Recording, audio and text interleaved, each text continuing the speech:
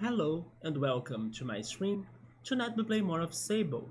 And last stream we were pretty much planning to go to the Badlands to explore more areas in there. But in the end we returned to Acria. And we were once again trying to figure out what to do about the Shade of Acria side quest. And then I walked around the place, I looked for clues, I got myself lost, I went and returned to all sorts of areas in that city, in that maze of a city actually. It is so easy for you to get lost in it. It's quite impressive actually how it is big and full of and places to go. But yeah, even though I was very confused with like everything about that side quest because the clues I had and also the city itself, they are very convoluted, right? Like there is a lot of information everywhere, especially towards the signs and the drawings and the symbols, that were spread all around the place, and I wasn't really sure what was right, what was wrong. So I really had to, I don't know, try something different, try something new, but at the same time, some even small things were kind of getting to a lot of my attention. But anyway, even though I was struggling a lot again, I was able to finally do it.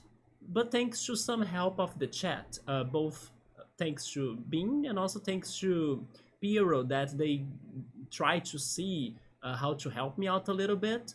And eventually we finally made it. I could find the place where the Shade of Acria really was, or like I could understand where the mask was. And then we finally could solve that freaking side quest, right? Honestly, I kind of felt a little bit disappointed on myself because I kind of should have tried exploring the outside of Acria more than the inside of it. But at the same time, the freaking signs and hints, they were pointing a lot to it to be in the city itself. But I got close to get it even accidentally in one of my explorations. But I believe that I either got distracted and then I started chatting or something, and then I kind of changed my plans in that process, and then I kind of got myself stuck to where I was before. But thankfully, it's now over, and we actually rescued the kid from the previous shade, right? That was actually asking for our help to free him from the prison, his kid. And then we did it. It was a very creepy cutscene, but kind of interesting that the game had something like that. Actually, this game has some very creepy things, by the way. We also had some badges from the jobs of the game that we were collecting thanks to the side quests, and then we returned to the how's it called, the Burnt Oak Station, and in there is like this one tent that has the mask caster, and then we gave him our badges, and then he casted some masks for us, at least two of them if I'm not mistaken, together with our newly obtained Shade of Acria mask, right? The mask of the shade, I guess. And then we need to see if those masks will be helpful in the other side quests of the game, especially the one towards the bird that is in the Salt Plains, because we need to find a shiny mask that distracts the bird. So hopefully one of them can do it. But today, actually, I'm also considering going back to the Badlands and like maybe finishing exploring it. We also should look forward to find some more chum eggs because I believe the next upgrade could be the last one. And we need more stamina because with more stamina we can hopefully too finally get to the cartographer of the Salt Plains, which has been also a freaking hard thing to do, together with how it was hard to crack down the puzzle of the Shade of Acria. Also, hi Pilot, what's up, man? You want me to go casual and Daft Punked? And in the party background, oh damn, you you were coming with all of the celebrations tonight. Is everything okay? Like, did something great happen, or I don't know? Okay, I will do all of that, of course, but no, no. Let me see if I can manage it because I actually think that the Daft Punk mask, and I think I can do it actually. Yeah. I didn't think it had gone through. Oh, okay, but I think I can manage it. Give me a second. Because I won't be wearing the Daft Punk mask, right? Because it's going to be making my head to feel very hot. Like, it's going to be hard to breathe and to string together with it. But I think I can manage something around those lines. Give me a second.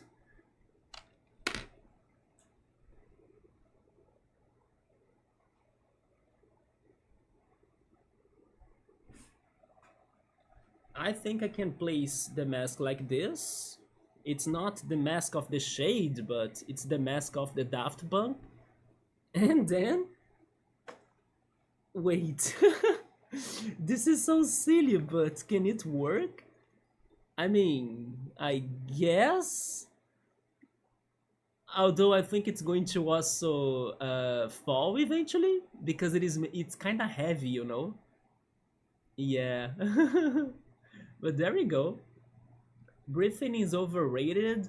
Do you think so? Actually, I think breathing is very important. It is like I don't know. It is of course necessary, right? It's basic, but also it really helps us to control our emotions and everything.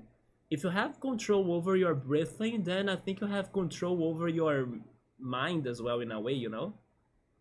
But that's very challenging to do. Oh yeah, and then you also asked for the party background. The party background is this one.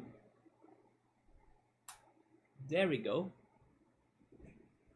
I need to be careful or everything is going to fall apart in my head. But how are you doing, man? How has been your week? How was your Halloween? Did you celebrate Halloween by any chance? Wait, give me a second. Oh, I did press. How can I quit that? Yeah, my old PC got to it's getting to some settings in here because the party background lights, I placed them on the remote controller of the old PC. Oh, there we go, it's back. Okay, I just had to wait a little bit. And then when I turned it on, it kind of pressed the button on the remote controller. Also, by the way, I need my music, right? There we go. But now the computer is okay. You also want me to change the room to dark? Okay.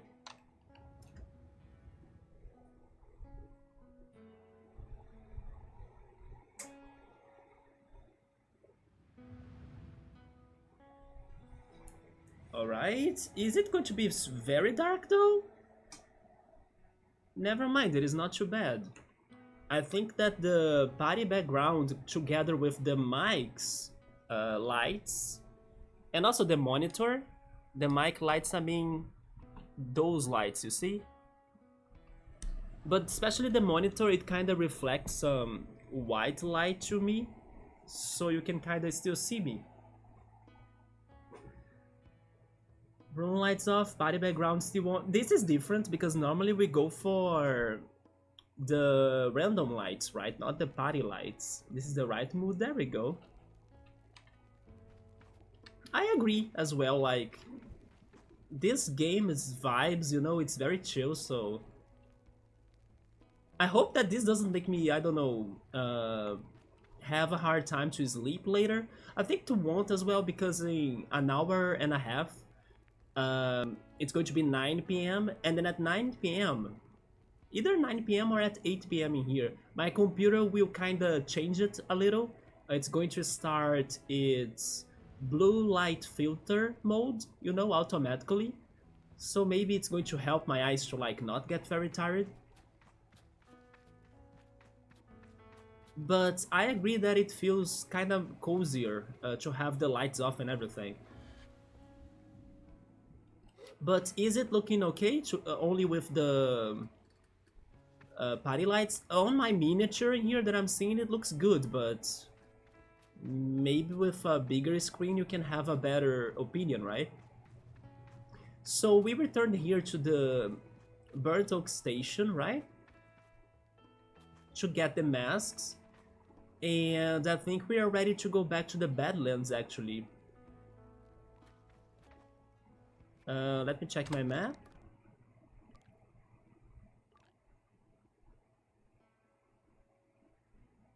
Yeah, these are the Badlands right here.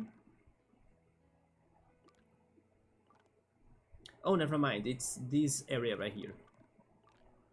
The mysterious shrine. Have we returned there? I don't remember. We went to the Campbell's Cube and also to the Rowley's Way. The Rowley's Way had this another terminal for Sarin. That's the cartographer's balloon, the bridge of the betrayed. Yeah. Let's go back to the cartographer's balloon, and I think I will check the mysterious shrine again. It looks really good. All right, the party lights should always be with my room lights off. I mean, that's I know what you mean by that. Like I understand it has some good vibes, but at the same time, I don't know if it is going to be good to my health.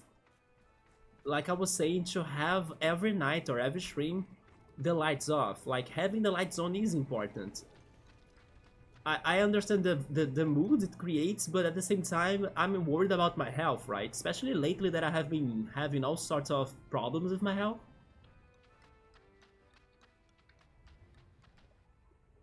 If only at least I had, I don't know, some, let's say, I don't know, minor lights to not actually make my room fully bright, but just a tad, you know? More, or maybe I should say less brighter than this right here. My lamp. Might be worth adding a timer for the redeems. I don't know about that.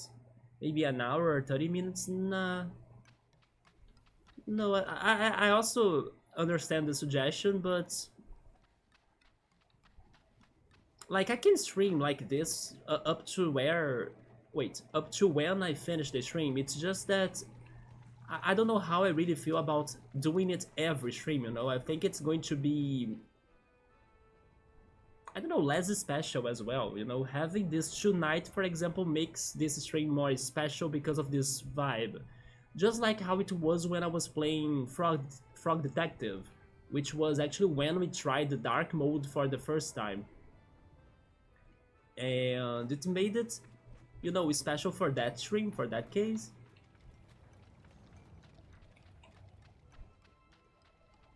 So where do I want to check things first in here?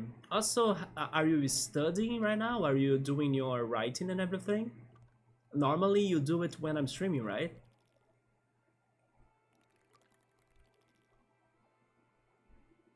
I was able to get some chum eggs right there. How many do I have again? I have 14, so we need to find 6 more, okay.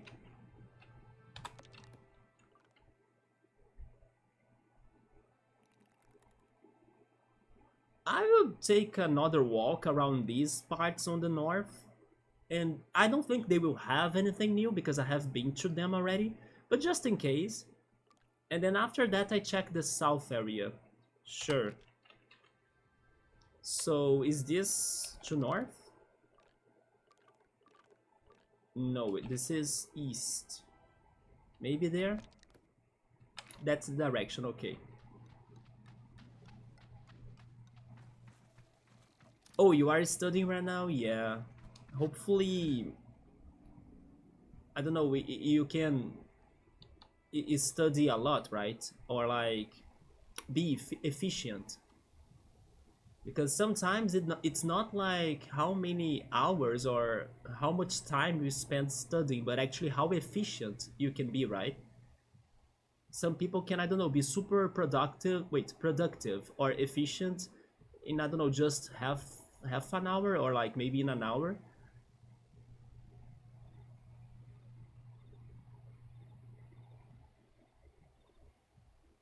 Were you studying in the Halloween though? Although I'm not really sure how strong is like Halloween in Canada. By the way, I know it's strong and big in the US, but do you celebrate Halloween in there with the same importance? Because here in Brazil, it's pretty much I don't know, a forgotten day, right? We don't really have Halloween here. What we did have though was November 2nd. November 2nd was our Day of the Dead, pretty much. But in the opposite of like how they celebrate the Day of the Dead or like Dia de los Muertos in Mexico, in Brazil it's actually a sad day. Yeah, because in Mexico they kind of do it as a whole party, right? They kind of have it as a happy day. No, in here it's more like a grieving day or like a, yeah, it is more serious than that. I find the subject matter to be very interesting, so I go a bit further than needed. That's great, yeah, if it is like something that you are enjoying to study, right?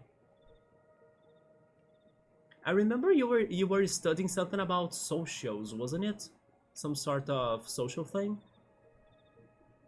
And then you were studying on Halloween. It is also popular in Canada, but I don't personally do anything beyond watching a horror movie. Speaking of which, I did watch myself a horror movie as well. I mean, I watched it. Oh yeah, you were planning to watch Long Legs, weren't you? Because one friend of yours actually worked on Long Legs.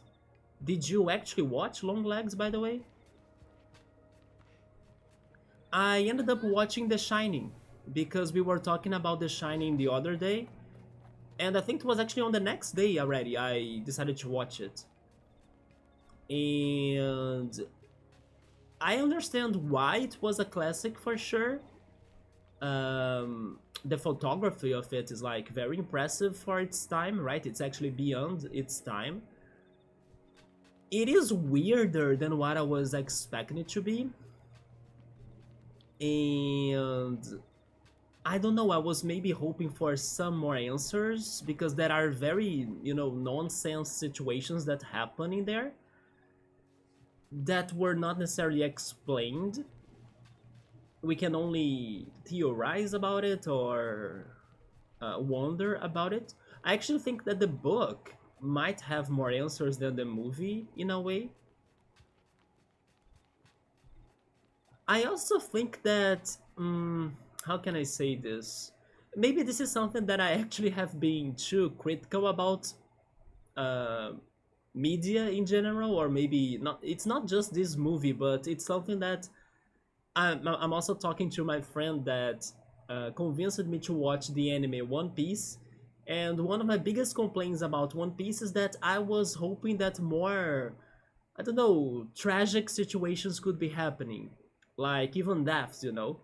So even in The Shining, I was thinking that some deaths in there should have happened, considering the situations, and then suddenly they were not happening. And I was like, wait, what? How did this not happen? So it kind of lost me a little bit on that because it didn't make sense to me that some characters did not die in that movie. It was just like out of nowhere that they were saved in a way. But still, it was a good movie for sure. So you switched your movie to Evil Dead. I actually have, I think, a book of the Evil Dead. Maybe I'm wrong though. Yeah, never mind. Maybe I'm wrong. Yes, I don't think I have a book of it. But I remember that they were selling that book back in the day that I used to be more into reading, right? Evil Dead 2 and The Army of Darkness. I haven't heard of The Army of Darkness. Watched through them all while studying. Was it your first time watching them?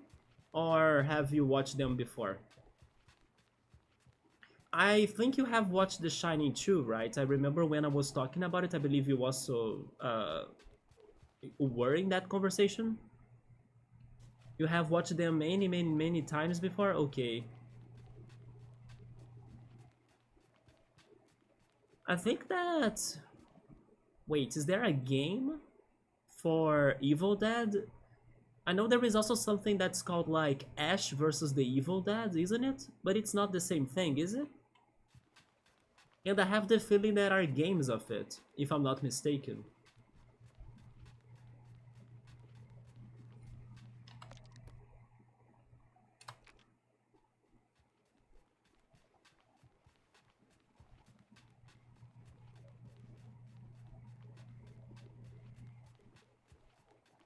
I even considered watching Doctor Sleep, which is like the sequel to The Shining, right? But I ended up not watching it yet. So there is a game. I think I heard about it, but it's some sort of multiplayer thing, so I have ignored it. Okay. Yeah, it's the phase of multiplayer horror games, isn't it? Like um, Dead by Daylight and everything. That there is a Rocky Horror Picture Show game coming out soon. A Rocky Horror Picture Show. I don't know about that. That actually looks good. It blows your mind. Wait, what do you mean by horror picture show? Is that something? Wait, it's already out? Maybe they released it in the Halloween, right? The perfect date? Yeah, Rocky Horror Picture Show. Let me check that out.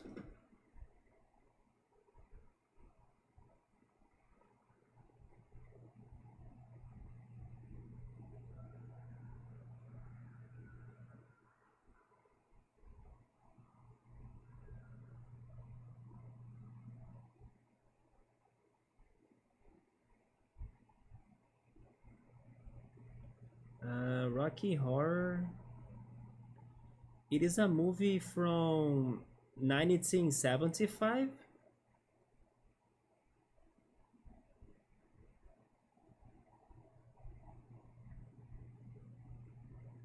It is like a musical. It's a comedy musical horror play, right?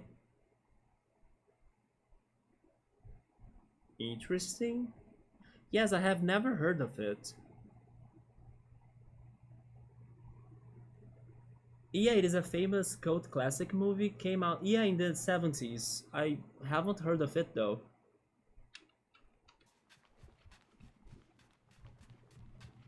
And then they are kind of resurrecting the franchise with a new game that's already out. I wonder if it is like, yeah, like how is the gameplay like? Is it just like Dead by Daylight, and then like you have the good people, like the good characters, trying to trap the villain, and then the villain needs to kill everybody? Maybe it's like that, right? They even had the Friday the 13th game as well. The other movie that I was talking to you all the other day, and also talking about the books I have that are from, I mean, that have movies, right? But they were movies based on the books. And one of those books slash movies that got to my attention the most was 2001: A Space Odyssey. And this week I actually watched a video that was trying to tell me the story of 2001 again, so I could remember it. Because the other day, if I'm not mistaken, I found the sequel. I mean, I don't know if it is like an American movie as well, or I don't think it is by the same director even. But I think it is, let's say, lower budget sequel to 2001 that was made in the past, and it is on the YouTube. I mean, maybe not legally speaking, but I believe the whole movie was there. So I was like, I should watch this because I have been dying of curiosity to see how this story continues. So yes, I was surprised to see that somebody was able to upload that movie on YouTube, and I definitely want to check it out soon. It's 2010, right?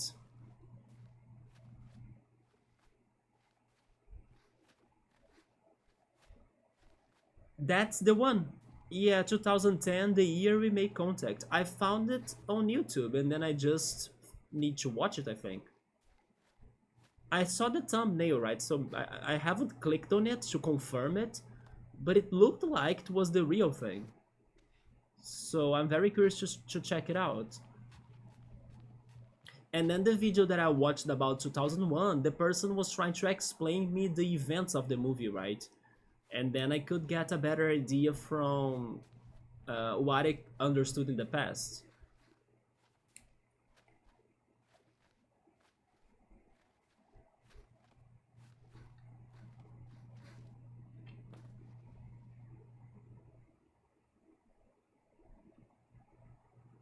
It was reasonably popular when it was released, but generally considered worse than 2001. Only 2001 has had broad cultural impact. But I can be. Wait a minute.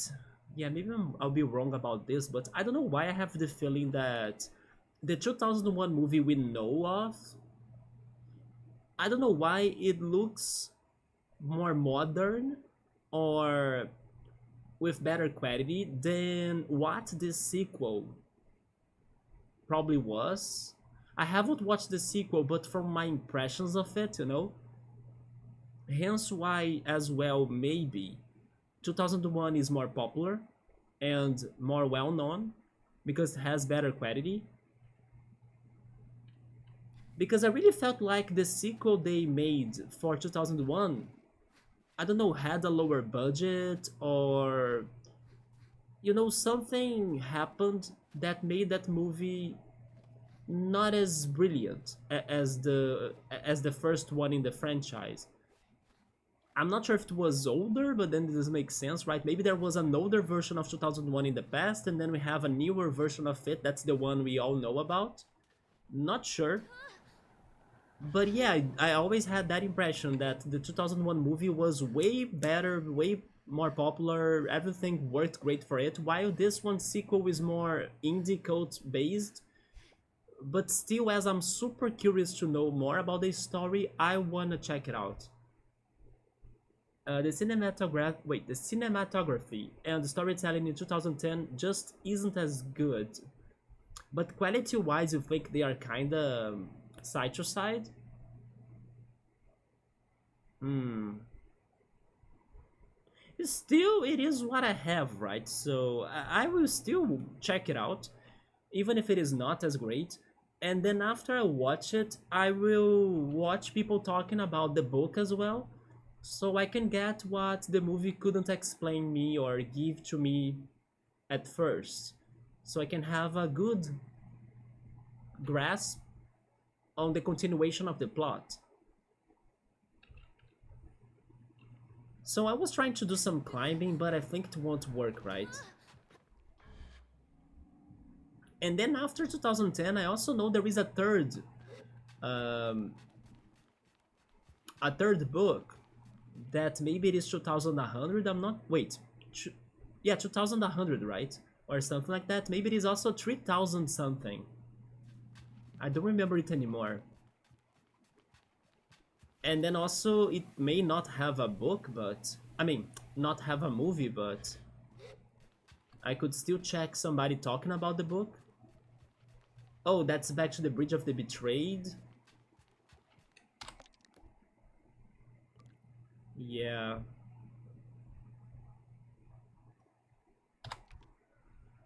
Maybe I need to go that way.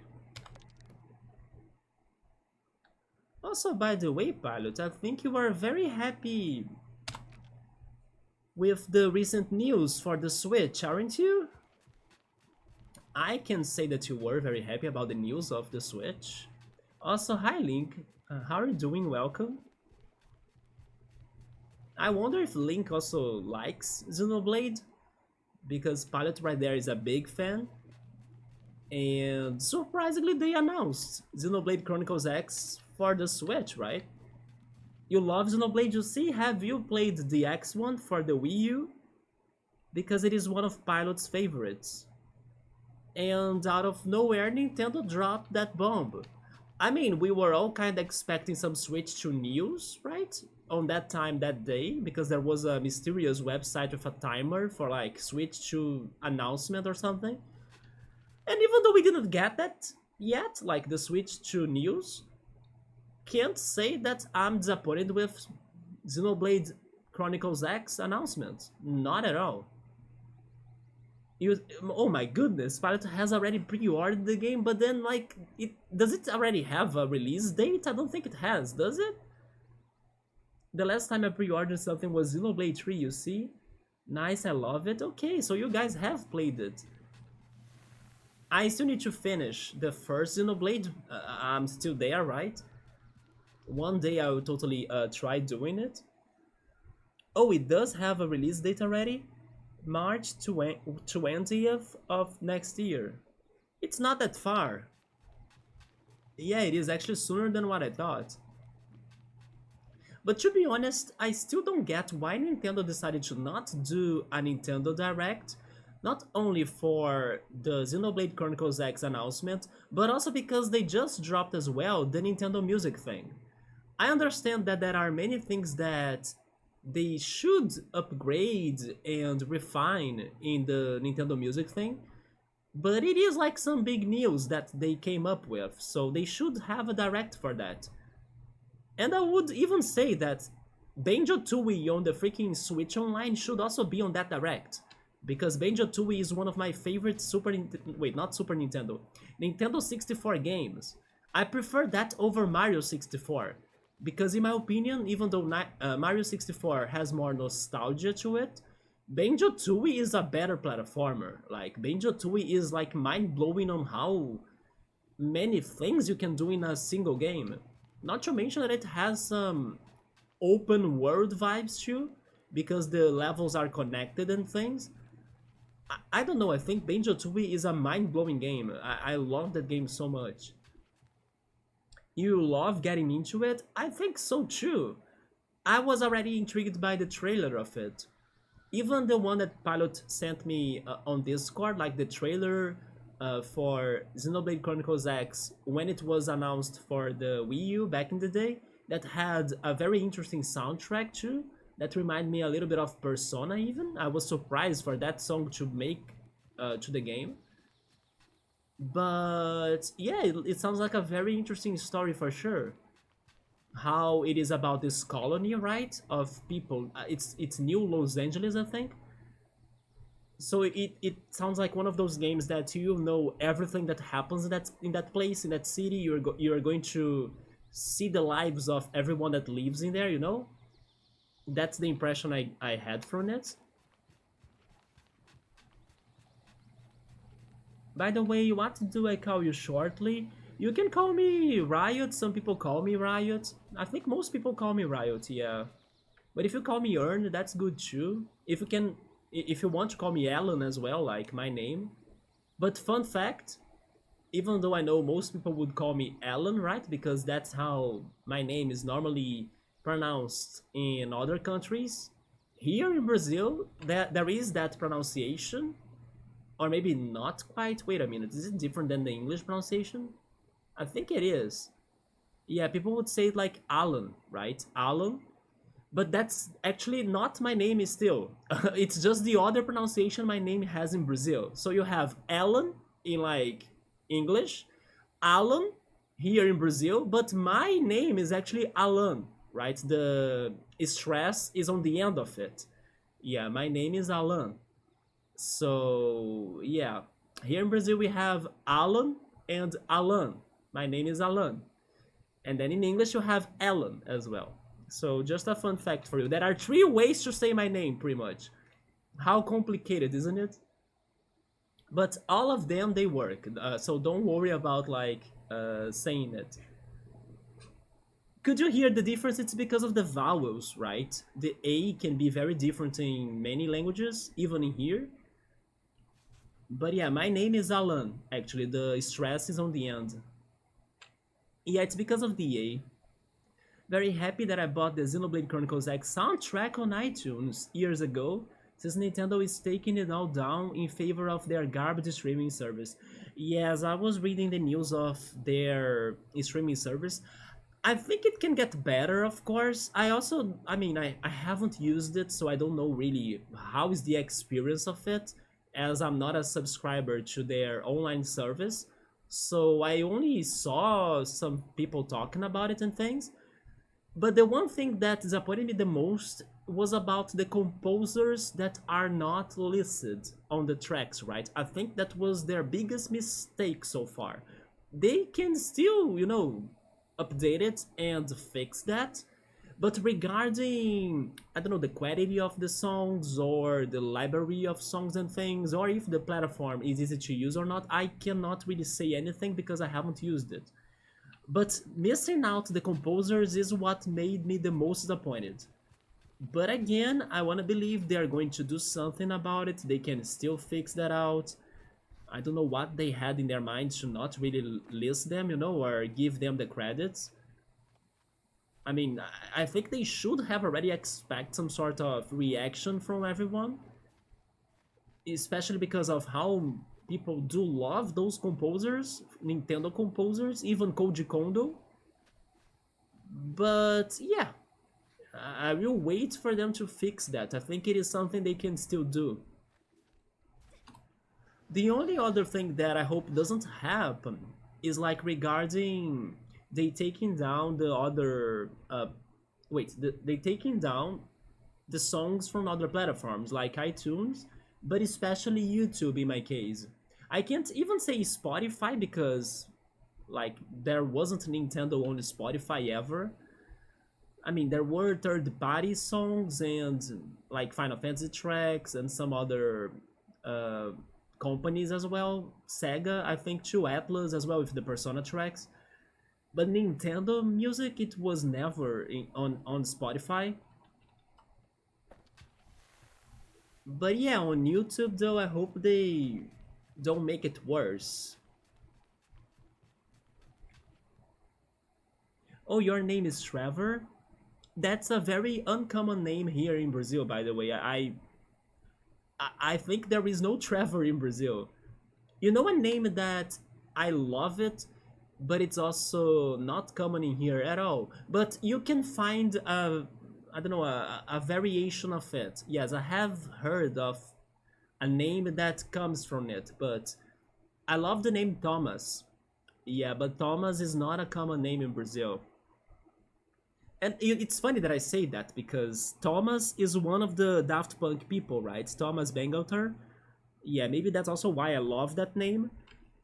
But yeah, Thomas is not common here at all. Most people call me Link. Yeah, right, because of your username. You love that soundtrack so much. I like the song of the trailer that Pilot sent me from when the game was announced for the Wii U. It sounded a lot like Persona to me. I know the soundtrack is a bit controversial, but for me it was perfect. I did feel it was different. Yeah, it was like I was saying, like I'm surprised this was, the music for the trailer. It sounded a little bit different than what I was used to regarding Xenoblade soundtracks. But it was not bad, it was interesting. I suppose I have never actually brought about my real name in here despite being here for a while. I know your name though, because I believe when you sent me, I don't know, gifts on Steam or something, I know your name though, yeah. Somewhere you said like best regards your name. I know your name, and your name is also not common in Brazil. But actually I would say that your name is not common at all. Like I think you are the only one person I have heard that has that name, right? That's your name. I knew it, but that's a very unique name, don't you think? Like I think it is a very rare name even. I think you are the only one I have seen in my life that's called like that. That's an excellent name, Thomas. I like it a lot. Here in Brazil, you can find some people called Tomás, right? Tomás with an stress in the end of the name, but Thomas, nah, only in other countries. I have only ever met two others, and both were spelled differently. Wait, or different? Is it Sterling? Is that how you pronounce it, Sterling? To be honest, now that I'm saying it, I don't know why it sounds like a Pokemon name. It reminds me of Fletchling. It's a bird. I don't know, it gives me some bird vibes, maybe because of Fletchling, the Pokemon. Oh, that's how you say it, Sterling? Okay. It is indeed very different. Do you know by any chance why your parents gave you that name? Oh, the freaking casual hat fell. You know what? Maybe something that I could be doing is alternating the hats, right? Especially because my ears are getting some. It's heavy on my ears, like the mask and the hat together. I think I'll be swapping them from time to time. Then it's better. But at least I could wear them both for some time, right?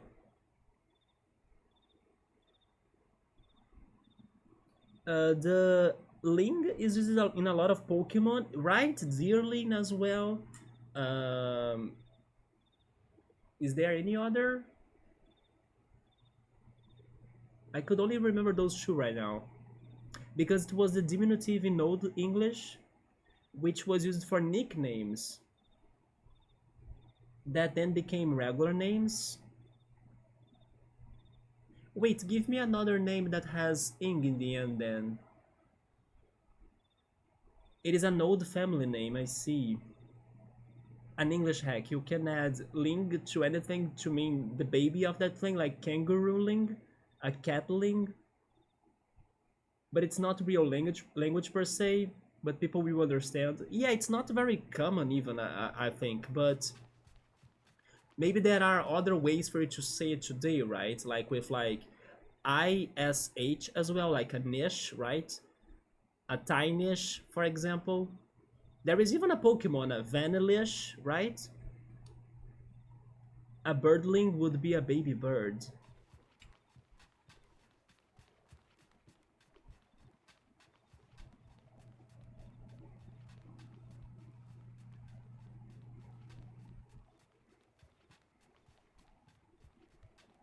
But I don't know any other name that ends with ing right now.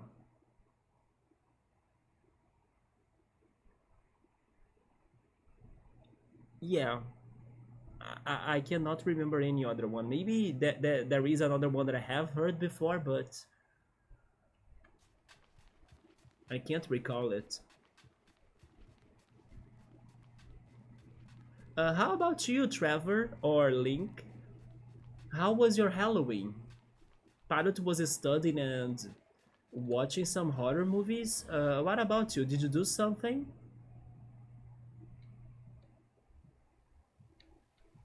Halloween was good, but I had really bad nightmares. Oh no. So you couldn't sleep very well?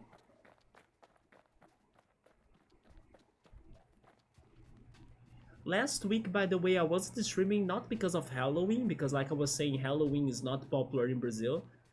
It was because I was feeling tired. In the beginning of last week, I was very tired. Like after last stream on Sunday, I felt tired on the next days. I was also very tired in the two past days right now in the weekend, but I was doing a lot of things. I was tidying up my house. Then my dad got here on Friday. Then there were events happening on Pokemon Go as well. I even have some souvenirs that I got from the events because we had Halloween, but also Gigamax Gengar on Pokemon Go, right? So his debut was like on Thursday, and then on Thursday people were trying to meet already in the city to like do them. So I had to go there as well to help them out. It was a very challenge, or it was a big challenge thing to do. And this is like a postcard that I got as a gift. Thankfully, we were able to do some of those Gigamax raids or Gigantamax raids, right? In English. I also got some stickers as well, some Day of the Dead stickers, and Halloween too. But yeah, I was dealing with my dad that came here, was dealing with Pokemon Go also on the weekend, and then yesterday we also had the first of three anime events that will be happening in the city. Also, there was the new, not really the new, but it was new to me because I haven't gone to the movies to watch it in there, but the new Crunchyroll Haikyuu The Dumpster Battle movie, that's why I'm wearing my Haikyuu jersey right here. So I wanted to watch that show in the weekend, so I did it. Yeah, and then today finally I had the time and I was feeling more rested because by the end of yesterday I was pretty much beaten up as I went to the anime event too with my friends, so it was a lot going on this week. Together of all of that, next weekend I will also have another anime event in both days. It is actually the biggest anime event of the city, and there will there will have a lot of things there. Like there will be the anime band concert that I love, and I'm very excited for that. It's the most important thing, in my opinion, on Saturday, because it's such a good band with like so many great anime songs that they play very well. So I'm very, very, very excited for that. I have been to their concerts many times before. They will also have Pokemon Go things going on in there. They will also have video game areas for you to play them. And I believe that my Quad Ball team, Quad Ball is like the real life Quidditch game from Harry Potter, that's going to be there playing too, and I believe they will want me to join them to at least do some training as well, especially because it's been forever since we last played together.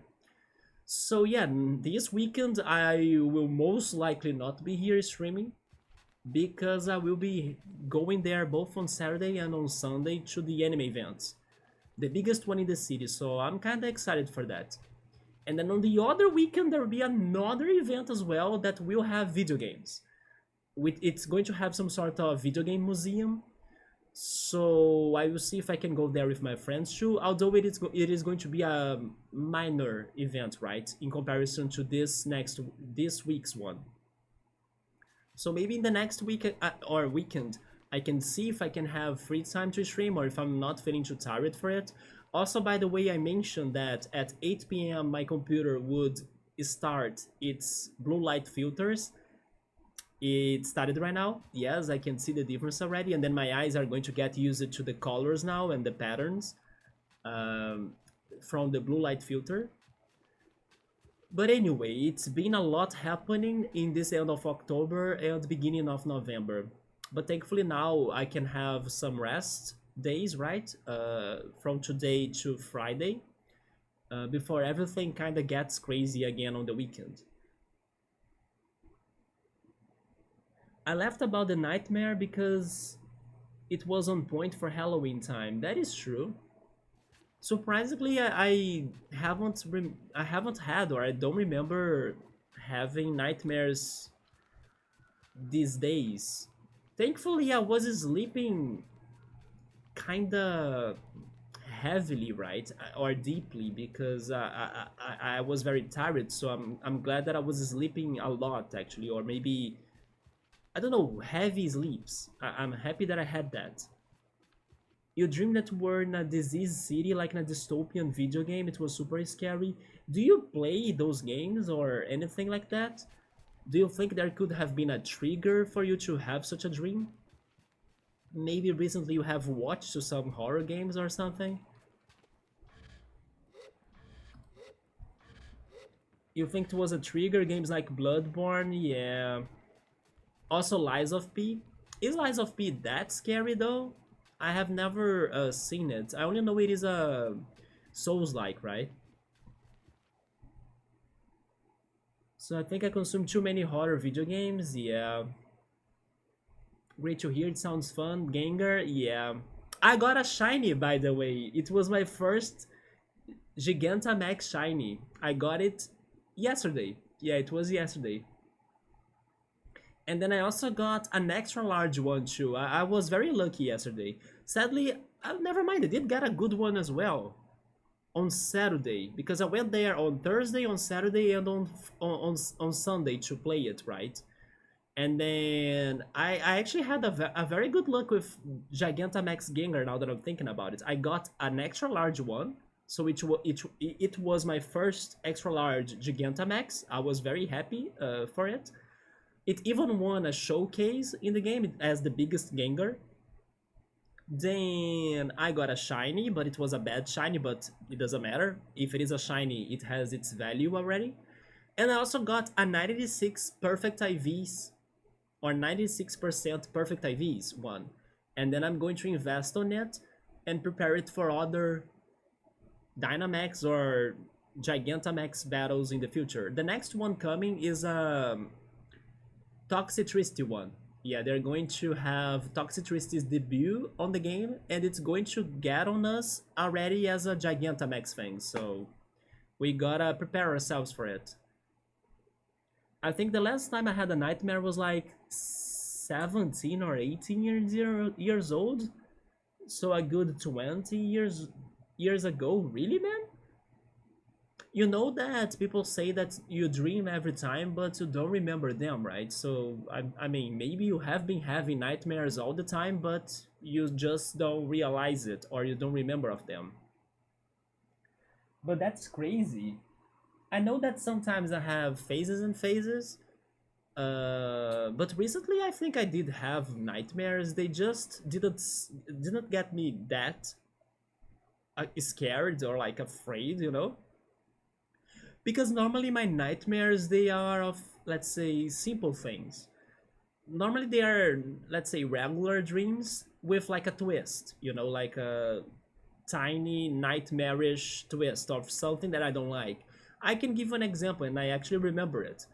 I remember recently dreaming with some cockroaches. Like I was moving an object from its place, and then suddenly there were cockroaches showing up out of it. I hate cockroaches. I have traumas with them. Some of them walked on my body before.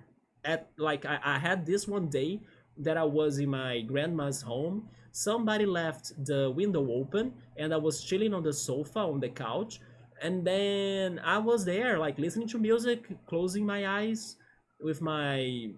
Do you guys remember this? How a disc player or a CD player for music? It's funny how we used to call it in Brazil as the Discman, but I doubt that the Discman would be how it's called in English. It's probably a CD player, right? Yeah, I was listening to some music from my CD player, and then suddenly I don't know, I decided to stand up from the couch, and then when I look to my clothes, there are three roaches on me. There was one of my pants and two on my shirt, and like big roaches because they came from the open window. Because there, I don't know, something was going on in the road or in the street outside, like some open sewers or something, and then they were having roaches in there. So yes, I had three roaches on me, like, and then before that, I had one day when I was younger, even that I was watching TV with my family, and then suddenly there was a roach on on my shoulder. I was on the couch, and then it came from my back, you know. And the other day, I was like using the computer at my parents' home. Everything was also dark, and like the lights were off and everything. And then I feel something on my foot, and then once I turned on the lights, I found a roach. So basically, I had all of those experiences with roaches that I hate them. You know, when a roach shows up in my place in here, it's always a freaking disgusting experience as well to get rid of it. So sometimes my dreams they bring me roaches so I can kind of wake up. And as I have been having, you know, my stomach things, I would say that it's a way for my body to say like you are not feeling well, then wake up or go to the bathroom or something, you know. Yeah, but I can't really say that they are nightmares. No, I just dreamed of some roaches. It could have been something worse than that.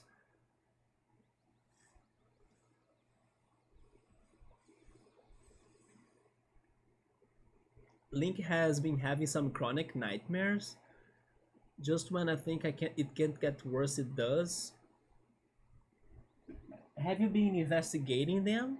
Have you been, I don't know, to therapy or somebody that could maybe try to understand why is your brain giving you those nightmares at night?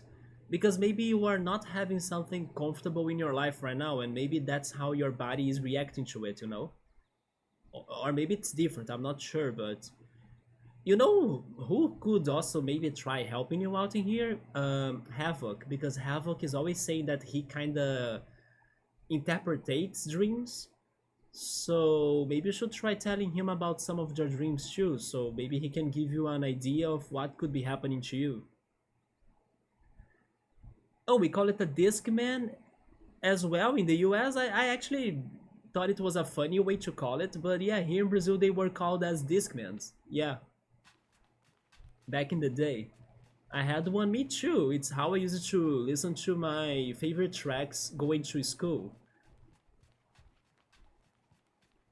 Both are from both Brazilian bands and also foreign bands, right? Sadly, one of my OG favorite bands, it got disbanded because of a very horrible thing the lead singer did, right? Which was very sad, very horrific actually. And it kind of sucks because I love that band so much, used to be like my favorite band. And I kind of think that in an alternate reality or in a a multiverse of things, if I kept going on that music direction that I was as a teenager and everything, maybe today my musical taste could have been way different.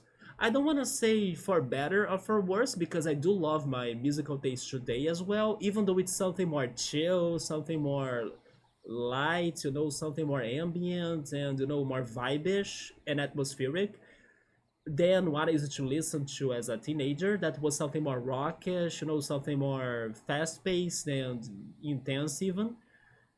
But yeah, little by little, I was kind of migrating from that to where I am right now. Today, I love electronic music, especially French house, for example, Daft Punk.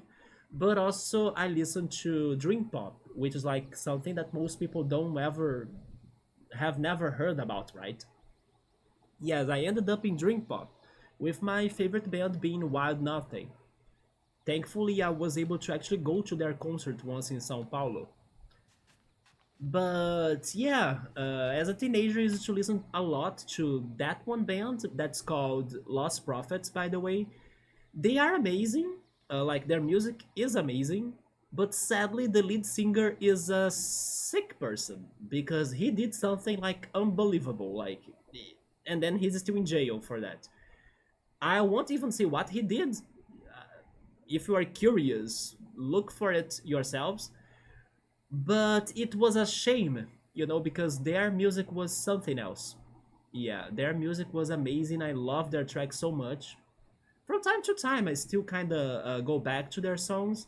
I try to think about the other band members, right? Not just the freaking lead singer, because the other members also composed and did those songs together, right? So they also, like, they are kind of taking the curse or the consequences from the actions of the lead singer. But yeah, they were amazing, and I think their songs were very different than like everything else back in the day. There is this friend of mine that he loves punk rock. His favorite band is like Blink 182 and things. And when I showed him the songs of the Lost Prophets, he was like mind blown. He loved like pretty much every single song I sent him because yeah, that's how amazing their music was. And he's actually kind of picky too, like he doesn't like everything. So I was very happy to see that he loved everything I sent him about the Lost Prophets. But sadly, it turned out that way, and my music has changed completely today, right? Which is not something bad. It's just that I keep on wondering how I would be different, or how could I be different if I were still listening to something more rockish, or I don't know, something more, intense. But that's what happened to my life, right? So, and then little by little as well, to be honest, even before the crime happened, their music was already changing. Yeah, their older albums were more interesting, or they sounded more um, unique, creative, with more personality than the last albums, right? So they were already kind of losing track of it. But then the end of it was totally when the crime happened, and then the situation went and I don't know went on, right? You are on therapy right now and working on it. I hope you can figure it out. Yes. Yeah, ask Havoc because he is always saying that he likes to interpretate dreams, and then he also recommends people having a dream journal, right? So they can write down what they are dreaming of and things. It was a play on their classic Walkman, which was their mobile cassette player. Yes, we had Walkman here in Brazil too, but I never had one myself. On the complete opposite side, I hardly ever listen to music at all. Maybe once every week or two I will throw something on. What about video game music actually? Not even video game music?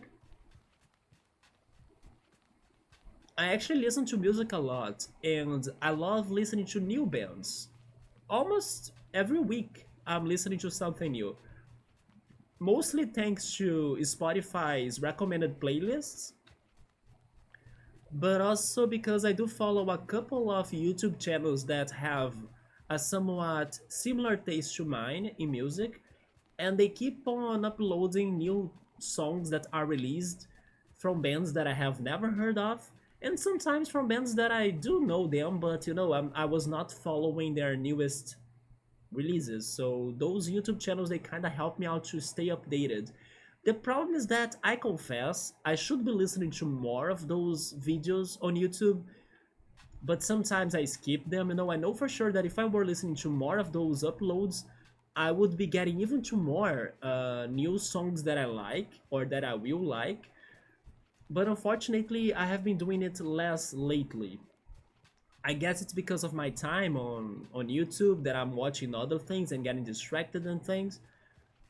But yeah, at least something, and sometimes I end up listening from new albums, new bands, all sorts of artists that people have never heard of. That's actually how I ended up listening to Wild Nothing. That like I found them myself. Nobody actually told me to listen to them. And then when I speak about Wild Nothing to other people, most of them have never heard of it. Generally, I only listen to it while playing the games, and and also when watching to it or watching reactions. I rather enjoy watching reactions to very emotional moments in games and movies. I do the same, yes. For example, recently, I was kind of binging people beating Persona 3 Reload, especially after I beat it myself. So I was doing that a lot, and I love the reactions, yeah. Especially a few moments from Xenoblade 3. Yeah, that was me with Persona 3, right? Could we say that there is like a connection in the third title of a franchise that makes it special? Not quite, right? There are some exceptions there. For example, Donkey Kong Country 3 is not the best one. Banjo Banjo Kazooie Nuts and Bolts as well. But at least for Xenoblade 3 and Persona 3 Reload, we can kind of say it that way, right? That they are both special because they are the third one. I definitely cry while watching. I cried so much when I was watching Persona 3 Reload again, like people beating it. I'm waiting for X5 to beat it too, right? He is very close to do it. Just from re-experiencing the moment, yeah. I can already see that I'm going to like Xenoblade 3 then, if it is somewhat emotional like you were saying. I like some heavy drama things, but heavy drama that, they make sense. Yeah, not drama per drama. No, it needs to be a drama that makes sense. That the whole story and the whole plot, was well structured for that one drama to happen. Random drama, then I'm off. Like, I don't like that. When it's like out of nowhere, when it's not convincing, I don't like it. What is that, by the way? Why does that look like a very crazy modern city? That's in the new area, isn't it? It is. Is that the Sodex? Like maybe this area is the Sodex? It looks crazy, don't you think? Oh, maybe it is not a city actually. It could also be one of the abandoned airships. Yeah, if I had to guess, I think this area next to us is the Sodex. There were three distinct points in Xenoblade 3 that had you crying like a baby. There are, let's say, three things as well. Especially, not only though, but especially in Persona 3 that make people very emotional too. The first one I part wait, I particularly don't get that emotional, but wait a minute. I actually get emotional the um post event thing. Yeah, in the post event thing there is one moment that I do get emotional, but not for the situation itself. But then the other two I do get emotional. Yeah, they are very strong. Two during the main story and one during a side quest. Plus a ton of other points that got you emotional, be it sad, excited, or happy. The game made me feel, and that's a huge part about what I want out of games these days. I agree. I like games with um, games that get to us, right? Pretty much games that we can feel connected to them. I agree with you. Games that actually make a difference. You know, you don't forget that easily what you just experienced. Either because of, I don't know, the story, the adventure, but also because of the messages it has. And sometimes its messages can be very loud to us, like they can resonate to us a lot. We can be living something that could be very close to what we see from the characters in the game. Of course, in different ways, as we are not in a, I don't know, in an apocalyptic world with like crazy robots and monsters. No, but you know the messages, the meanings of things. They, when we leave something close to their messages, then we can feel very connected and attached to the situations of the game. And I like that a lot too. And yeah, it can be on any game you play. For example, Superliminal actually taught me a lot, like about how we need to change the way we see things to actually change our lives. Pretty much, perspective is reality. So yeah, sometimes games can bring us messages that kind of connect to us a lot. I mean, there can also be enjoyable moments with games that don't have that strong connection to us or something. They can be less intense or less dramatic or less motivational of some sorts. Another example could be Frog Detective. I had a very good time, but like it was not necessarily because of its messages and things. It was more because of how wholesome it was and silly and cozy. But I agree that it's very important for games to kind of have some sort of seriousness to them, at least to my personal taste as well. I say the same towards movies and series and animes.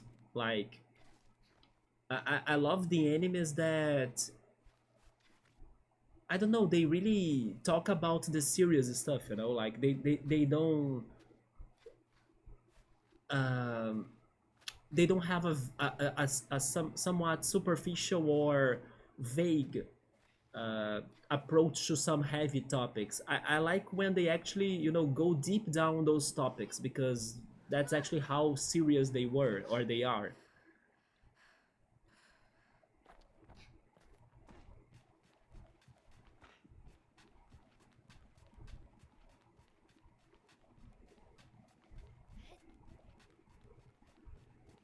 So I haven't played the third Xenoblade or the second one, but I have the feeling that the third one is more serious from what I can see in comparison to the second at least. The second Xenoblade looks, I mean, it's because of the characters I know of it, right? Like Rex, for example.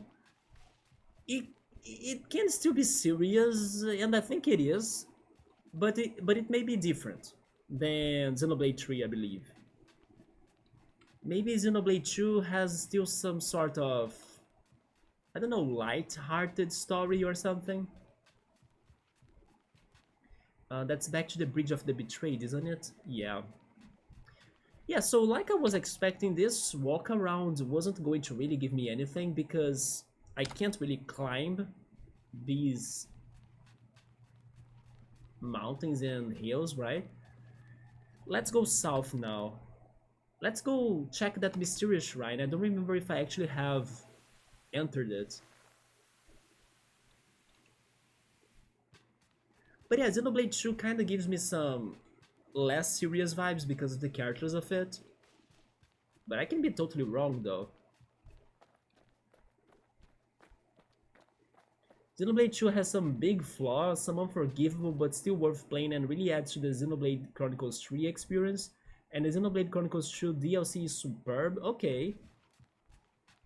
Yeah, I know one thing though. I heard it has a great soundtrack.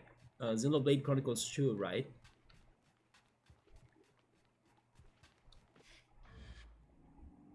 But am I anything right about saying that Xenoblade Chronicles 2 can be a little bit childish because of its characters? Or am I just with the wrong impression of it? That it does? Yes, I heard it has a freaking good soundtrack. Which is like a pattern for all of the Xenoblade games, isn't it?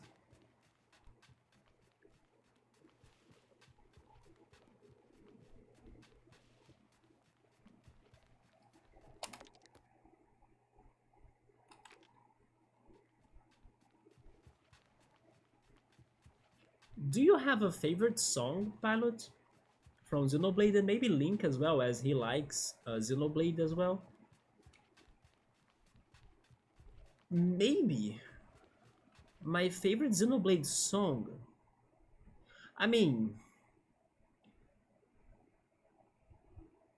yeah, I think today it is this one, but it can change, right? But I think that mechanical rhythm is very good. But I remember when I was playing the game myself, I was probably having the Frontier Village song as my favorite. The Nopon Village, right? Song. I love that song.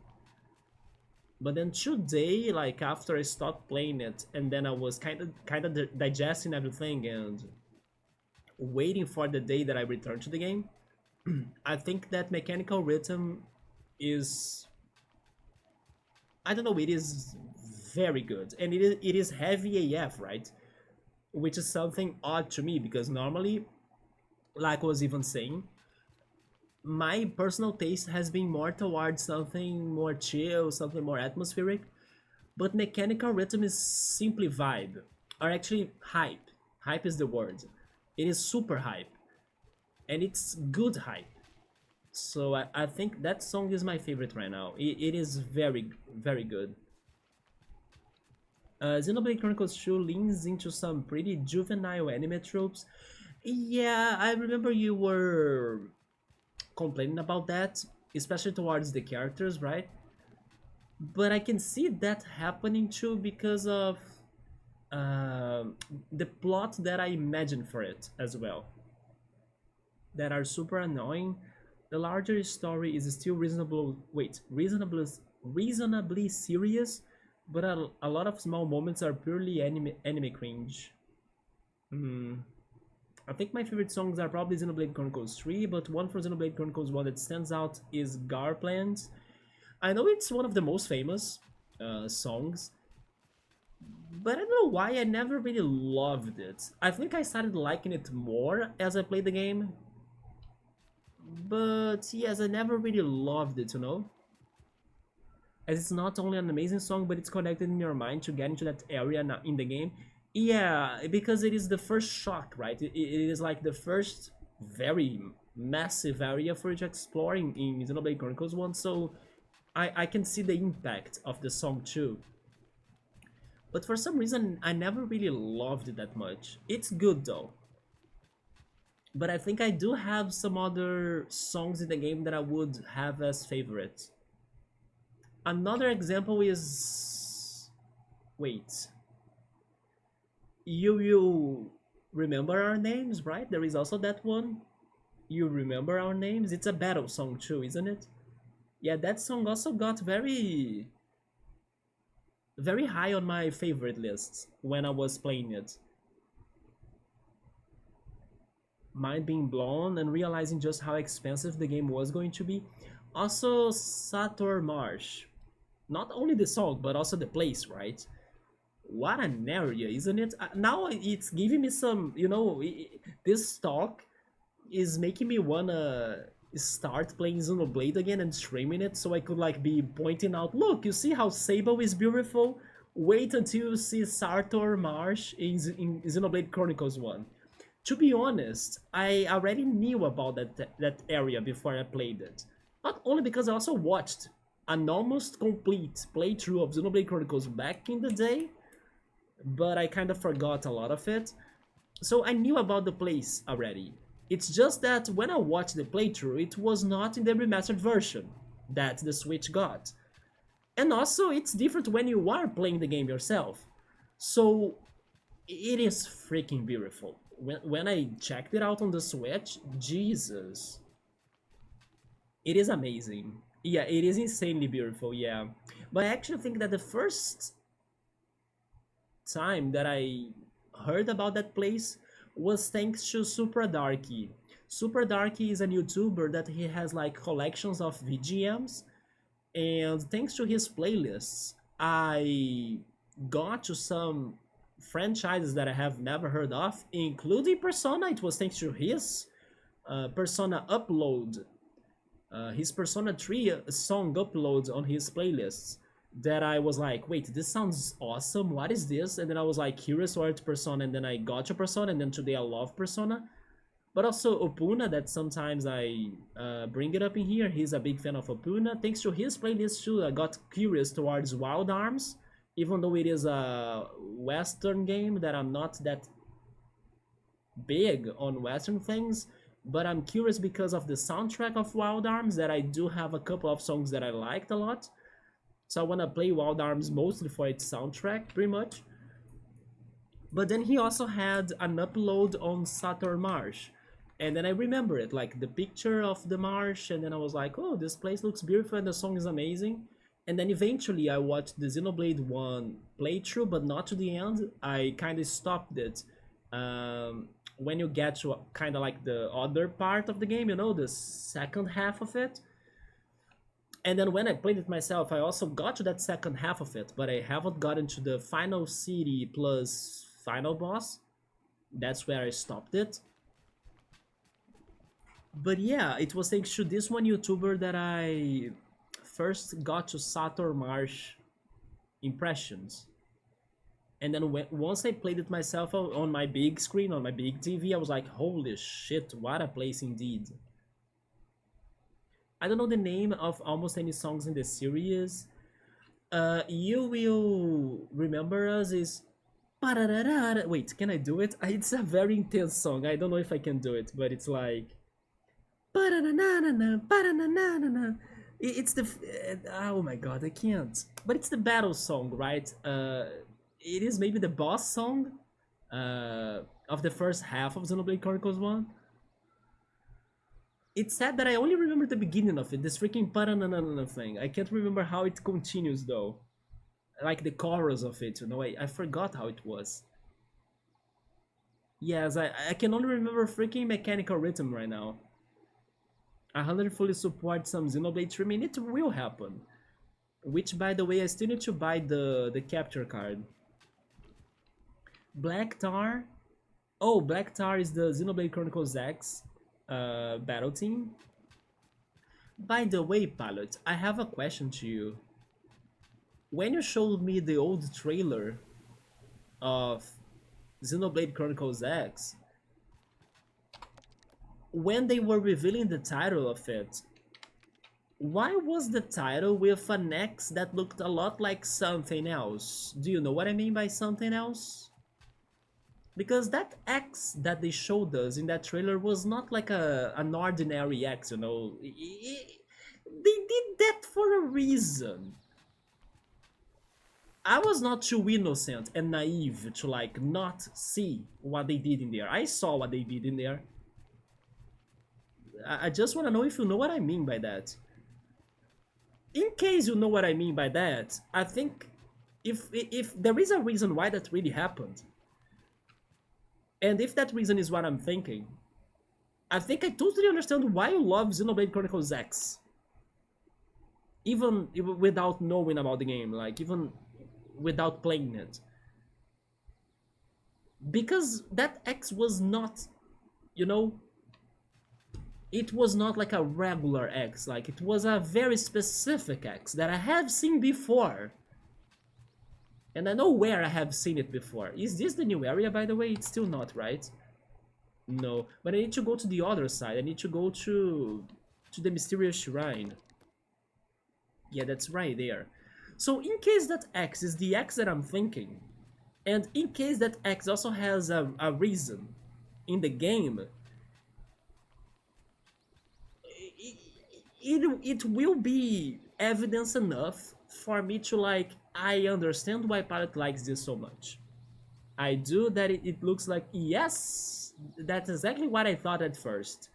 It looks like Xenogears. Is there anything Xenogears in Xenoblade Chronicles X by any chance?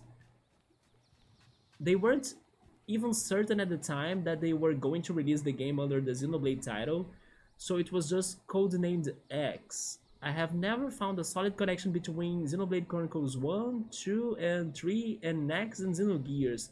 Only some references. The same goes for Xenosaga, right? Although, wait, maybe Xenosaga was more closely connected to Xenogears in a way, right? By the way, that looks like a cave. Have I been there? Possibly, but I don't remember anymore. Okay, so as you are saying that there is no solid connection, maybe then Xenoblade Chronicles X doesn't feel like Xenogears, or does it? Because even if there is like a connection towards the plot of them, if you can feel the same way as when you played Xenogears, then I think that it does it, right? For you at least. It's still just references. I'm amazed that Bandai Namco hasn't released Xenosaga on modern systems. I'm actually surprised that they haven't remade Xenogears with like a complete version, you know, because of how they had to rush on the second part of the game. Maybe actually turning that, you know, storytelling into gameplay. Regarding Xenosaga, I also heard it has a lot of long cutscenes.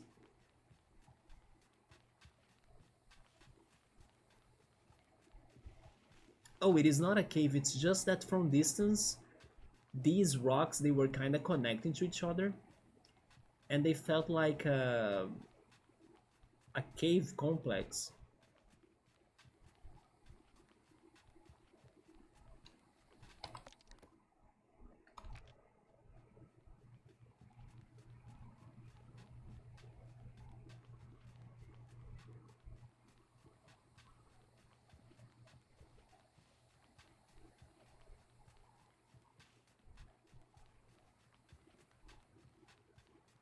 I'm trying to remember the other game that had like many mechas.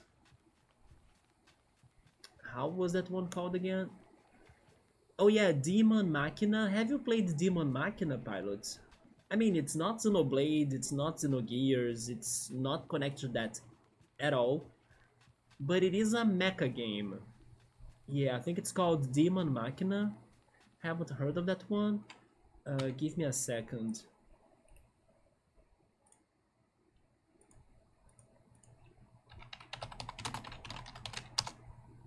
Yeah, it is this one right here. I'm going to send you the Steam page of it.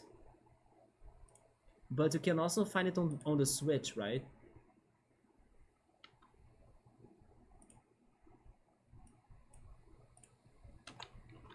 Wait. Really? Wait, let me get the link again.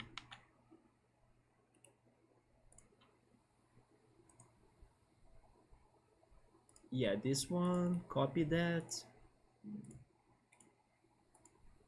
There we go. That game right there. I mean, it is not Xenogears, it's not Xenoblade, but I wonder if they got some inspirations. Although it is not turn-based, right? Maybe having it as a turn-based game could be heavy for you. I'm not sure how you feel about action RPGs or action games.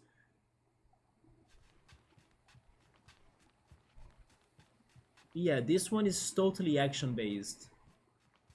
It's just that it has some vibes of mecha that remind me a little bit of Xenogears, although it is action.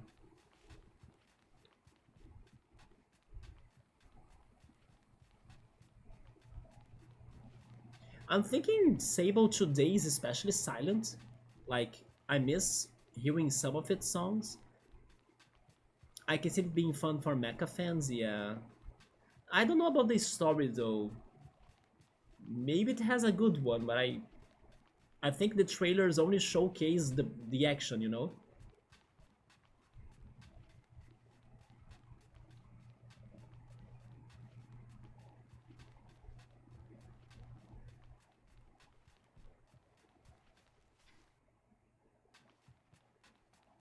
My love of Xenogears and Xenoblade Chronicles X is more about narrative. The gears and the exploration in Xenoblade Chronicles X. So, Xenoblade Chronicles X, from what I could get from the trailer, it focused a lot on this new Los Angeles thing, isn't it? Can you really explore lots of worlds outside of it? Is it a little bit like Final Fantasy VII? Like you have like Midgar, but also once you leave Midgar, you have like a lot to check?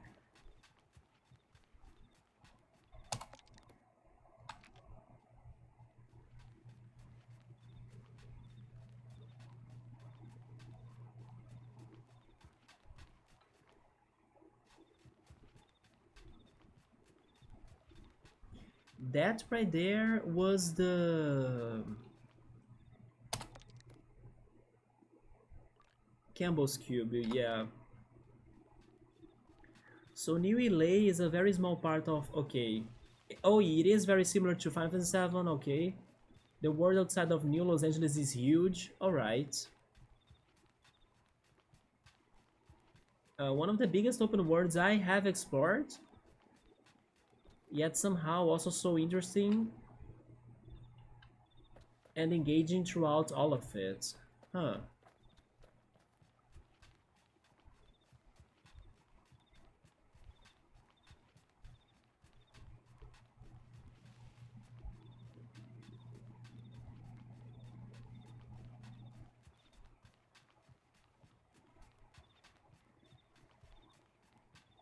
Wait, but then you said that you pre-ordered it for your Switch, right? But what if they release it as well for the upcoming Switch too? I mean, I'm expecting some sort of portability or retro compatibility between the two consoles, but wouldn't it be good for you to actually get it for the Switch 2 instead, in case it has some sort of upgrades? Maybe not, right? Maybe it won't have upgrades. But I remember the other day you were saying that the only one thing that could make me buy a Switch 2 was Xenoblade Chronicles X being ported or something. Maybe now you won't even buy the Switch 2 because you will be able to play it on the Switch 1. You had another game too, haven't you, though, that would make you get a Switch 2?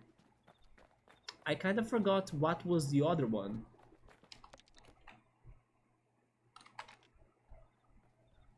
You won't be buying the Switch 2 anymore? Oh, me neither. Not at launch, yeah, me neither. By the time I get it, Xenoblade Chronicles X will be old and cheap, yeah. I'm with you on that, yes. Don't lose your bike? Oh, okay, but I'm not worried about the bike right now. I think I can climb this, right? But yeah, don't you have another game that you were kinda hoping it could make it? Oh, it was the new Zelda, right? Like a new Zelda, in case it looks good.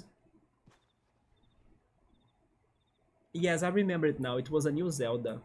A new Xenoblade game or similar in scope RPG from Monolith Soft that they were working on, right? I was very surprised they announced this remastered for Xenoblade Chronicles X, but for quite a while already, it is known that Monolith Soft is working on a new IP that nobody knows it is, right? Nobody knows what it is. People do think it's going to be announced together with the Switch 2. Is what will get me to buy a Switch 2. Maybe an amazing Zelda game. No other series or games will do it. Don't say it like that though. What if you can be very surprised by something unexpected that not even I can tell you what would it would be, right? We can always be surprised by things, man. Who knows, right? Maybe Nintendo comes out with like this super retro. Maybe they come out with something like mind blowing. Let's say we had, I don't know, Chrono Trigger, Chrono Cross, and then suddenly they come with like Chrono Forever, you know? It can happen, who knows? You know, something crazy like that.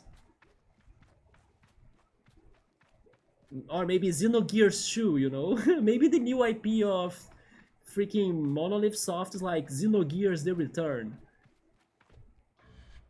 Xenosaga Gears, you know? There were so many possible things I was thinking about that would never happen in my video game life, and they happened.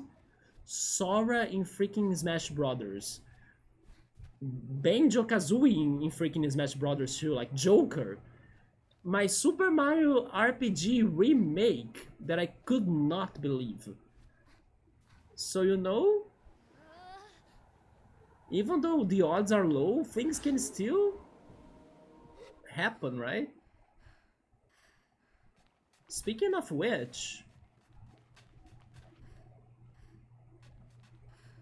they still should do a Chrono Trigger remaster or something like that.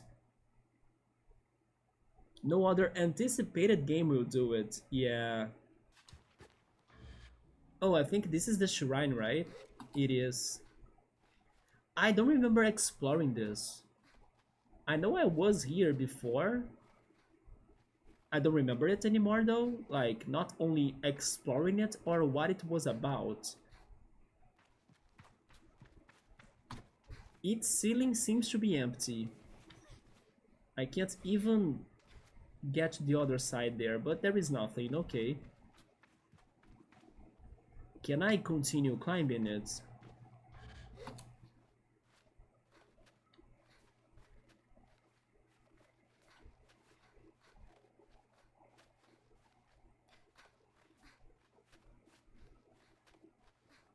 If you don't get a Xenogears remastered in the next 9 years, why are you so specific? Like, why in the next 9 years? I might just make it myself as a retirement project. Wait, but you know what? Maybe there are some fans working on it already, don't you think? The fans, they have like some big projects going on in the background.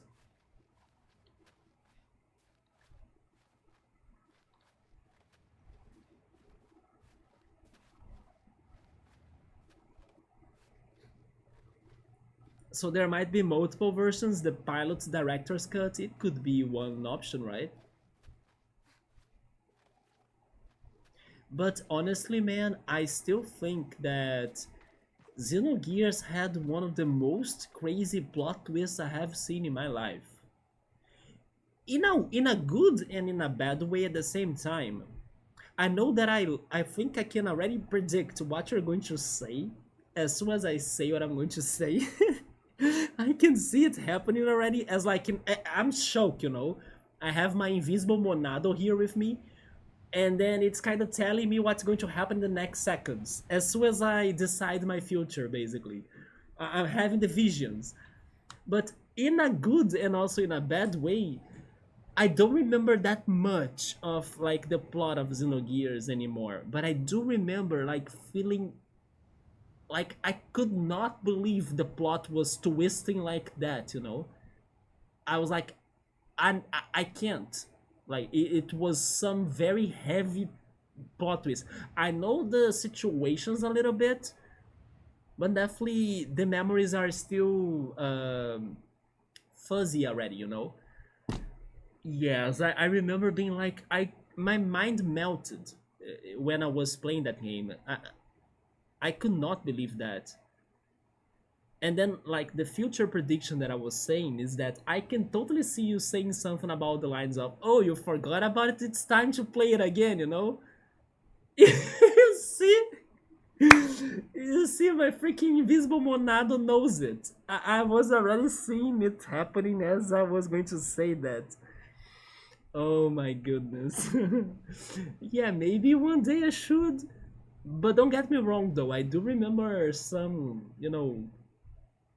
bits and thingies, especially towards Graph. Like, that one character was insane.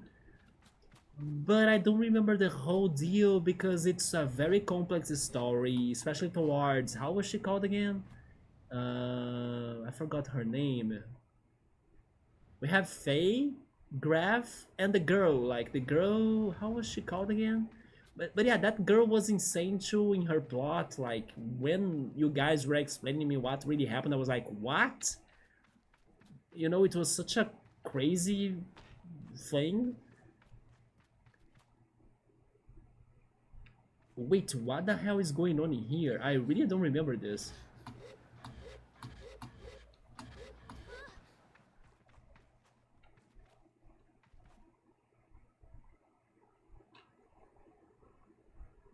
Because mine is going to remake it as part of the full 6 episode series it was meant to be.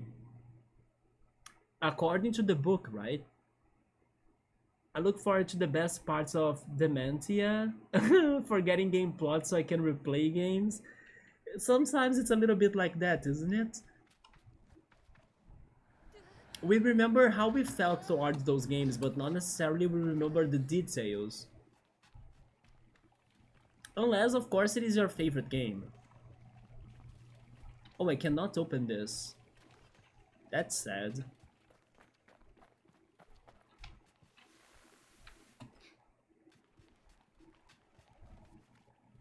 Yeah, what's going on in here? Some sort of excavation thing? This reminds me of Beedle, that one character from Wind Waker, Zelda Wind Waker. It looks like his ship or something.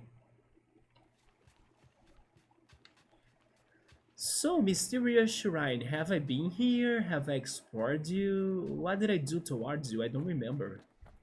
Maybe I actually checked this out before.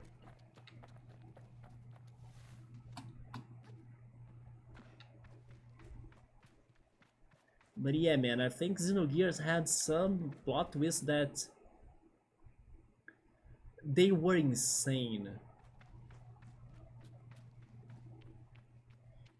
Maybe I wish that the game could be a little bit more simple towards, like, I don't know, it went too far on things. But the plot twists about the main characters were very good. Very good. Some very unpredictable things. They had Wait, they had fully fleshed out backstories for so many characters in Xenogears that was wild. And each one actually contributes to the larger plot. Even, how was she called again? Choo Choo, right? Remember Choo Choo? And then also Esmeralda, right? I'm little by little remembering them. I forgot the name of the girl though. You also have the Blanca-like character. How was he called again? You had the doctor. I remember the doctor now too. Um, Ellie? Ellie was the name of the girl, I remember now. The doctor, I don't remember his name. Or the one Blanca character. The Blanca character had a regular name actually. Hmm. Anyway, I remember the character. Oh, oh my god, how could I forget about him? I remembered Billy now. Yeah, Billy was one of my favorites, right? Yes, I just remembered Billy now.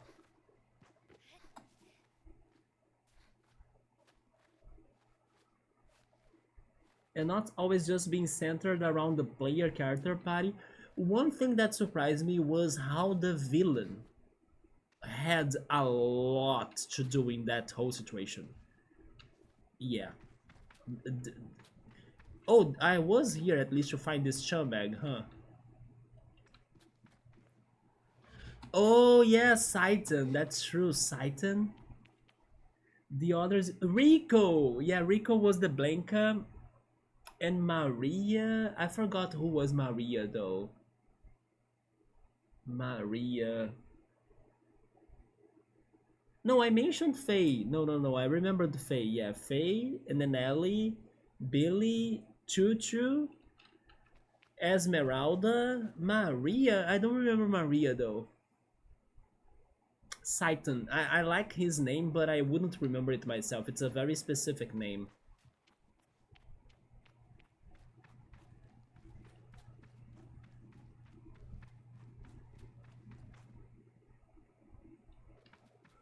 Okay, let's enter this chamber then. What's in here? Oh. Oh, I know what's going on in here then. So this is where the side quest about the artifacts. Yeah, those rings, right? This is where I need to bring them. This is the Machinist Fur. Sable, what did you do? Uh, I made a pillar, looks like. A pillar?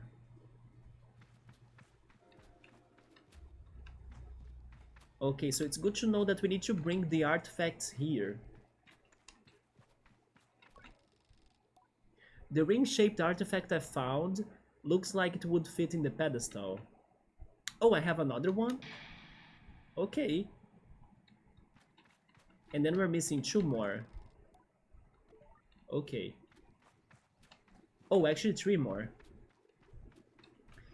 I was thinking, and maybe it's still happening, but I was thinking that this one area had those rings too. And I actually think I saw them once. But I never really gotten to like the rings myself to do the activation of the shrine, right? I need to find that before I actually leave this area, before I leave the Badlands. Let's swap the hats a little bit.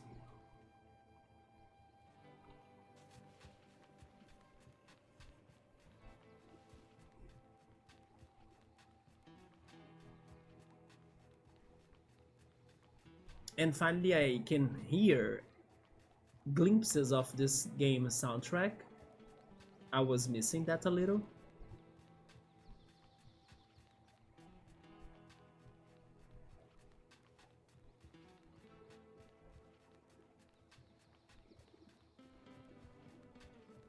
Okay, so where could I try finding the freaking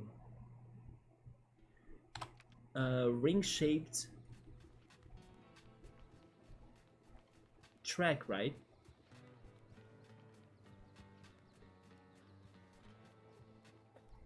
Let me check something on my phone, because I think I took a note of it, but I don't remember. Oh, okay. No, never mind.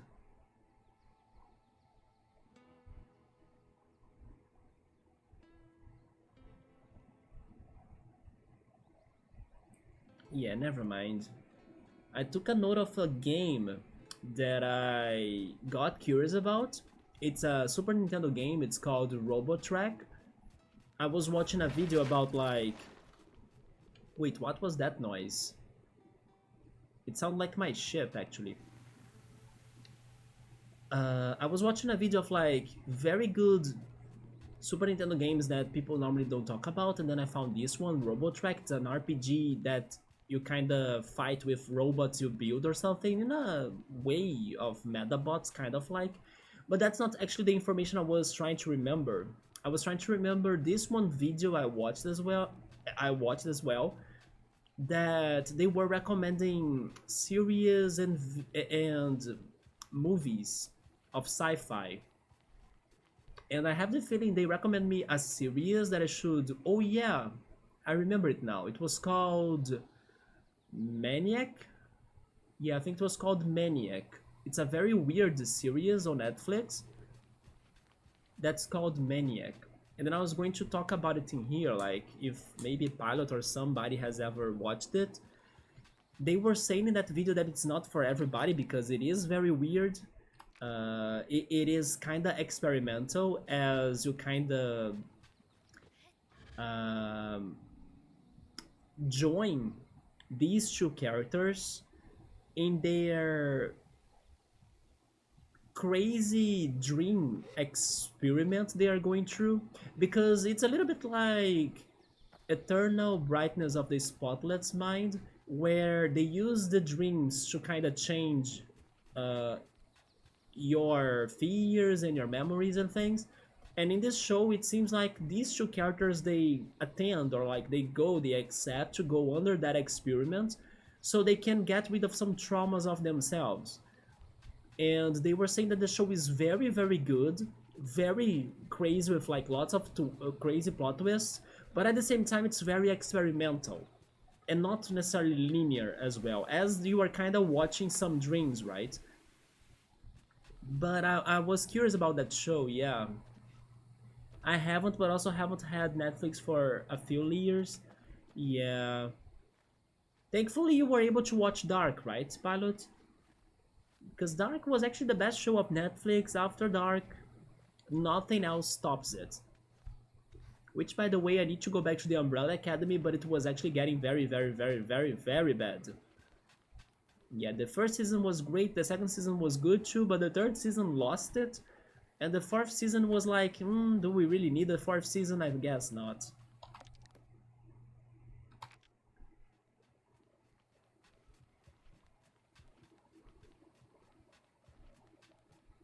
That was actually the last show you guys watched on Netflix. Okay. So you made it in time and it was the best show ever, right? I was especially surprised by this one video from this YouTuber talking about sci-fi things, because one of the movies that she recommended was actually a movie that I think that people don't talk about it that much, and it used to be my favorite movie. It's called Waking Life. It is also about dreams, right?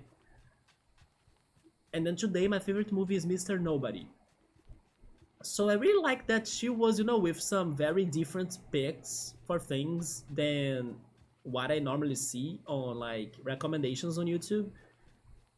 So I did like her channel a lot because of that. She had some personality on the recommendations. She even recommended a crazy book that I don't remember its name now. I can try googling it. It was a very crazy book. It was like a book that feels like a puzzle for you to solve it. You read the book like you are in a puzzle. And it was so hard to print that book as well that only limited copies were printed. So it's going to become like a very rare book too. Let me see if I can find it. First I will try finding it in Portuguese or something. It is about a house. And I remember the publisher too. It's the Dark Side Books from Brazil.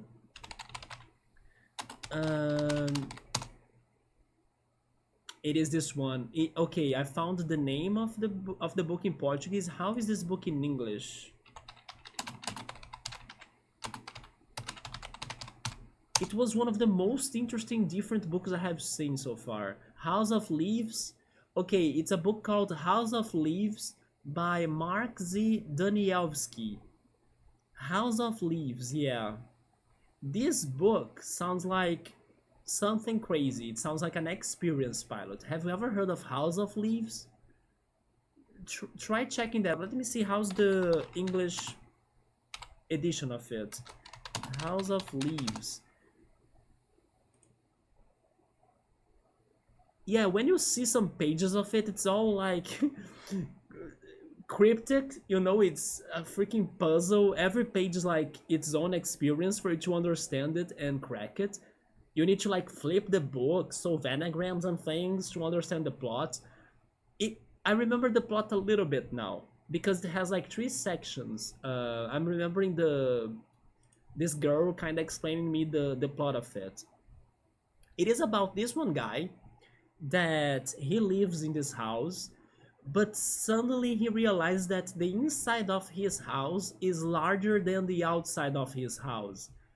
And then once he starts investigating how could that be a thing, he actually, I don't know, enters a mysterious, crazy, I don't know, journey in that house that I don't know what happens, right? I just know that that's the main plot of it, that he learned that his house has like more areas to it and mysterious areas to it than the outside sizing and dimensions of his house.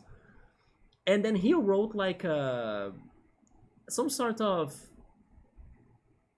story of it, like he kind of kept like a diary or something. He wrote down his findings over that house, or what, it was something like that. Wait, no, wait, I think I remember it now. First of all, you learn about this character that lived in the house, and then in the second part of the movie, actually sorry, the part of the book, you get to know this one person that investigated the situation of the house and kind of wrote down the impressions that he talked to the person that lived in the house at first. It's something like that. Somebody did a school work or like some sort of um, more professional writing or essay on the house matter, right? On this mysterious house matter. And then in the end, there was a third part as well. I don't remember the third part right now. Yes, I forgot the rest of the plot. But anyway, the plot's about this one house that surprisingly has more rooms in it than you would think at first. So something crazy happens in that house that you cannot explain it. So basically that's the plot. And then as the book itself is all mixed and crazy and puzzle-ish as well, the journey for you to understand what goes on in that house is very great in both ways, because not only the plot will be surprising, but also the process of like understanding little by little what goes on in that house is also fun and hard as well, because you need to be solving the puzzle together with the characters, you know. So it was a very wild book, and because printing it is so complicated, as the pages are so like different than normal printing, even the translation and adaptation and everything of the book from its original language to Portuguese was challenging. That's why it has limited copies in here, at least. Maybe in English it has more copies, but I don't know. But anyway, it was one of the craziest books I heard of. It's called House of Leaves. Yeah. It reminds me of a few more Cerebral shows found on Apple TV Plus. Cerebral shows? This girl as well talked about Silo, and it was the first time that I got an impression of what happens in Silo. It is about um, a population that lives underground, right? Because the surface of the world was devastated. I didn't know that was what the show was about actually, so at least now I have an idea of it.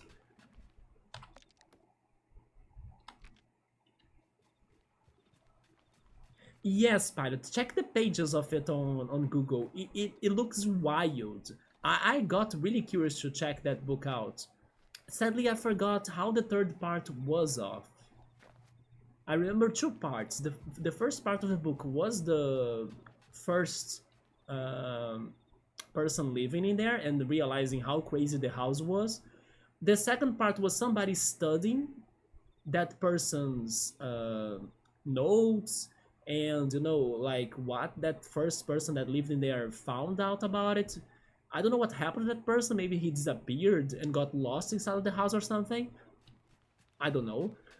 But the second person was like somebody studying the situation, and the third part of the story, I don't remember it, which could be good, because then if I ever try reading that story, then I won't know like what goes on in the final part of it.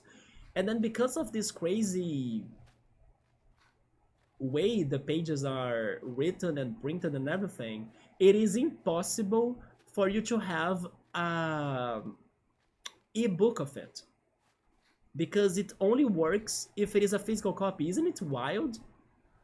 The girl was saying that too. Like you cannot have an ebook of this story because it only works if you have the physical copy. So I wonder which sort of puzzles it has that you cannot do them in freaking ebooks.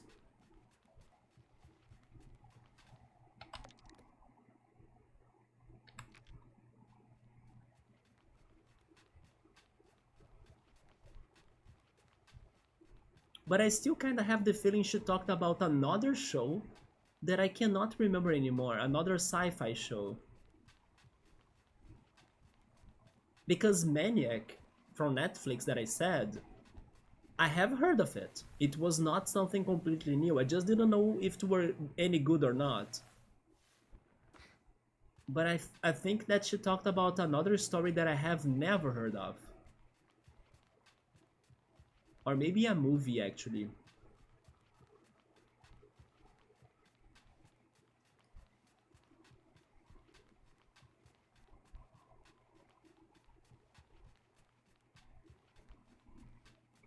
I'm still trying to find the rings of this area because I do think I have seen them. The series I most recommend from Apple TV Plus is Severance. Me too. I mean, to be fair, I think it was the only one I have watched that I can remember. Or have I watched another one?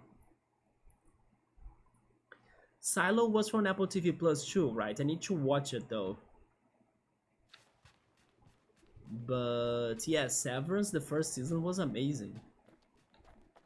Once again, maybe not the best show to binge because it starts slow, it has a very slow speed and pace to it, so it can be a little bit, you know, hard to digest it at first. You need to take one episode per day or maybe two. Don't like rush on it because it can be a little bit boring at parts, but it really pays off. Like in the end, the last two episodes of the first season, they are crazy. Like it's the opposite. Like the show speeds up a lot.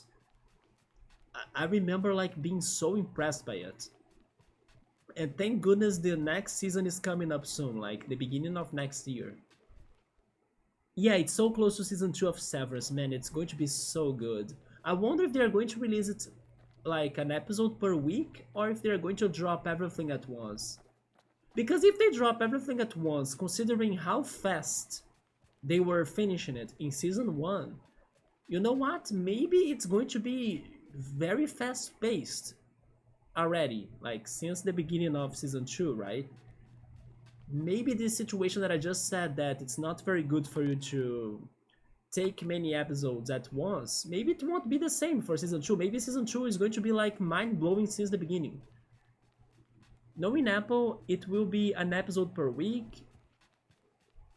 Okay, that's fine then. Apparently they do drop the entire seasons.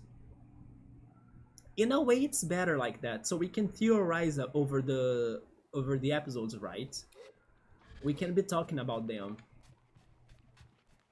And then they keep the show hyped for longer too. But then again, they are doing it for season 2, which is going to be more fast-paced and with more things happening, so that's kind of sad. Because we're going to be very curious about the outcomes. But it's going to be very fun. Yeah, it's going to be really great.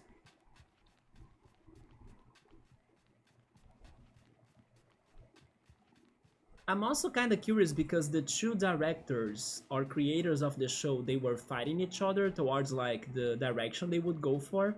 So I wonder what they decided to do, you know? Like maybe they came up with a third solution for the show that could be surprising. Just reminds me of watching TV when it was still TV instead of streaming. because everything was weekly, right? That's true.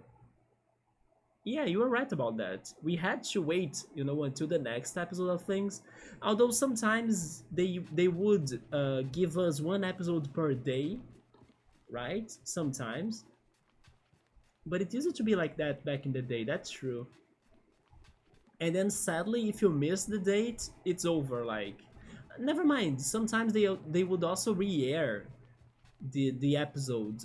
I don't know, in the weekend or something for those that missed it, or even in a late night time as well. But we had to be more alert to, like, oh yeah, I can't miss the date or I can't miss the time.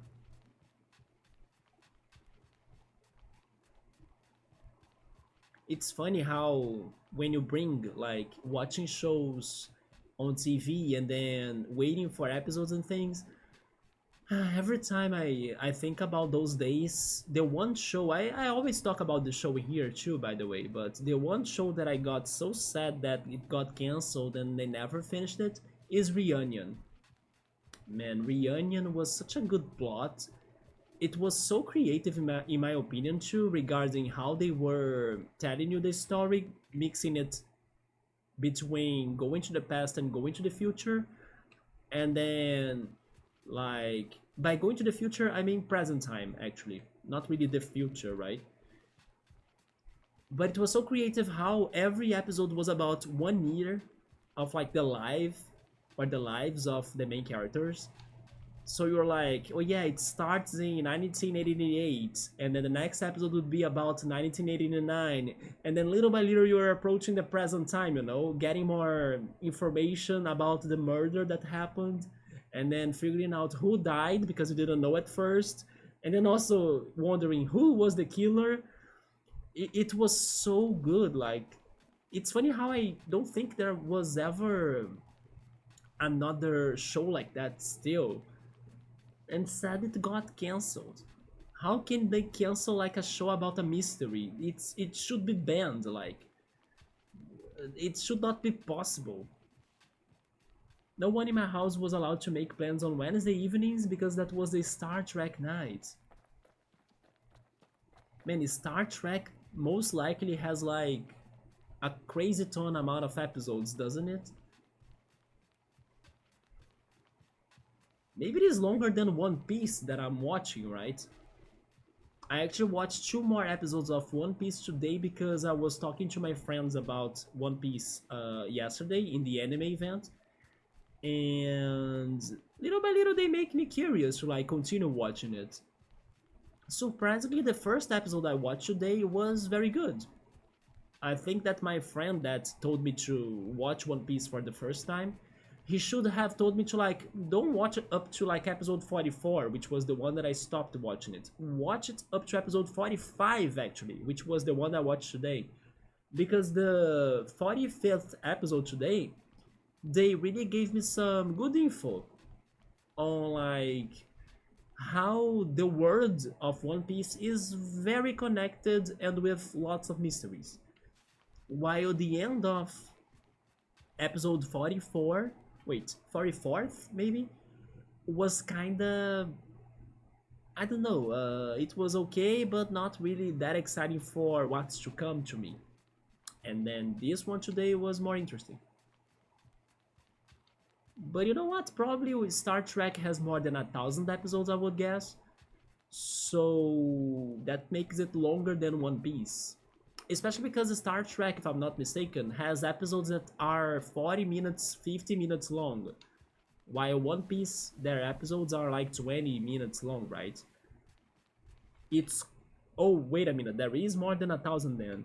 If you take into account every Star Trek series, there are 933 episodes.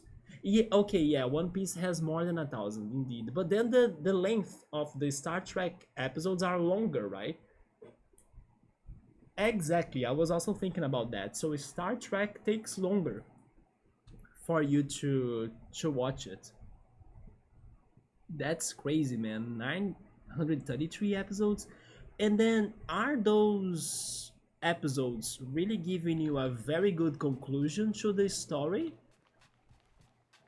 they end the story, or like it's an open ending, more can happen? How is it?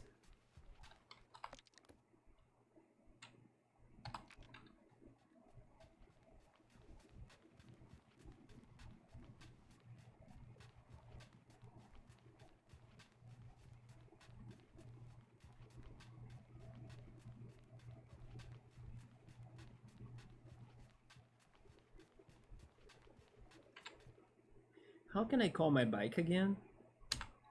Like that. Since I'm looking for the freaking rings, maybe if I have my bike with me, I can do it faster. Oh yeah, by the way, in this week, I tried another vegan milk, right? And the one I tried this time was oat milk. I remember some people that they were saying that oat milk was one of their favorites. Surprisingly to me though, I I preferred almond milk and soy milk in a way than oat milk because oat milk was very bitter to me. Which makes sense, like oat is bitter, you know? And I'm not saying that I hated it. I can still mix it with like my cereal, like I did, and then keep on eating it that way or something. Or with chocolate as well. Or I can still buy it and things. But I did like almond milk more, so it's like my first place. And then soy milk, even though it has some sort of weird taste to it that reminds me a little bit of um, even medicine in a way. I also liked it because it didn't taste that bad when mixed with other things like cereal. But then oat milk was very bitter. Like I was expecting some sweetness to it maybe, but it was super bitter. So maybe it's the one that I didn't like that most. Or actually that much, right?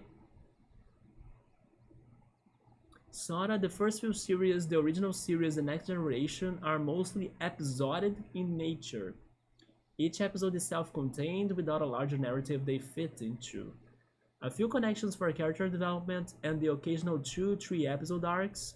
While Voyager, I love that name by the way, it's a song by Daft Punk. Voyager had a larger purpose they were driving towards, but the individual episodes are still mostly their own thing. While Deep Space Nine is the first Star Trek to really have a strong overarching narrative to the series and it plays out very well. I imagine. I do like when you have more, um, many episodes telling you the same story. I think if it is a good story, then it's going to be worth it. Maybe I prefer that over the individual episodic uh, narrative style.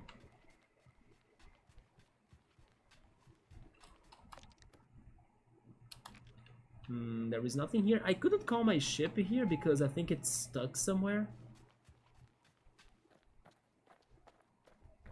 And then I went to the supermarket with my father when he was in here on Friday. And in there, I was able to find other brands of oat milk and also almond milk. But I also found a cashew milk. So that's going to be the next one I'm going to try. And the other thing that I found as well was a vegan heavy cream option. So one day I should try that out as well.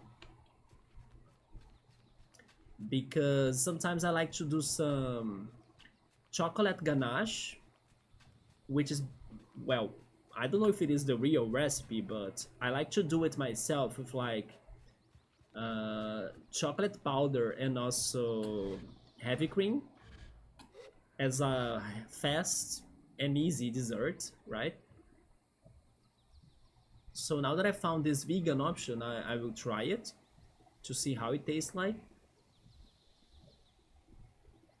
And also, by the way, I finally baked my pizza that I was saying for so long that I wanted to try it again.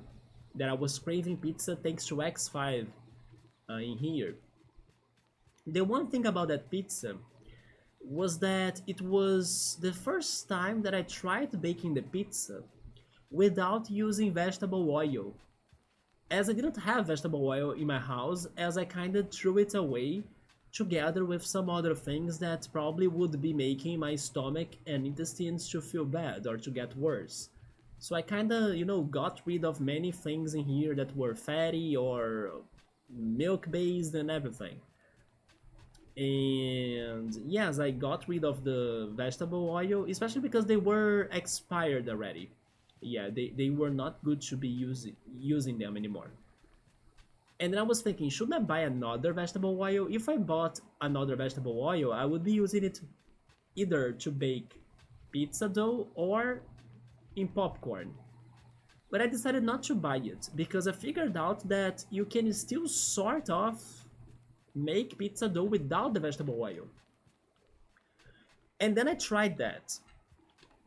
Basically, I think it would work. Like, my pizza dough could work without the vegetable oil. But the thing is that I also changed another thing. I saw, like, somebody on YouTube trying to bake his pizza by mixing the ingredients together, like the yeast together with the rest, without like separating the yeast and water from the flour, you know? And in his video, he managed to do it well. So I was trying to do the same to see if that could work because he kind of said it in a way that it sounded to me that it would work more if you mix everything together when you are leaving the yeast to rest and fermentate, you know. But once I tried that, it didn't work to me because the mix of things was still very gluey and with a bad texture. So basically, my pizza didn't have a very good texture in the end. It got stuck to the tray that I used to bake it and everything, you know?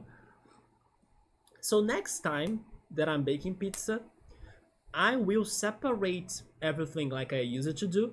I will not follow this idea from this person on YouTube. And I'll try it again without the vegetable oil because I did think that the vegetable oil was not a big deal in the end for the pizza to work.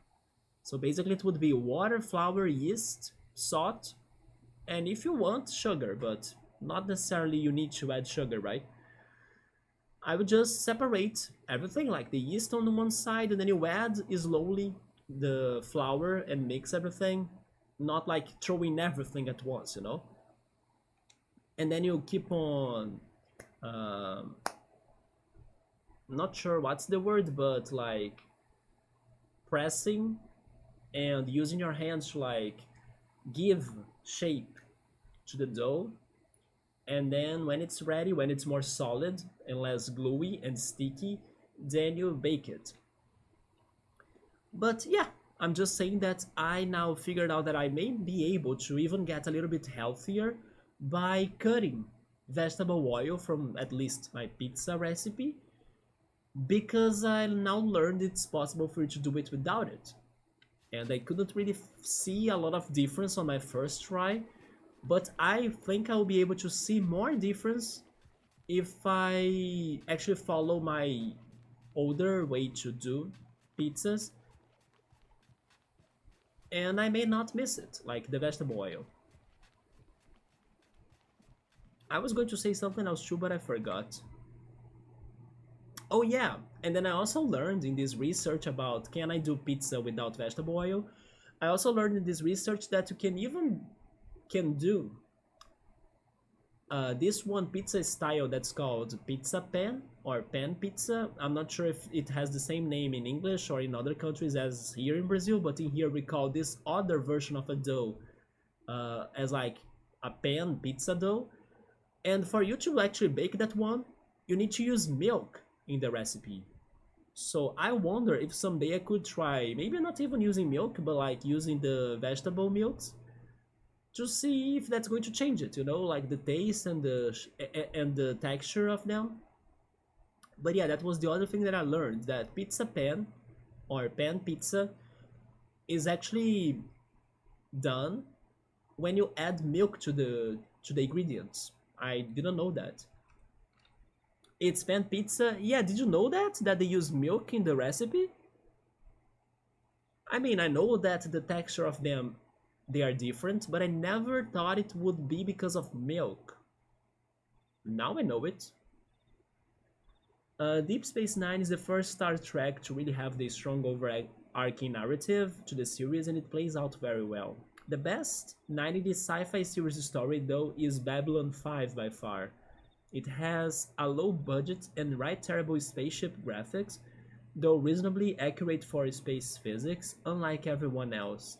But man oh man, the acting is like the perfect mix of superb, overdramatic, and occasionally hilariously bland, and the story is perfect, connecting back and forth throughout the 5 seasons.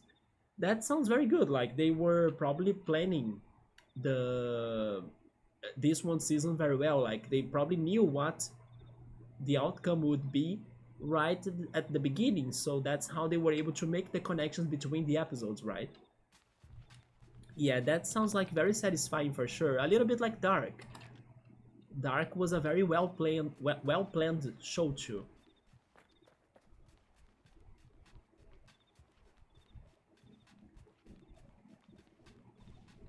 But then yeah, man, I think I one day I think I would try making pan pizza with vegetable milk. Who knows?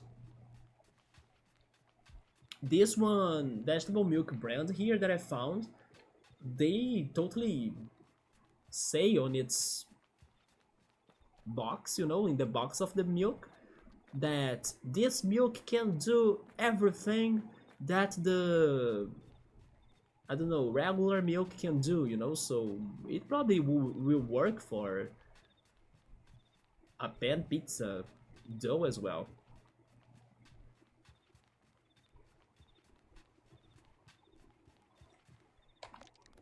I'm now going back to the central area. Man, I really wish I could see the arcs again. I have seen them. I'm not crazy, right?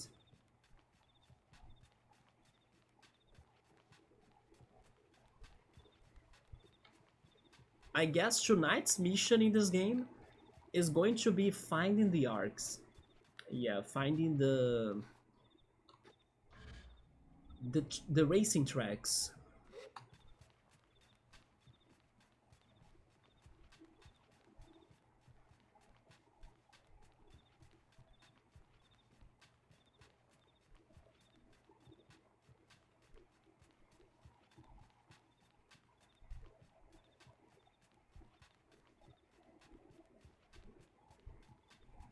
I wonder if the place where I saw them was actually in the Bridge of the Betrayed.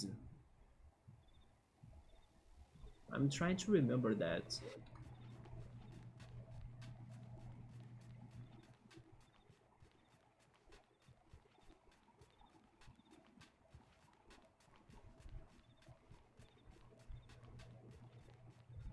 Wait a second. No, but that's not in here, right? It is in here? That's the shrine that has the arcs. So you're saying that I did that before? I just don't remember it?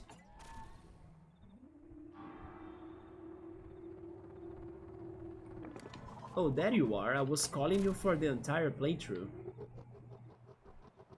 Oh yeah, we changed it again, right? For this new um, style. Also, hi Silver, what's up, man? We don't have the bad old ship anymore. I know Pilot won't be playing this, but I wonder, Subaru, are you by any chance addicted to the Pokemon TCG Pocket? Or are you not? Because that mobile game was released right this week, and then it's kind of fun to play it. I'm actually hoping that more people uh, try getting interested to also the physical Pokemon cards, right? And then, they can buy my Pokemon cards more. I'm hoping for that. We're very right that Pilot won't be playing that. I know. That's why I was like saving that topic, Pilot, right here in my list of things to talk about when I'm on stream. But then as you were the only one chatting to me together with Link so far, I was like, let me save this for later. And then Subaru showed up. And then I'm like, you know what? Maybe now it's a good moment for me to throw that card on the table. But I can be wrong though. Maybe Subaru is not trying it either. Because I have the feeling that... Wait. Oh, okay, so never mind. He's not playing it, but it's not because of what I was thinking. It's because he can only play 2 gachas per time. Yeah, it is a gacha in the end, isn't it? But I don't know. It's a sometime. It's a somewhat actually. It's a somewhat like you don't need to do much for it, to play it, because you just need to wait for the time to reset, and then you open the booster pack, and then you see what you got and stuff. Also, hi Yoda, what's up, man? My phone is too slow for that game. That's actually what I was thinking about Subaru. I wasn't sure if Subaru's phone could get it, because sometimes Subaru plays some of those mobile games on his computer, actually. For example, I believe he plays the Final Fantasy VII, mobile games, kind of, in his PC, if I'm not mistaken. So I wasn't very sure of that. So you are also not playing it, Yoda? Isn't it funny how like this game doesn't feel to be like a very demanding game, but maybe it is? It shouldn't be that demanding, don't you think? Pokemon Go is more demanding than that, in my opinion. But then Sabri is saying that he's only playing 2 gachas per time. Is one of them the Final Fantasy 1? Like one of the Final Fantasy 7 gachas? I'm not sure if it is like Ever Crisis, I can never remember the names. Dissidia, or like that one that, how is it called? Not World of Final Fantasy, but I forgot how it was called.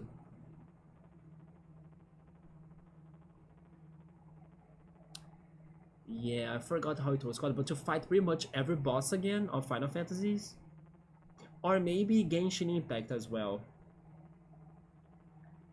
So he uses Blue Stack, and then he emulates Final Fantasy VII Ever Crisis, so I got one right.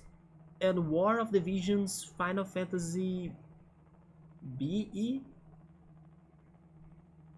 But then he plays Ever Crisis takes to or on Steam, right? That is much better, okay. Wait, War of the Visions FFBE? What's FFBE? Like Final Fantasy something? And then Water Visions is by Google Play. Oh, Google Play Games Beta. I believe that's another emulator that runs it better when it runs it. I see, I see. Regarding this one game though, the Pokemon TCG Pocket, I think it won't be fun for you to play it on your computer or by emulating it, right? Because it is a game that's going to require trading later, so it's better for you to have the phone. I mean, never mind, unless the emulation actually allows you to use the internet features of them. But still, I think it's better for you to have it on your phone later. Oh, Brave Exodus. Wait, maybe not Exodus. Exvius? Exvius. And then War of the Visions is a spin-off of Final Fantasy Brave Exvius. And then they already announced EOS. Oh, on iOS? Okay. They ban emulators from playing it, I think. Especially Pokemon, right? The Pokemon Company and Nintendo, they totally can do that, yeah. They will have some sort of security, right? Well, but at least I can tell you that the game is very good. Is it amazing? Like, is it super crazy and everything? No. But you kind of, I don't know, it has some sort of addiction for you to actually want to get the cards, you know, because the cards are beautiful, even if they are just on your phone and not really the physical copies. And especially it is free to play, so of course some people will be paying lots of money for the gacha of it, but it is especially rewarding when you play it for free and you still get somewhat rewarded for the things you can get from the booster packs. And yeah, the cards are very beautiful. The art of them are amazing, so that's why I'm liking it a lot. And then I would recommend like starting to play it soon, if you are interested or if you can, of course, because not only you can get the booster packs daily, right? But especially because like right now there aren't many cards in the game, so it's going to get worse for you to actually complete the thing when more collections are going to be released. But still, I'm kind of surprised on how successful this new Pokemon app has gotten or has been like, because even some friends of mine that don't care for the TCG of Pokemon, they are now interested, or I was able to actually tell them about the game and then they were like, oh, it looks cool, so I'm going to get it, you know? So even the non-TCG people are getting it and trying it little by little. Even old fans of Pokemon that stopped playing Pokemon Go, for example, they are also given a chance to this. It is only mobile, yeah, because we don't have Pokemon games on. It should be on the Switch, by the way. You know what? I can kind of see them releasing that on the Switch maybe one day. I still don't understand why Pokemon Go isn't allowed on the Switch, which makes no sense to me.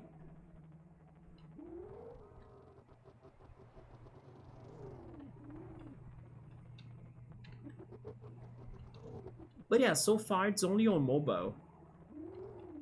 By the way, how could I get lost again? I was seeing the shrine and to my surprise it was already activated, but then I completely missed it out. If the Switch has a GPS, you know what? I'm not sure about that. I think it doesn't. Maybe that's why then it makes sense, right? Yes, I don't think it has a GPS. Oh, that it is. Yeah, so it looks like I did activate this before. I just forgot about it.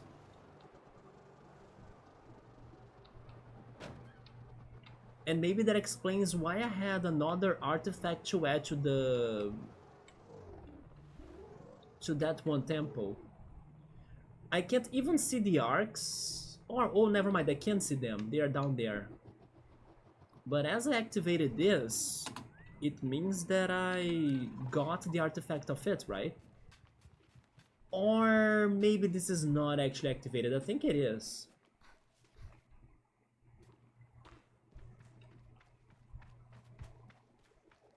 But it can also not be. You know what I'm thinking? I did not activate this. Because once I activate this, this is going to also get out of the ground, right? Even more than this. Yeah, as it is not easy for me to access it, it seems that I did not activate this. So I was not wrong about needing to go through the arcs. Let's do that right now. That's the first one. Actually, never mind. Maybe there is more? No, let's go on this order. Yeah, they are lighting up. Ouch. Where are the other ones? I could only see two.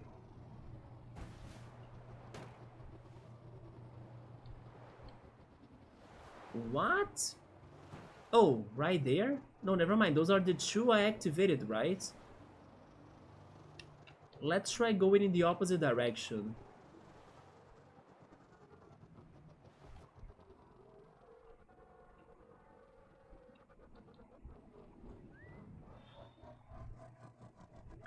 By the way, Sabro, did you see the one thing I sent you on Discord? I mean, I sent it to you just as a... It, like, it was a both... It was both, like, fun fact, together with, like, just for your information. I was not really thinking you would make to it, but basically I was seeing that there was going to be a Sonic sponsored event in São Paulo, in Avenida Paulista, that was going to be promoting the Sonic and Shadows Generations game, right? Why is my ship so... Oh, I need to press this to, like, accelerate or something? But first of all, I should be finding the rings, right? Oh, they are down there. Okay, okay, now I saw them. Yeah, they were going to have this one Sonic sponsored event in São Paulo for free to go with, like, souvenirs and things.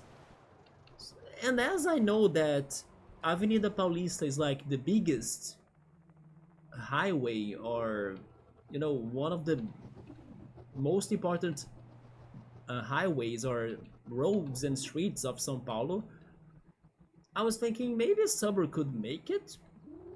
I don't know, but it was very out of there, like, that they would be promoting that game by having a food competition, like a hot dogs competition. I wonder, what does that have anything to do with freaking Sonic and Shadows Generations? But yeah, that's what it was. It was a hot dog competition, so I believe you could go there, eat, cheer for the Sonic team or Shadow team. Oh, there we go. And then get some souvenirs from it. Oh, the thing is that we need to close it. Okay, I forgot about that. So thankfully I could find this again. It was very hard to find it, especially because this area has so many rocks, it's like a maze. Look at this. It's a pretty confusing maze. Oh yeah, Yoda, how was your Halloween, by the way? Did you go to any costume party or something?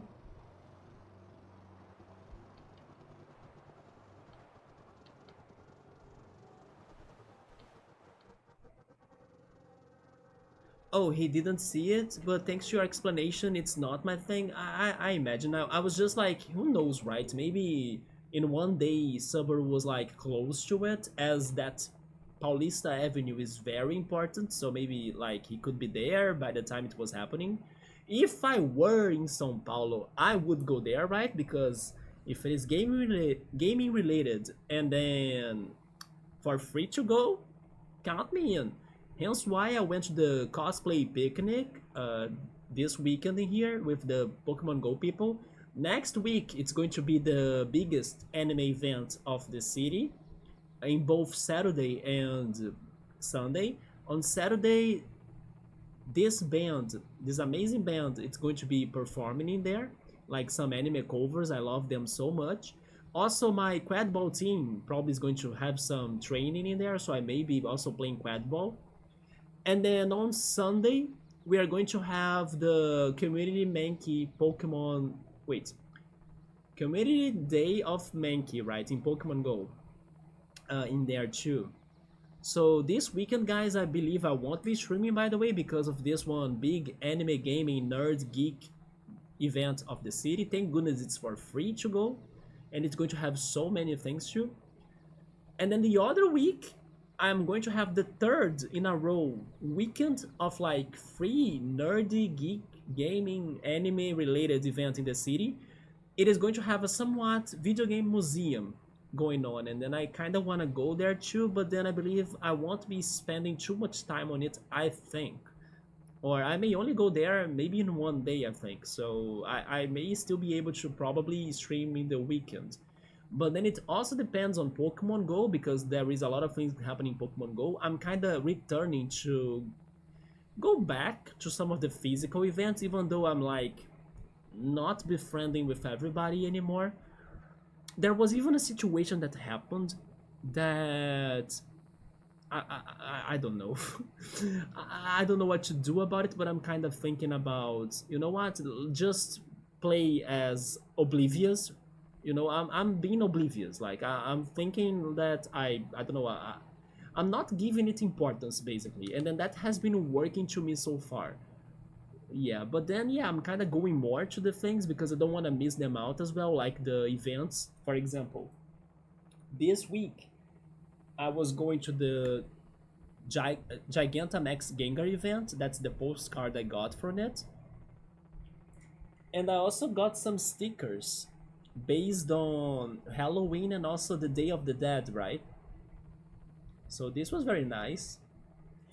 And I was lucky enough to get a shiny Gigantamax Gengar myself and an extra large one too, so that was very good. Not even the food competition Subaru was hyped for. I mean, I love São Paulo's food. Oh, your stomach was bad, Subaru, since Sunday afternoon from last week. I'm sorry to hear that, man. I can relate to you, right? My stomach has been all weird as well. Who knows what's going on? I don't think the neighborhood is very festive this time due to the weather because of the cold weather, I guess. I think that today I can only eat half of what I normally would be eating 4 years ago. If I eat more than that, I feel bad. You know what, Subaru? I'm kind of thinking a little bit like that too. Because sometimes I think I start feeling bad because I'm eating too much. Especially if I eat too much before going to bed. And then I kind of wake up feeling sick, you know? Isn't it crazy though? And it sucks because I do have a lot of hunger. You guys know that I'm always hungry, right? But I'm trying to eat a little bit less as well. But yeah, man, I hope you can. I don't know. You can start feeling better, and it's not something that keeps on going with you, right? Also, hi, Two Mode. What's up, man? I got a ship. I did get a ship. It's the one ship that was closer to our first ship, right? It's a pod racer. It is. Gigantamax Gengar looks like a triple OG. Yeah, I got a shiny, and then I got an extra large one, and I also got on Saturday a 96% perfect IVs. So far, he was my best Gigantamax Pokemon, so I'm going to invest on it. But I gotta tell you, even though Niantic dropped the difficulty of the Gigantamax Pokemon for people to like get more ready and use it to the mechanic, we struggled to beat the Gengar, especially on Sunday. And honestly, I kind of like that because like yesterday on Sunday, we had less people trying to do the raid or like the battle, and I like me some challenge because when you have more people, of course it's going to be easier, right? But I don't think that everything's about making it easier. So when there are less people, I like to interact with the others to kind of come up with strategies, right? Sadly though, it was more fun last week when we were fighting Charizard, Venusaur, and Blastoise Gigantamax than this week when we were fighting Gengar, because this week people were more impatient. So unfortunately, many of them weren't really willing to like organize the teams and organize the strategies. So we kind of were struggling a little bit with that. I can understand as well that our strategies would be helpful, of course, but at the same time, we would need to be lucky if we were getting Gengars that were using their bad moves. Because if they were using like Shadow Ball and Dark Pulse, then they would be destroying us still, you know, it would be extra hard. So we were also working with that. We were like checking out if the Gengar was doing Dark Pulse or Shadow Ball. And when he was not, especially when he was doing, I don't know, Focus Blast or Sludge Bomb, we had better chances to beat him. We could survive for longer, right? But yeah, I like the strategizing thing. So I hope that as the as those battles will probably come harder again, because Niantic dropped the difficulty, but it didn't mean that they would drop the difficulty forever. They just did it for this Gengar. Maybe when Toxicity comes up later this month, it's going to be as hard as the first ones, like not Bulbasaur, Venusaur, Blastoise, and Charizard. And in there, we also need the strategies. So I hope the community here strategize again, right? It's cold as shit in their choo-choo mode, just like in Yoda's place, double winter vest. So in here, I was reading that it could be raining, but today, honestly, I think it didn't rain. Was it raining in their suburb? But the weather forecast was kinda saying it could rain in here. I hit the jackpot. I did have some luck for Gengar finally, because I was not lucky when I was getting the Blastoise, the Venusaurs, or the Charizards. I was lucky for my friend though, because I gave him a... Oh yeah, I gave him a 98% IVs Gengar, and I also gave him a shiny Gigantamax Charizard too, right? Oh, somebody saying it is raining in there. The forecast is to rain the whole week, especially on Friday. Damn. Normally, it rains more in the beginning of the storm, not in the end of it. Yeah, in here it was cloudy. I was hearing something about rain coming, but then I don't know when and for how long. I also heard it's not going to make the how can I say it? The sensation or the feeling to be warmer though. It's going to be still hot, even with the rain. That sucks. So guys, now that we found the artifact, I think I'm done with this area for now. At least until I can climb the mountains. I don't have stamina for them, unfortunately. Maybe they still have more chum eggs. I think I will try exploring one of the other new areas too. Honestly, I was more curious towards the one that I believe was the Sodix. And I think it is this one right here. Because there was that one facility. Although, look at that right there. Is that some sort of... Okay, you know what? Yeah, that's pointing to this other area, right? Okay, what do you guys prefer to check?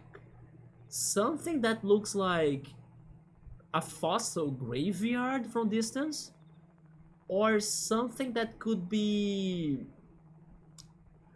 I don't know, a swampish, full of gas, and some sort that looks like metal steampunkish area? Or some crazy fossils right there that looks like. Let me check my notes. There are more things we are missing, right? I don't know where is this Carib's Hold that I read somewhere. The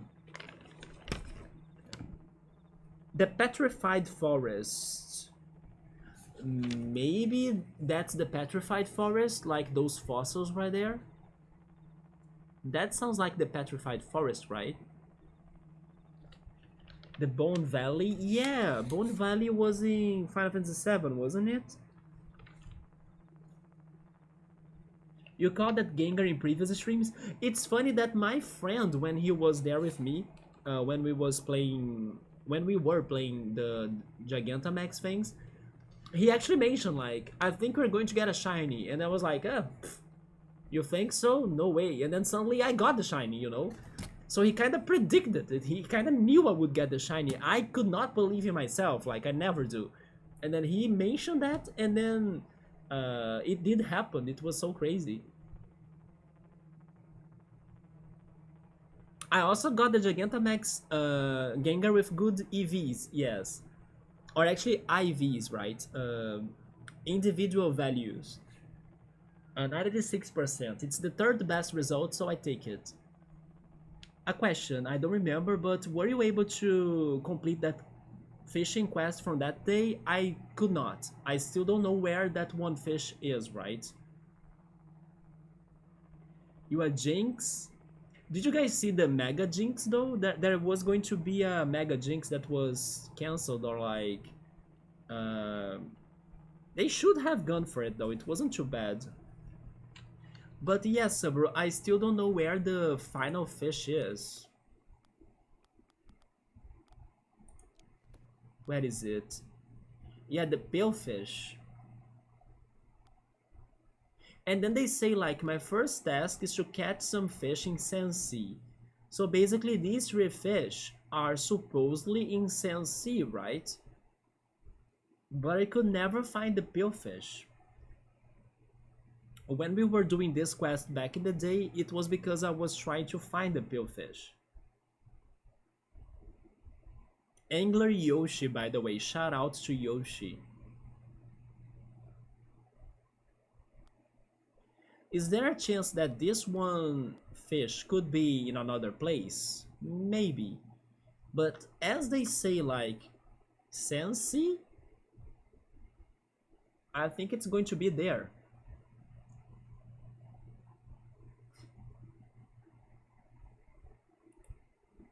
Right now, the one side quest that I wanna complete the most is this one.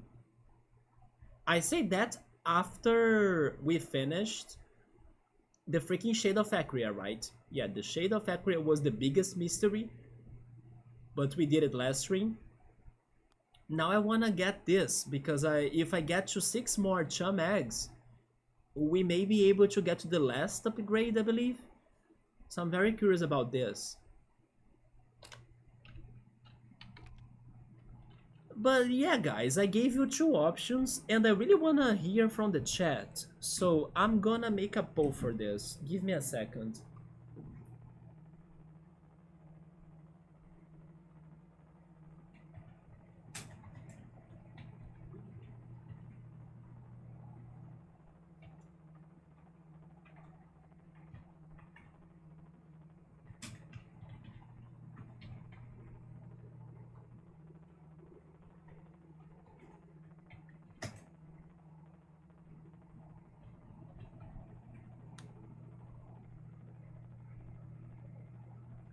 There we go. Give me your opinion on which new area we could be checking today, right? Or start checking today. Should we go to the Bone Valley? You can have a little spoiler of it from here. Or should we go to the other side that has a somewhat, I don't know, steamy, swampish, with gas, and maybe not geysers because salt plains had the geysers, but like something poisonous going on. And I also think some metal, maybe steampunk things. I'm not sure. I only saw it from distance.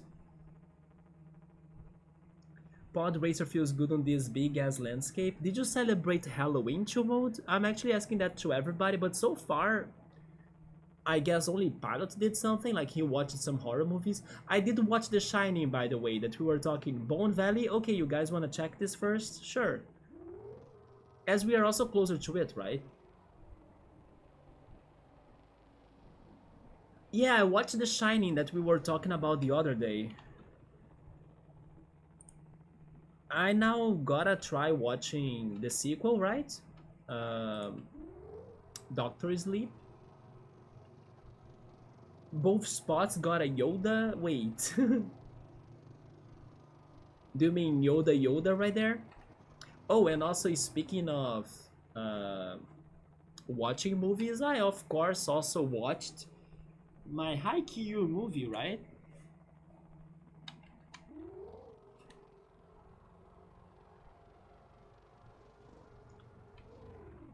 So what's happening in this area? Is this the petrified forest?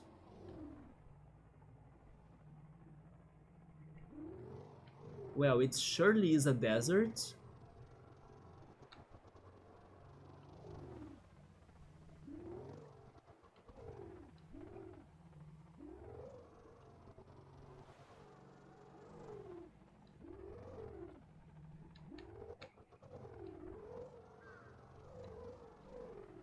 I don't know if I should be climbing them. Maybe I should.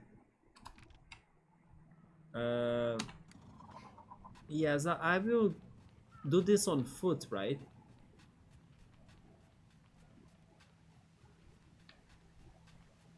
Is this a plant? It is. Actually, there are fruits in here. Are those mangoes? No, it's a pear. A prickly pear?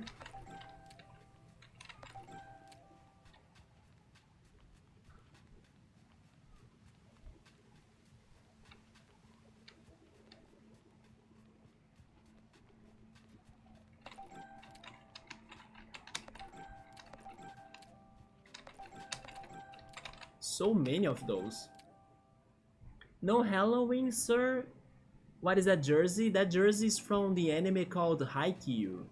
It is a volleyball anime, and finally they have their newest movie on Crunchyroll, the streaming platform.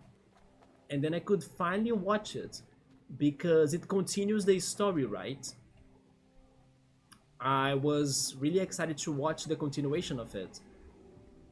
And I liked the movie a lot, but when I was reading, actually not reading, when I was watching people talking about the movie on YouTube, they were saying it was a good movie, but sadly it got many things cut out from the manga, right? As I didn't read the manga myself, I didn't feel that, like I didn't feel the information that was cut out of it. That's maybe why I like the movie a lot. But yeah, the fans were saying that the manga has or had way more to offer than the movie.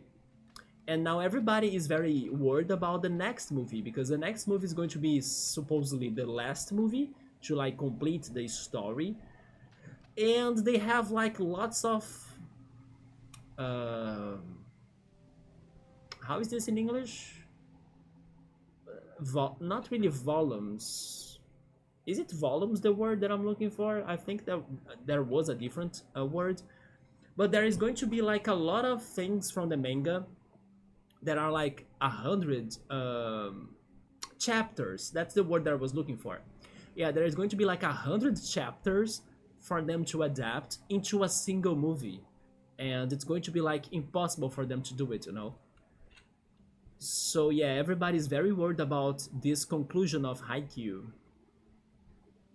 How cool! Wait, cool how anime is so big in Brazil. It is, and I'm very happy that it's big in my city, right? As I was saying, I had the anime picnic yesterday, but there was something bad about it though. I was a little bit sad that the day for this picnic that happened yesterday matched the day of like the biggest exam, the national exam in Brazil, like the exam for people to join colleges and to enter colleges, right? So pretty much a lot of teenagers and young people they were taking the exam. They will also be taking the exam, the second part of it, next Sunday, which we are going to have another, the biggest actually, anime event here in the city. But thankfully, that biggest event also happens on Saturday. So if the teenagers, the students, they wanna, I don't know, have an easier day to not like study before the exam or something, they could go there to relax and everything, and then take the test on Sunday. Or actually, maybe after the exam, they could try getting to the event still, right? Maybe they do the exam and then they rush to still get some hours of the event. I don't know, but yeah, this Sunday we didn't have a lot of people there, and I think it was thanks to this exam that happened. So we did only see a couple of cosplays. Most of the characters I didn't know them, but my friends were kind of telling me, "Oh, that character is from Genshin Impact," or "That character was from this one anime I have never heard of." There was this one character that my friend said me that was from a movie actually. It was like a short story movie about a gnome. Let me see if I can find the name of it.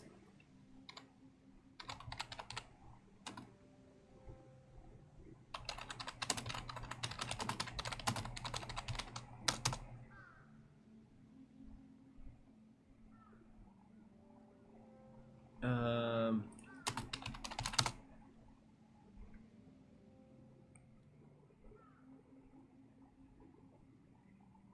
No, I'm not finding the name of it.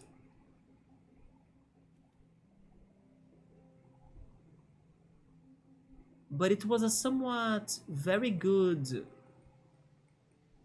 stop motion animation, right?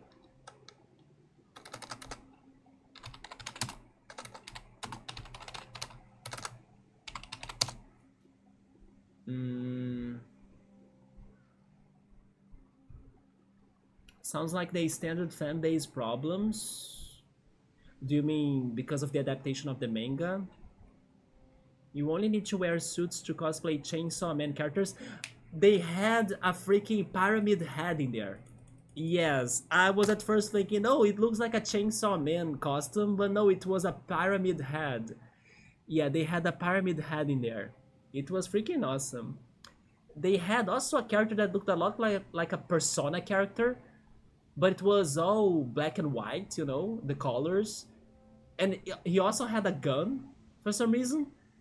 It was a very weird character, but the costume had a lot of Joker vibes, but black and white, not really black and red. There was also a character from Hunter x Hunter, a character with like white hair, one of the protagonists, but I never watched Hunter x Hunter, so I didn't know it.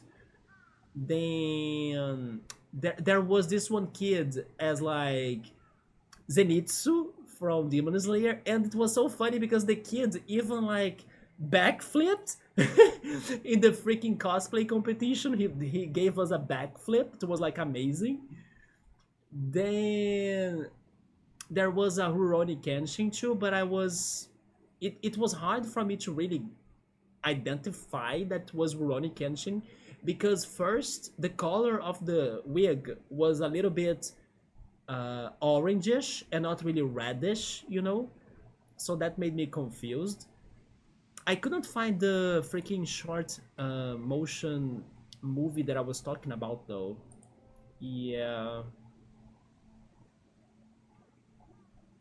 but it was a somewhat rewarded movie, and I think you could watch it on YouTube. I think it was French as well. Let me try it once more.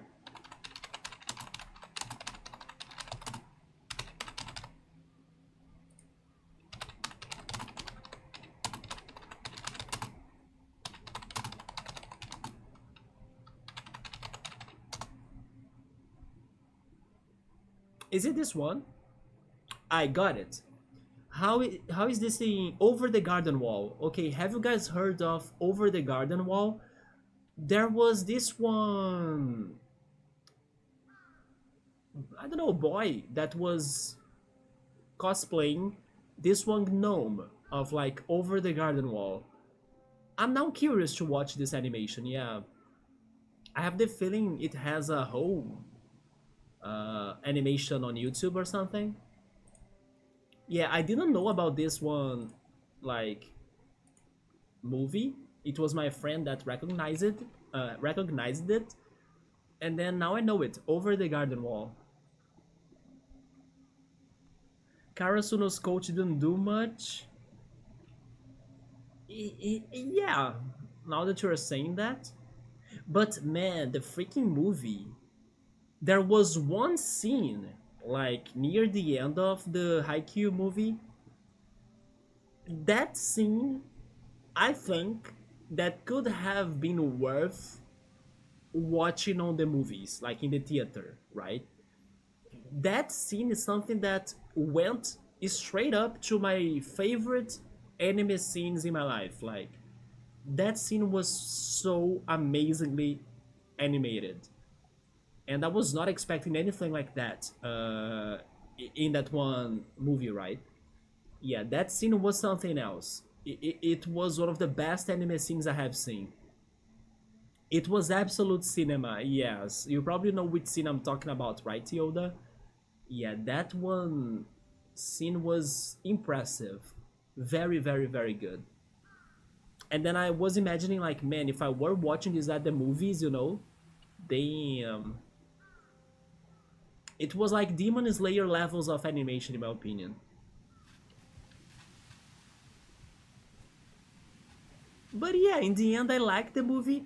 It was an interesting match. I like the Daft Punk hat swag, or actually swag, right? I was wearing it with the casual hat, but it was getting so heavy on my head, so I have been swapping them from time to time. This looks beautiful, by the way. Do you guys like dinosaurs? I'm not a dinosaur fan though, but one thing that every time I think about dinosaurs now that I remember of is how Chrono Trigger made me rethink about dinosaurs after I played that game. Yeah, Chrono Trigger traumatized me towards dinosaurs. Dinosaurs are cool. Like, oh yeah, I think you mentioned that before, right? That you got a tooth. That was wild to mode. Oh, it broke again though, and then you stopped wearing it. I hate how once I got a native Brazilian seed bracelet, but sadly the seeds got bad, right? Because they are still natural things. So like they got fungi and everything. But I love that one bracelet I got that was made from seeds.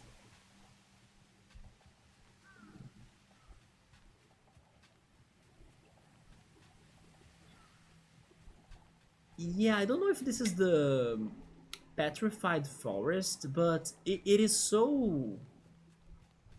I don't know, it has a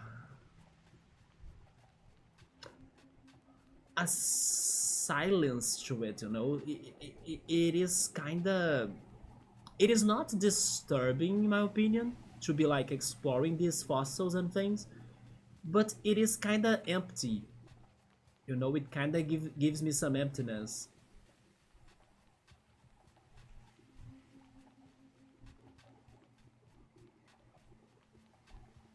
I wonder which sort of animals lived here, because remember, we are not in Earth. Like, I'm saying dinosaurs, but maybe these were not dinosaurs. Maybe they have like big skulls and skeletons like dinosaurs, but these are not dinosaurs.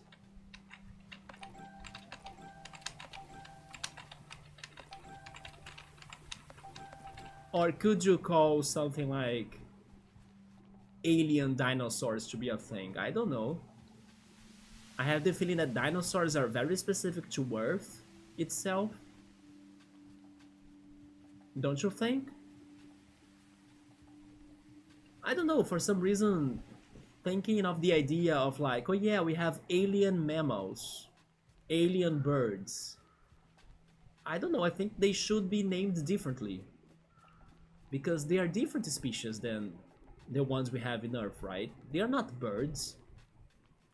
They are something else. They might look like birds, but it's not the same. Somebody's saying this is the whales cemetery or graveyard.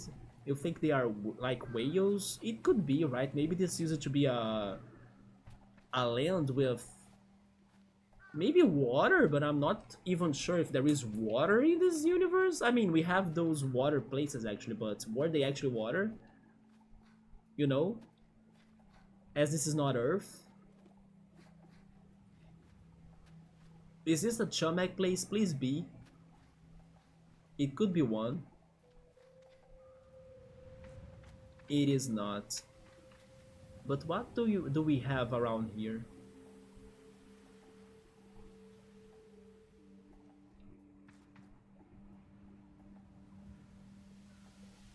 I do like the maroon, right? Colors of this area. So we're saying they wouldn't be trying to colonize a place without water. That is true. So these could be some sort of dry desert that used to have some sort of ocean, right?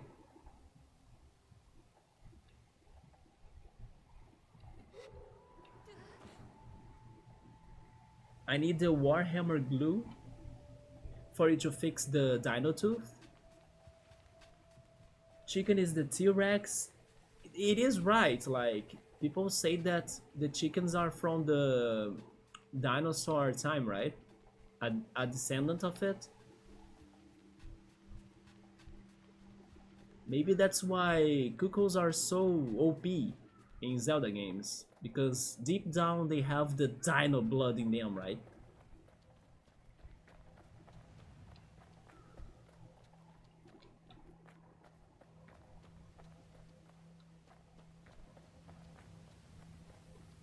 I can only find the freaking pears.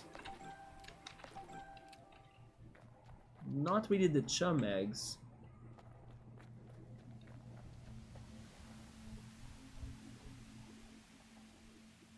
I won't focus on this right now, but I'm curious. What is the key?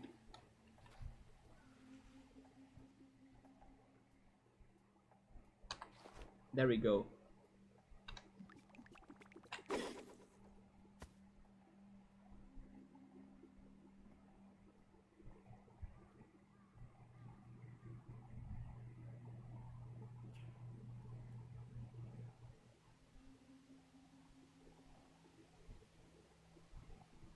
Really? Oh, okay. Yeah, I was going to say there should be some sort of fish in here, right? If this was an ocean before, a little kicker. A little kicker? Wait, are those supposed to be legs on this fish? This small fish has a split fin that it uses to propel its way through the dunes as if it had two legs kicking back and forth. Oh, this could have been a Pokemon, you know, like a fighting water Pokemon. That's crazy. Okay, swapping the hats. Yeah, Lil Kicker. Let's try one more, but then if it is the same, then we try fishing elsewhere.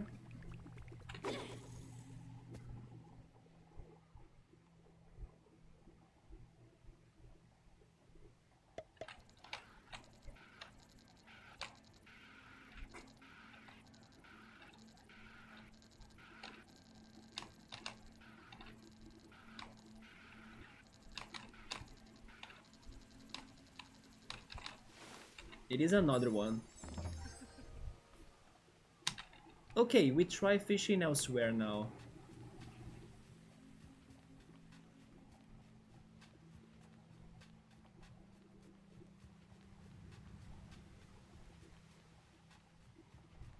It's a Hitmonlee fish, it is.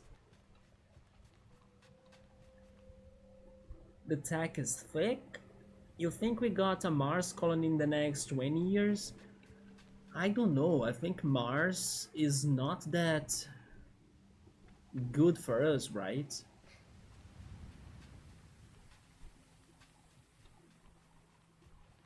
Honestly, I think things will still take a lot of time. Like,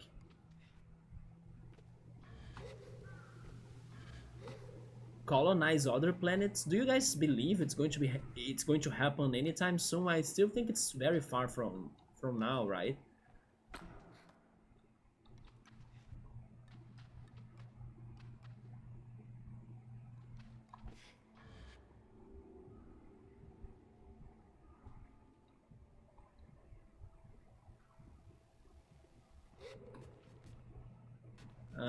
Shubil is a dinosaur on Earth. Australia is cool. Fish that shan't sharks, sir. You mean a gibbo or a garchomp?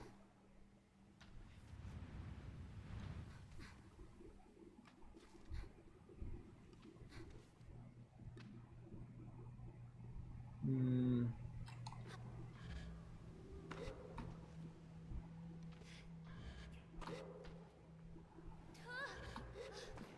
Yeah, besides the pears, couldn't find anything else. Where are the chum eggs?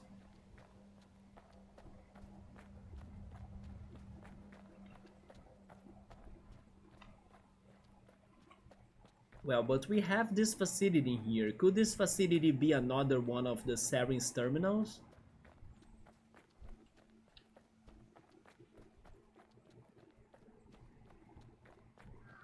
Oh, what the hell is that right there? Well, to mold, I think I found the sand shark. That looks like a sand shark to me.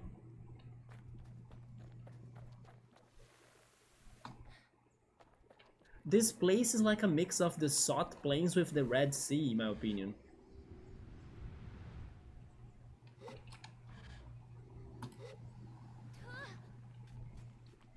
Okay, since this is what we found, let's see what is this. Give me the names. The names. How is this called?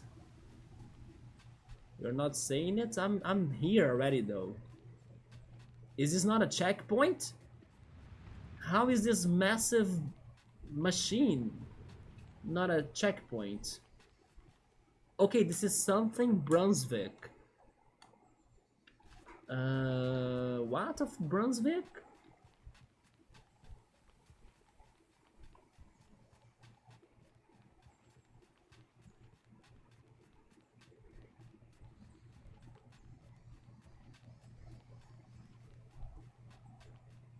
Oh yeah, by the way, I was saying earlier to Pilot that I tried oat milk this week, but out of the milks I tried so far, it was the one that I liked the least because it was very bitter in my opinion. I will keep on buying it and drinking it, but I prefer the almond milk and also soy milk in a way because soy milk is also very weird tasting. But yeah, oat milk was very bitter. So this is a Sarin's terminal because it has the atomic disposal thing. There is a Chumag right there. Oh, okay. I was like, how do you get the Chumag? You know. Now I see it. The freaking rendering was a little bit delayed. So oat milk was Pilot's favorite, but I make my own. Okay, so maybe that's also something different, right? Somebody else, maybe it was Havoc, I don't remember, but somebody else mentioned that normally the industrialized oat milk gets some sort of oil, right? And he was right, because this one that I bought has some vegetable oil mixed on it. I wonder if it doesn't have the vegetable oil, if it tastes better by any chance, or is the vegetable oil a required ingredient for it to actually get to its texture and things. But to be fair, when I was drinking it, it felt more like that the bitterness of it was thanks to the oat itself. I don't think it came from the oil, you know, the taste. I hope I can sell those pairs, you know, because we have so many of them. They are everywhere.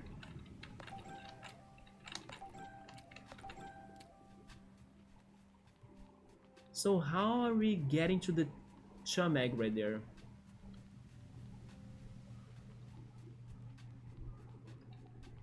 Yeah, so Pilot makes his own, and then he can control the flavor a little bit better. Do you use any oil on it?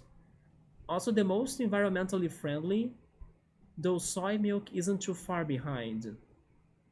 Oh, oat milk is the most environmentally friendly, I see.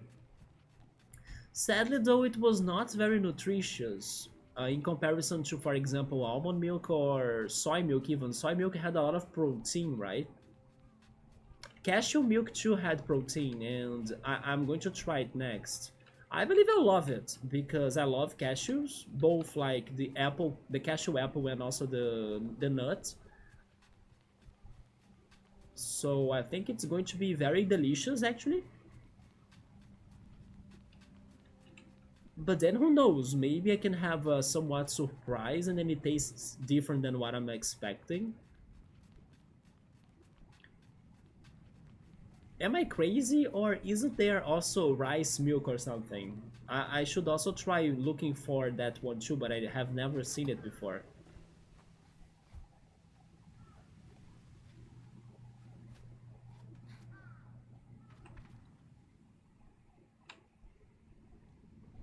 Yes, I'm getting lost in here. I don't know how to... Oh, maybe I think that's the way. Let's try it from here.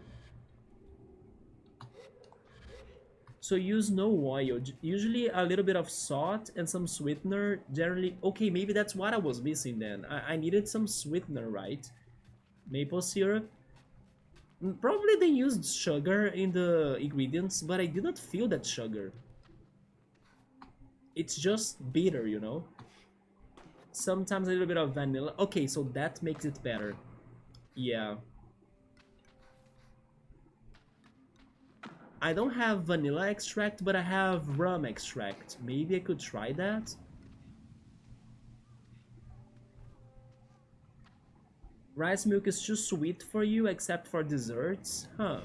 I would never expect a rice to be sweet like that. Because normally rice is tasteless, right? It has a very plain taste.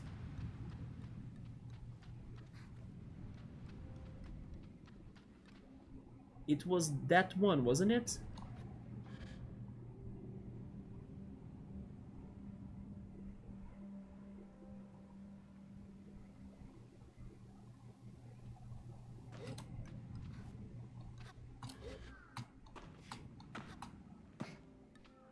What about cashew milk? Do you like it, Pilot?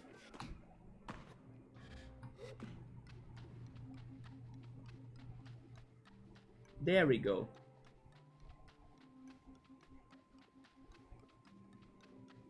Five more to go, guys. Oh! There we go. Cashews are among the worst environmental offenders, so you avoid cashew milk. That's kind of sad because Brazil is like maybe the biggest cashew producer and everything.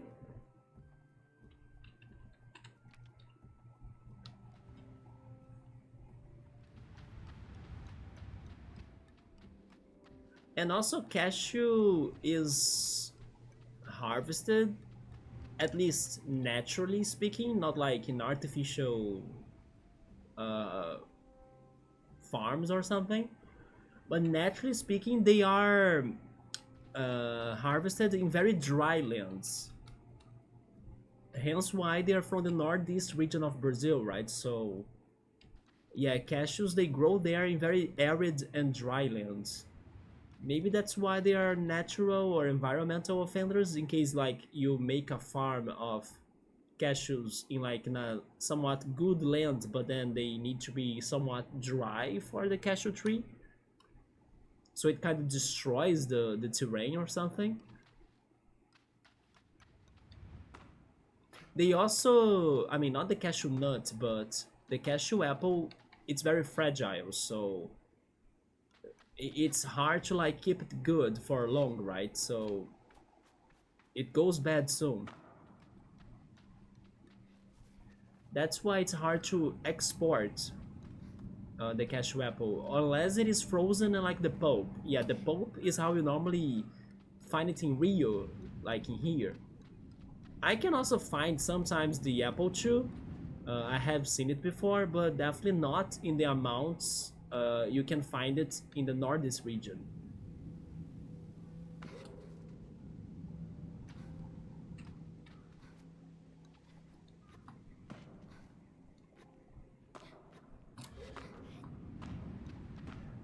Okay, so we have all of that going on here, and I could not spot another Chameg anywhere else.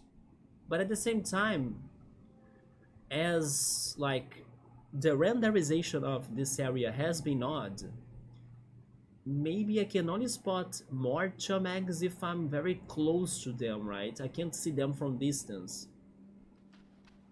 Hmm.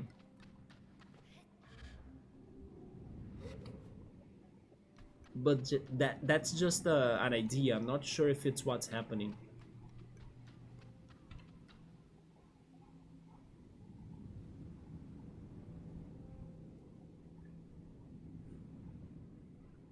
Because honestly, it is going to be very hard for me to spot them in between all of those skeletons.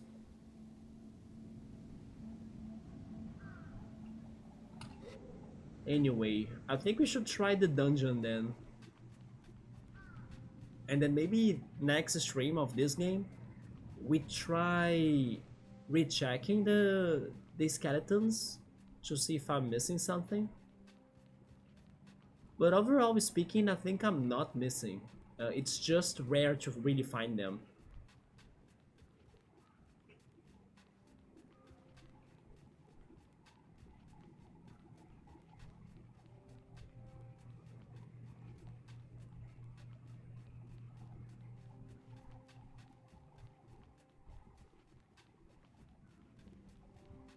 I want to just see if there is one under this one broken pipe.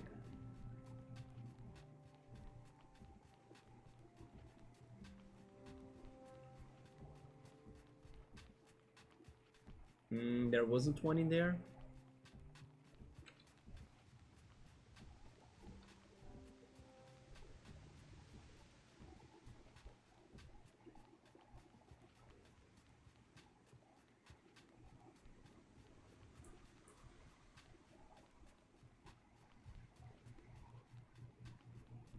I'm very curious to see which sort of message we'll be getting from this one terminal, because the last message was very good. Like, it told us a little bit about the exploration and colonization they were trying to do. What is that right there? Is that a dome? It looks like a dome.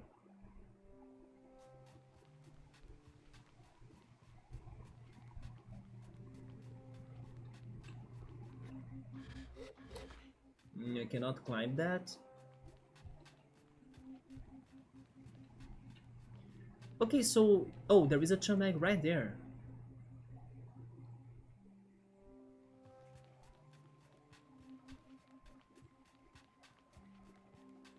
Is there a way for me to actually climb this airship?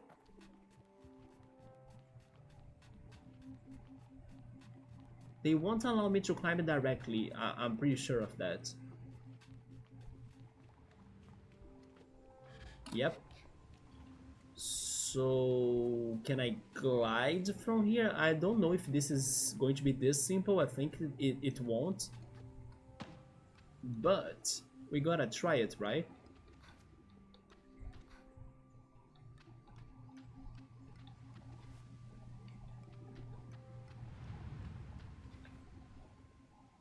Oh, you know what? Maybe it is high enough. Let's try it.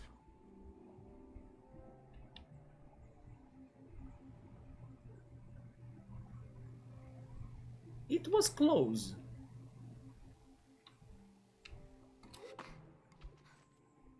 Maybe I don't need to go that high for this.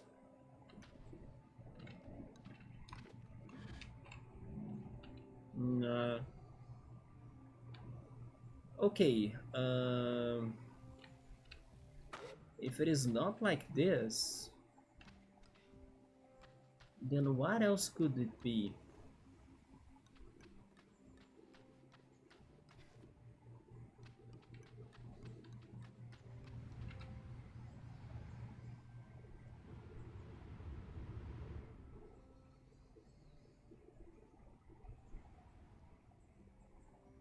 Maybe from the other side?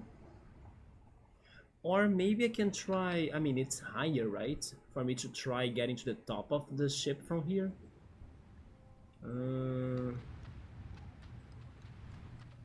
I don't know. Yeah, this is too tall.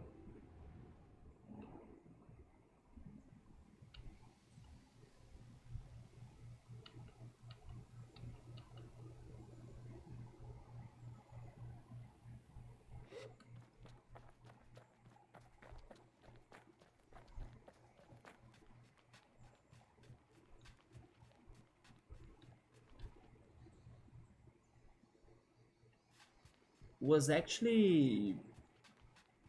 Oh, wait a minute. I think I found a way. Sabri is saying we gotta have double jump in this game.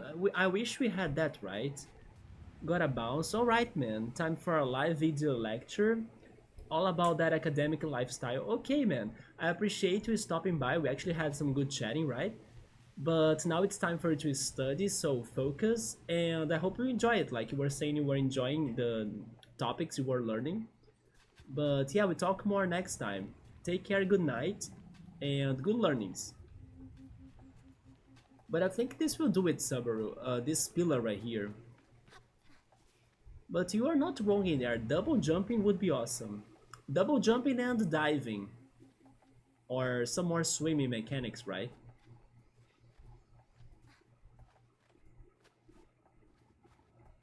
But I hope this will allow us to get to the top of the airship. If I had the stamina... Oh! I didn't have stamina, but I had a glitch. I take it. Yeah, the glitch saved us. The gravity glitch. Okay. But then... Can I still do this? Wait, maybe I can't, right? Because how am I going up now? Wait a minute. Unless they want me to really get to the other wings right there. But I don't feel confident I can do it. I would rather climb there. Wait, I would rather climb it from here, but there is no way. What was the point of this platform then? I cannot make it to this other wing, can I? I can't, you see? That's what I thought. Never mind, I'm still lost and stuck. Huh.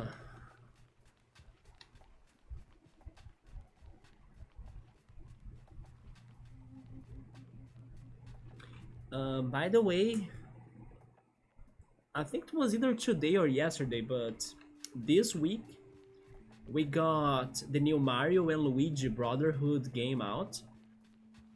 And overall, like, there were many mixed opinions of it, especially by IGN, right? IGN had a very rough score to that game. They gave it like 5 out of 10. But some other people that were saying like, oh, if you are an OG fan of Mario and Luigi, you are going to love it. But the one thing that I read was that, for some reason, this Mario and Luigi Brotherhood game had some performance issues. That was a little bit surprising, especially considering it is a Mario game, you know? Not sure how bad or good are those performance issues. But then again, yeah, it was surprising to me because Nintendo normally takes care of their Mario games. You know what? Let's give up a little bit about the chum egg right now. Let's see if we can enter this place. There we are. Oh, this is the center of Brunswick. Center of Brunswick.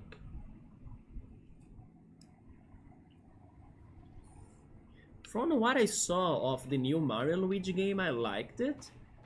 I also know some people didn't like the new graphics, the art style they went for it, but I actually think it makes sense. I didn't think it was that far from what we have seen from the mobile games. Not mobile games, but like... Yeah, like the mobile console, right? Not really cell phones. Like the DS and the 3DS.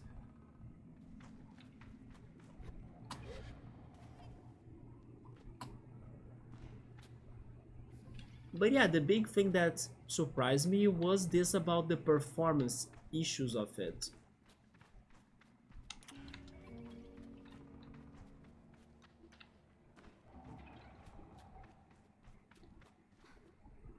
I just remembered as well that the Pokemon Company is trying to hire people that can like work as Brazilian Portuguese translators. So hopefully we will be getting the Pokemon games translated to Portuguese. Not sure if they are going to do it for Legends EA. Actually, I think they won't, because I remember the data miners, right? The hackers kind of saying that Portuguese Brazil was not in the languages for it. Oh, I was not expecting this to move, but sure, I still took the ride. But maybe, I don't know, the next generation could be having the Brazilian Portuguese language option.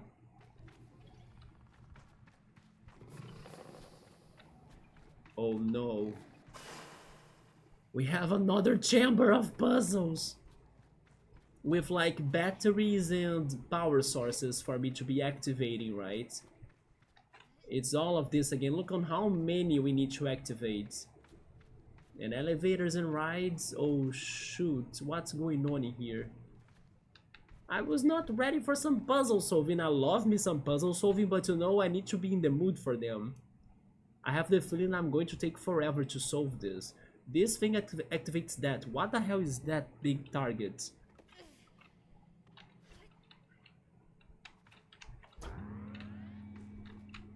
Oh. And then I need to position it, I think? Yeah, right. I see it.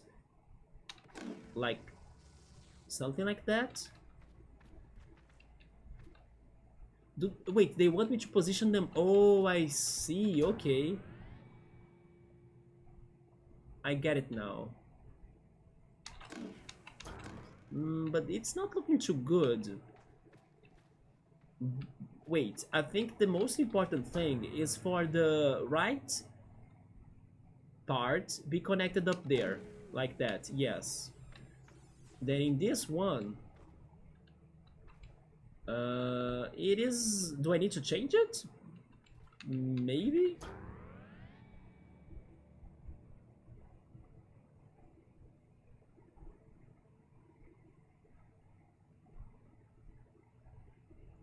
Like that? And then what is... Oh, it's another one.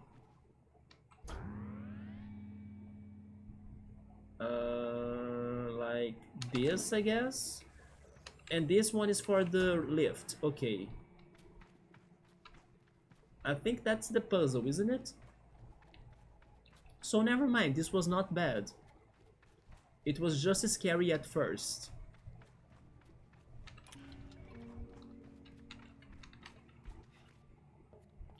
But then, Sabru, you were saying that you were feeling sick, right? In your stomach and things. Do you think that it could have been anything to do with something you have eaten? Or were you eating something actually healthy or somewhat normal? There we go, first try. But I also agree with you that the quantity can be a problem too, right?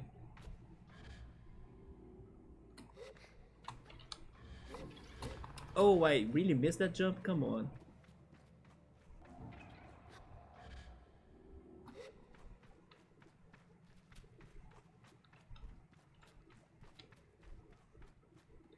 Only quantity up to where, you know?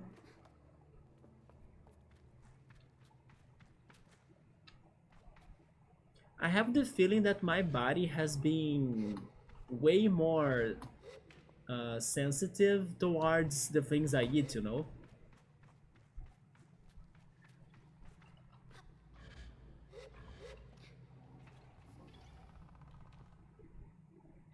But I'm not sure because I'm still not feeling that my intestines are working properly. Like when I go to the bathroom, I still think it's kind of weird. It's not like how I was feeling before I started having these crises. And I was wondering, like, am I going to be back to normal, you know? Because it's been so long already, like almost 3 months. And I'm taking the vitamins and everything, and they are not really um, making me to feel back to normal, like fully. I'm feeling some sort of well-being, or like uh, I'm not feeling that sick per se, but at the same time, when I go to the bathroom, I'm not like seeing things as they were before. Like it's still weird. So yeah, I think that my body is still, kind of in between feeling healthy and not being healthy. So it is very weird. Like before, Subaru used to eat like two sandwiches. Yes, normally I eat three to four sandwiches, and now I'm trying to eat only two. So I don't get my belly very full, and then it doesn't make me to feel sick as well. But I used to eat three to four sandwiches, and now I'm eating only two. And then I'm trying to alternate it with something else. Like if I'm still hungry after eating those two sandwiches, then I try eating a fruit, or maybe I try eating, I don't know, a snack, something not as big as a sandwich.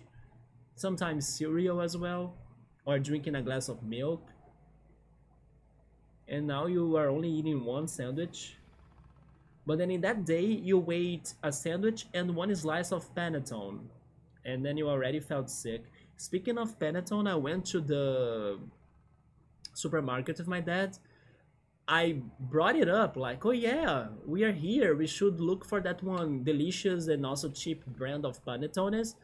But sadly, as I was doing my groceries, I completely forgot about the panettones. So I returned home without it.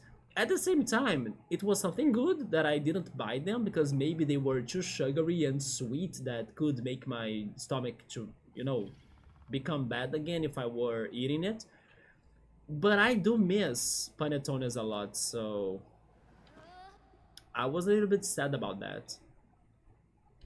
Wait, but then I did not solve anything. Oh, that's where I need to get. What? It is like a reverse puzzle? Yeah, because I need to get there actually, huh? Wait a minute. So I solved this puzzle in one way for me to get to the chest. Why do I have the feeling that I'm missing a chum egg in here? I think it is because the only chum egg I got was from outside, right? I want to investigate that again. I have the feeling I might be missing a chum egg.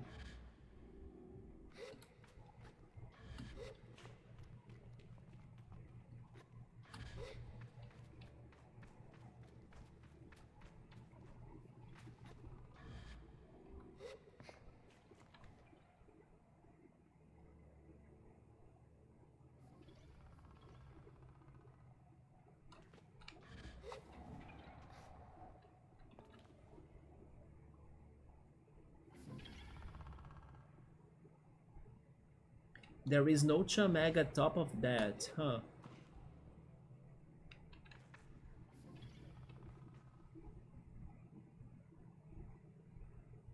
Never mind.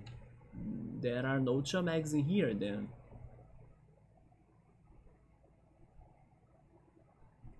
But then, how do they want me to solve this?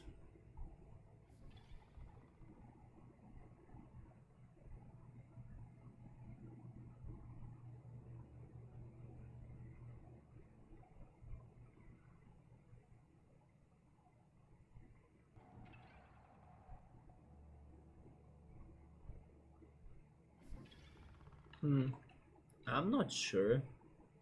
I cannot float from here, or can I?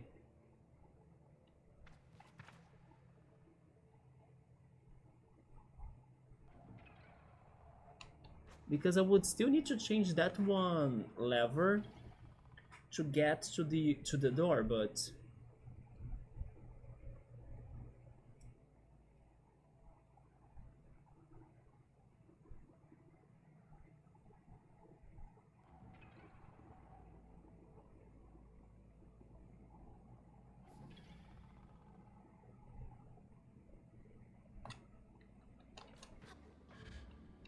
Yeah, I'm not sure about this, but...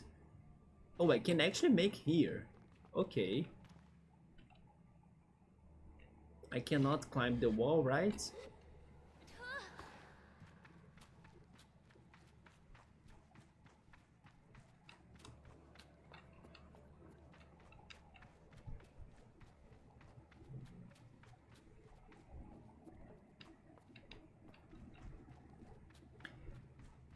Yeah, this puzzle is now complicated again. Oh, I didn't see this before.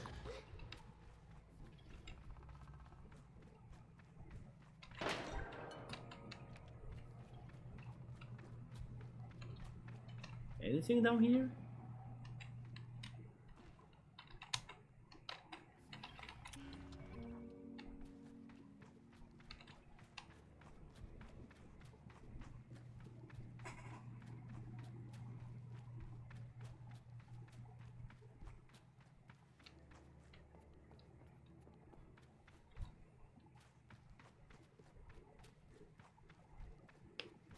By the way, Yoda, I was watching the third season of Mob Psycho, but I got to a moment on it that one arc was over, maybe the first arc of that season, and then now I'm not sure what's going on, but it slowed down a lot.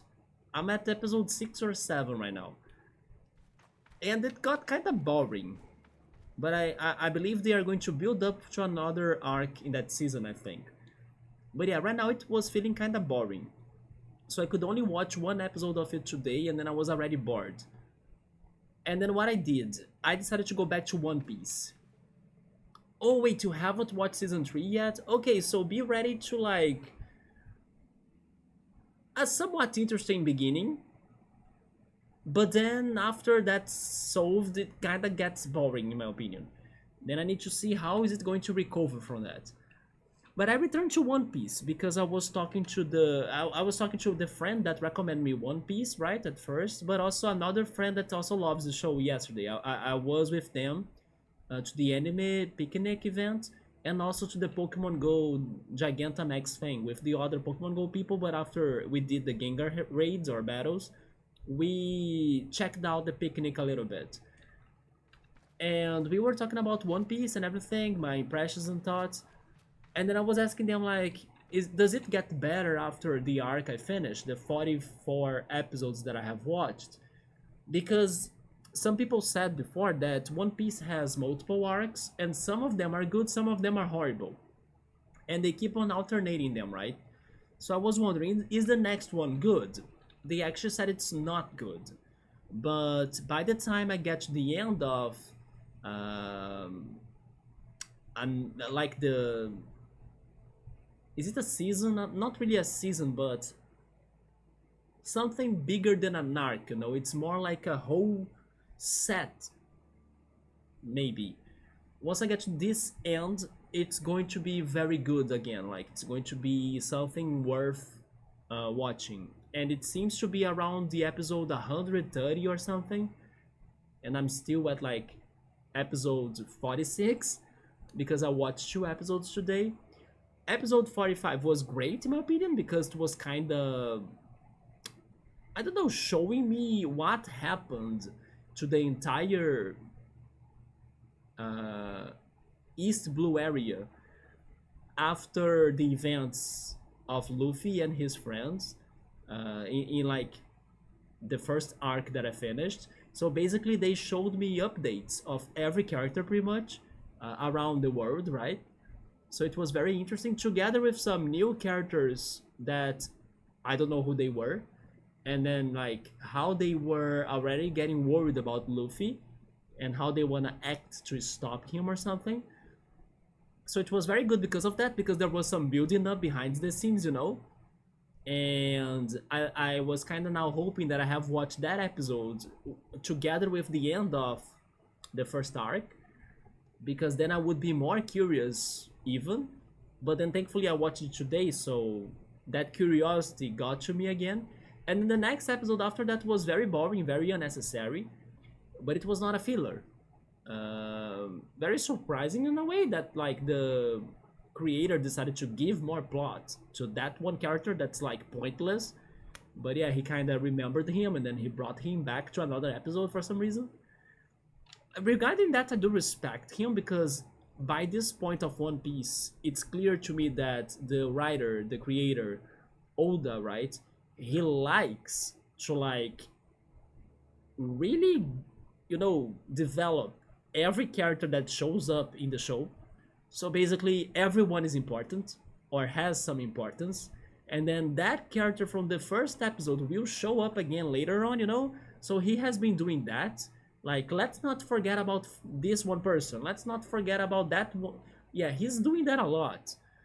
So it's crazy how it seems like we are going to see lots of characters up to the end of the story, right? But yeah, I'm very curious to see then what am I going into next, because my friends were saying that I need to be watching it like slowly as these next parts are not very good. Then it's going to start the next partner to Luffy's crew. Then it's going to be very good, like those episodes. They even kind of spoiled me who is it going to be, like the next partner. And then after that it could get slow again, the show, or bad again. But then when the whole situation is over at episode 130 something, it is going to be amazing. And one thing that I was also asking them, because maybe that was one of the things that I have been missing the most in the show, is like a good villain. Because one of the things that has been bothering me in One Piece, and I believe I will be bothered by that up to the end of the show, maybe, is that the protagonists are extremely OPs, right? They are very overpowered, especially Luffy. So the battles, it's to me like they don't get me that excited about, because I kind of already know the outcome, especially because of the spoilers of today's situation of the show. Like, oh yeah, I still see that character in today's show, so of course he hasn't died or something. So I kind of have those spoilers already in my mind because of how is the show going on today.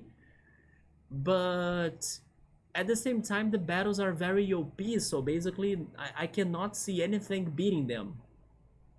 And then it kind of loses the point to me. So I was thinking, you know what? I need a very good villain. Like, I need a villain that's smart, that at least he tries to, use his intelligence to overcome Luffy's abilities or something.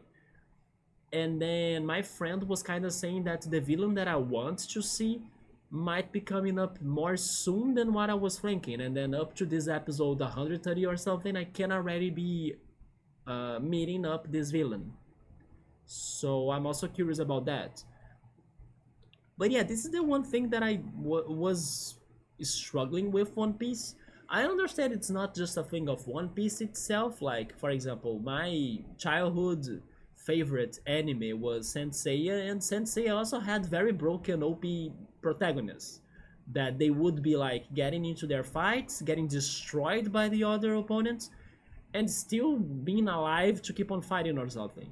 One Piece kind of does the same, but I was hoping it could have more dramatic moments where they really couldn't win, or something around those lines. So it can give me more realistic feelings as well. Because so far it feels like, oh yeah, the protagonist is OP and then he's going to win everything, and that's the hero's journey, right? But then when I think about, let's say, something more real life based, you cannot win every time. There will always be someone stronger than you, or you can't make the right choices every time even. So I would rather prefer to watch stories like that, because I can feel more connected to things like that. Not that One Piece doesn't have like good messages and, I don't know, good dialogues and character development. It does. I'm getting it too. Like, always believe in your dreams, go after your dreams, go on adventures. The respect and save and help your companions and friends and everything. All of that, and also challenge the system, or like don't let other people to like stop you from what you really want to be or do or whatever. I get all of those messages already. But yeah, there is some, let's say, I don't know, I wish it was a little bit more real and that the villains could still, have some victories in the process. I'm like hoping that I could cheer for some hashtag team villains a little bit more. Because when the protagonists are only OPs, then it's, I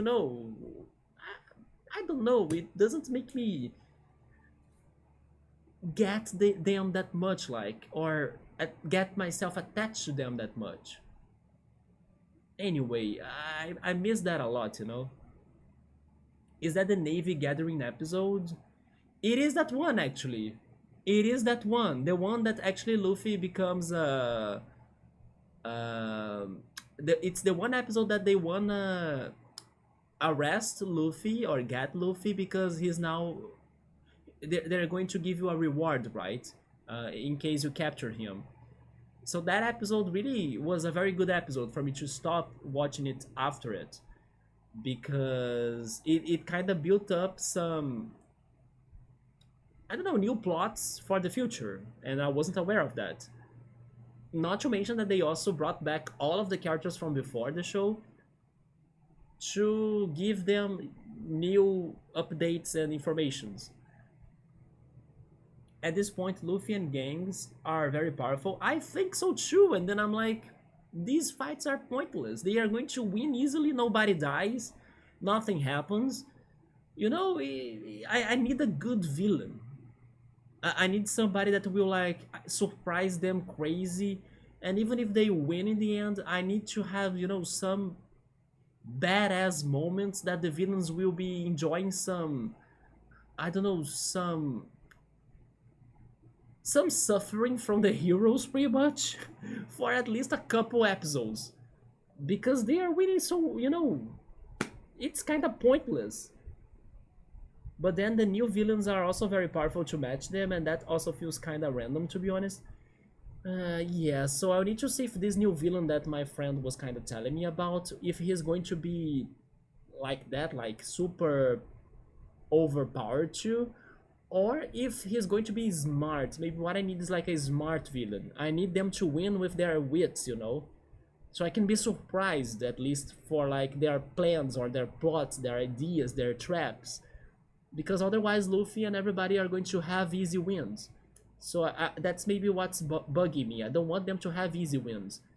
And when they don't have easy wins, it still doesn't get to me because they get super hurt and like their bruises are like huge. The best example about that is Zoro. You may know what I'm talking about in the very beginning of the show. Like Zoro got destroyed by one character, and then in the next day he is back there like nothing has happened. You know? So yeah, I was hoping to see something else, maybe more strategic going on. Some good villains. Something around the lines of Shide from Summertime Render. That's what I want. Like a villain that thinks ahead of the protagonist, to get them into their traps or something. I need that. If I cannot get someone that's going to beat them by brutal force or like brute force, I need villains that are going to, use their wits. Because so far the villains are somewhat, of course, strong too, but not strong enough. And I think they won't be. So I need somebody smart because the villains are kind of dumbish. They're kind of idiots so far. Like freaking the clown, Buggy the clown. What is that? Or like the other guy from East Blue, the ruler of East Blue, Krieg, Don Krieg. Another, he kind of was like playing dirty and everything, but still another idiot. So far, the freaking character that beat up Zoro was the most skilled and I believe smart one as well. But still, he seems to be one of those super far ahead characters to get development in the future, not really this time of the show moment for him. So I need a villain that's going to work right now with the characters, but it is smarter than the average that has already showed up. Also, hi Piero, what's up? How are you doing? My Hero Academia's villains have better personalities. This friend that told me to watch One Piece, he hates My Hero Academia. I think he thinks it's very generic. Do you think it is somewhat generic? Oh, Subway is leaving because he's feeling sleepy. Okay, man, get some good rest.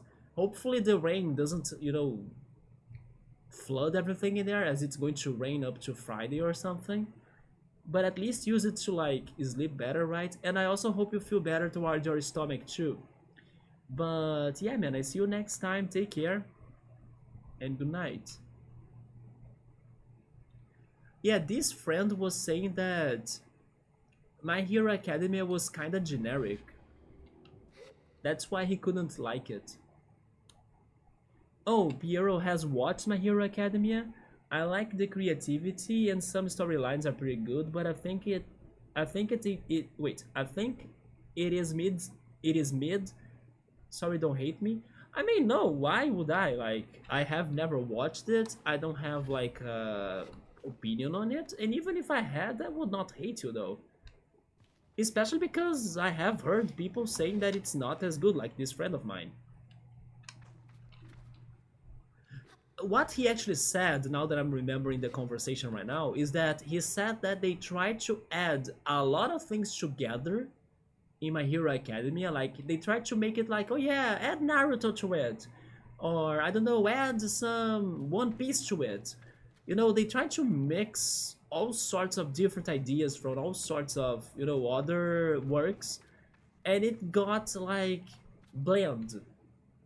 That's what he told me too, that you can see they try to do a lot of things together from all sorts of different shonen animes, and in the end it feels like strange. It feels like weird. It feels like it doesn't connect. It feels, odd.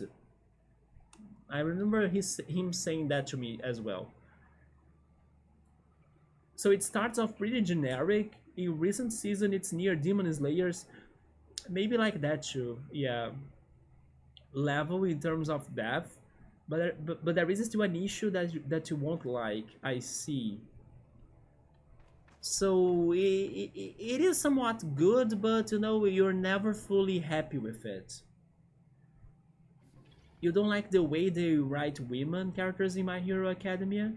Even by anime standards, it is annoying to you. Do you mind giving me an example though? But if you don't want to talk about it, that's fine. But I guess I can kind of imagine what it could be. That is why you stopped watching it after 4 to 5 seasons. I have the feeling they might be under appreciating women, I guess, in a way of like women can't be strong enough. You know what? Maybe I have an idea of something around those lines, because one of the last seasons of it, they showcased like a superheroine, right? I don't know anything about the show, by the way, but I know some characters I have seen before. I know there is a male version of like a super crazy Superman like person. Maybe even, I don't know if he's twisted or like a villain, but I think he might be. A little bit the lines of the Homelander from The Boys. And I also saw a superheroine version of that person in an image. And All Might, is that how he's called? Yeah, maybe he's a little bit like the Homelander, I guess. But there is also a counterpart. There was also a female version of him, I guess. And then I think I know what happened to the superheroine, and I wonder if it has something to do about what Piero is saying, but I'm not sure. I'm right. That's the impression I got from it. Yeah. Especially because of that name, All Might. So he might be all full of himself, right? Just like Homelander. With great powers come great responsibilities, right, Spider-Man?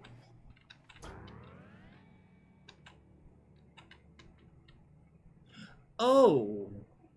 Oh!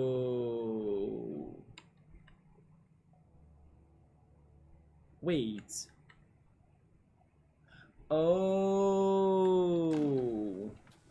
Got it.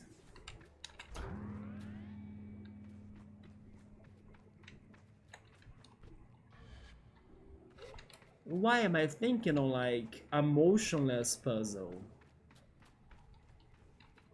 It can also be a movement puzzle, right?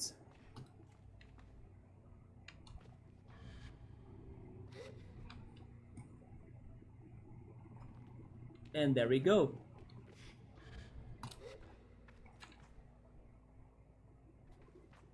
All I needed to do was like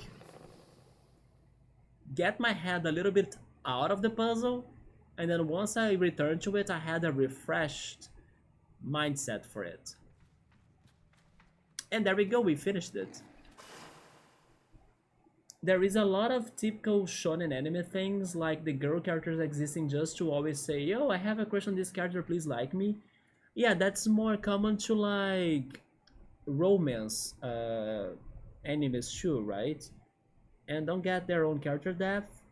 And also there is this great superpower character that is constantly being really weird and saying really awful things because it is supposed to be funny. I see, so it has a bad humor in there. But a lot of people can ignore those things. Yeah, I can usually chew, but in that show it was too much. It can be tiresome, right? I can see what you're saying, yeah. Because it starts getting unnecessary, don't you think? And then once you feel that it's unnecessary, you kind of lose it. It's like, no, I'm done, you know? I can understand it a little bit, yeah. It starts to become like something pointless. Like, why are they doing this? Like, they don't need to do it. And then it starts getting annoying as well. Like,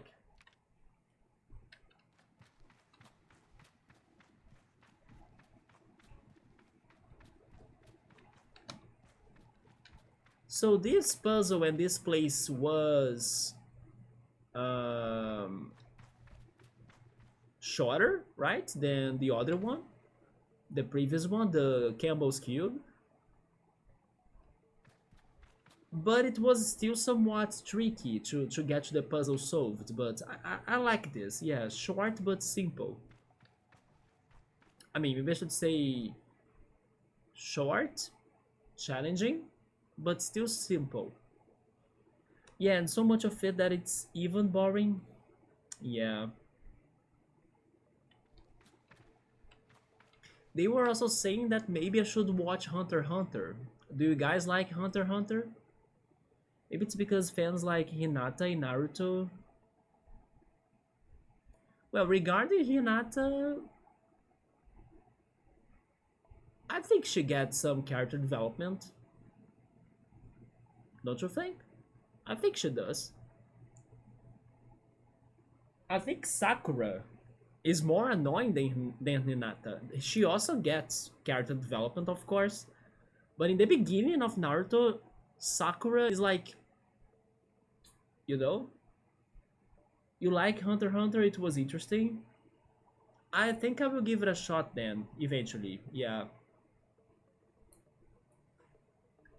First, I will take care of the animes that I still have to watch right now. But I don't know, maybe the next batch of animes I need to watch, I can consider watching Hunter x Hunter. But I think that maybe I should try watching Full Metal Alchemist first because it's been on my list for longer, right?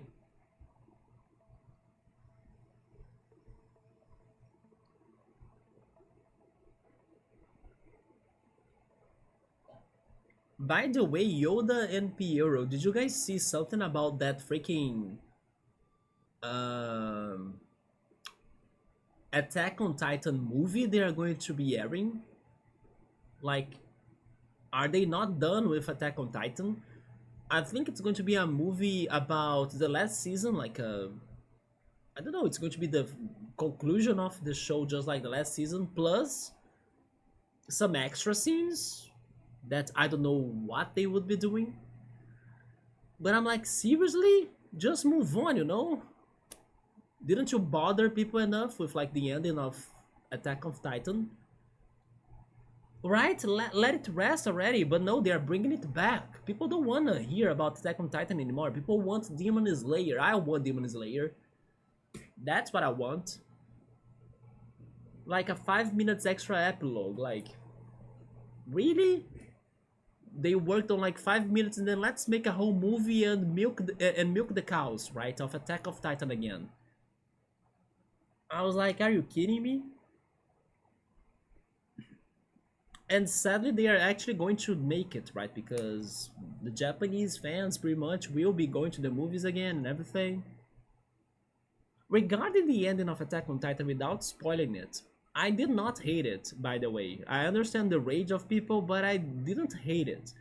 I just think that the story is over. Like, leave it behind. Like, that's it. This was totally a commercial play on them, right? Naruto doesn't do a good job with women characters. I see that they get developments, but at the same time, in the very beginning of the show, they are not good characters. Yeah, I can also say a little bit that it could be because of their ages, right? Like normally, let's say younger kids or like younger both boys and girls, they are going to be a little bit like that too, immature people, right? But at the same time, I don't know, maybe they go beyond that too. I'm not sure, but Naruto women characters at first, especially, they do bug me a lot. Yeah, yeah, they try sometimes. There were some good fights with them too. Like, yeah, but in the beginning, I was struggling with Sakura pretty much. And some of the stories are actually good. Yeah, they are. Have your friends told you about this anime that has a higher ranking than Fullmetal Alchemist on my anime list? Which anime? Which one?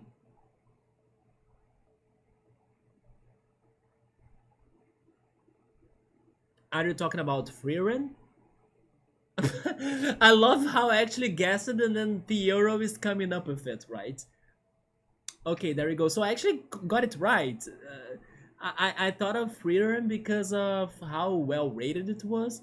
Yes, my friend, actually my friends, there were two of those friends that were watching it when they were releasing the episodes weekly, right? They said it was very, very good indeed. Yeah, it is one of your favorites right now, Piero. They did tell me it was very, very good. I saw also the hype of it and everything. But for some reason, I'm still not. How can I put it? I'm still not feeling it. I'm kind of being normal towards it. I understand, like, it is good, but for some reason, it didn't sparkle me yet for me to go see it. Not sure why exactly. Not sure if it is because I'm expecting a slow story, but it doesn't make too much sense as well. I'm not sure. But then you both agree that it's better than Fullmetal Alchemist? Or are people exaggerating on their opinions? I think it's just because everybody only tells me that they liked it, but nobody actually insists me to watch it, you know? Neither you or those friends that I said. They only say, oh yeah, it's very good. They don't tell me like you must watch it or like you are missing out. Normally it's just that, oh yeah, it's very good.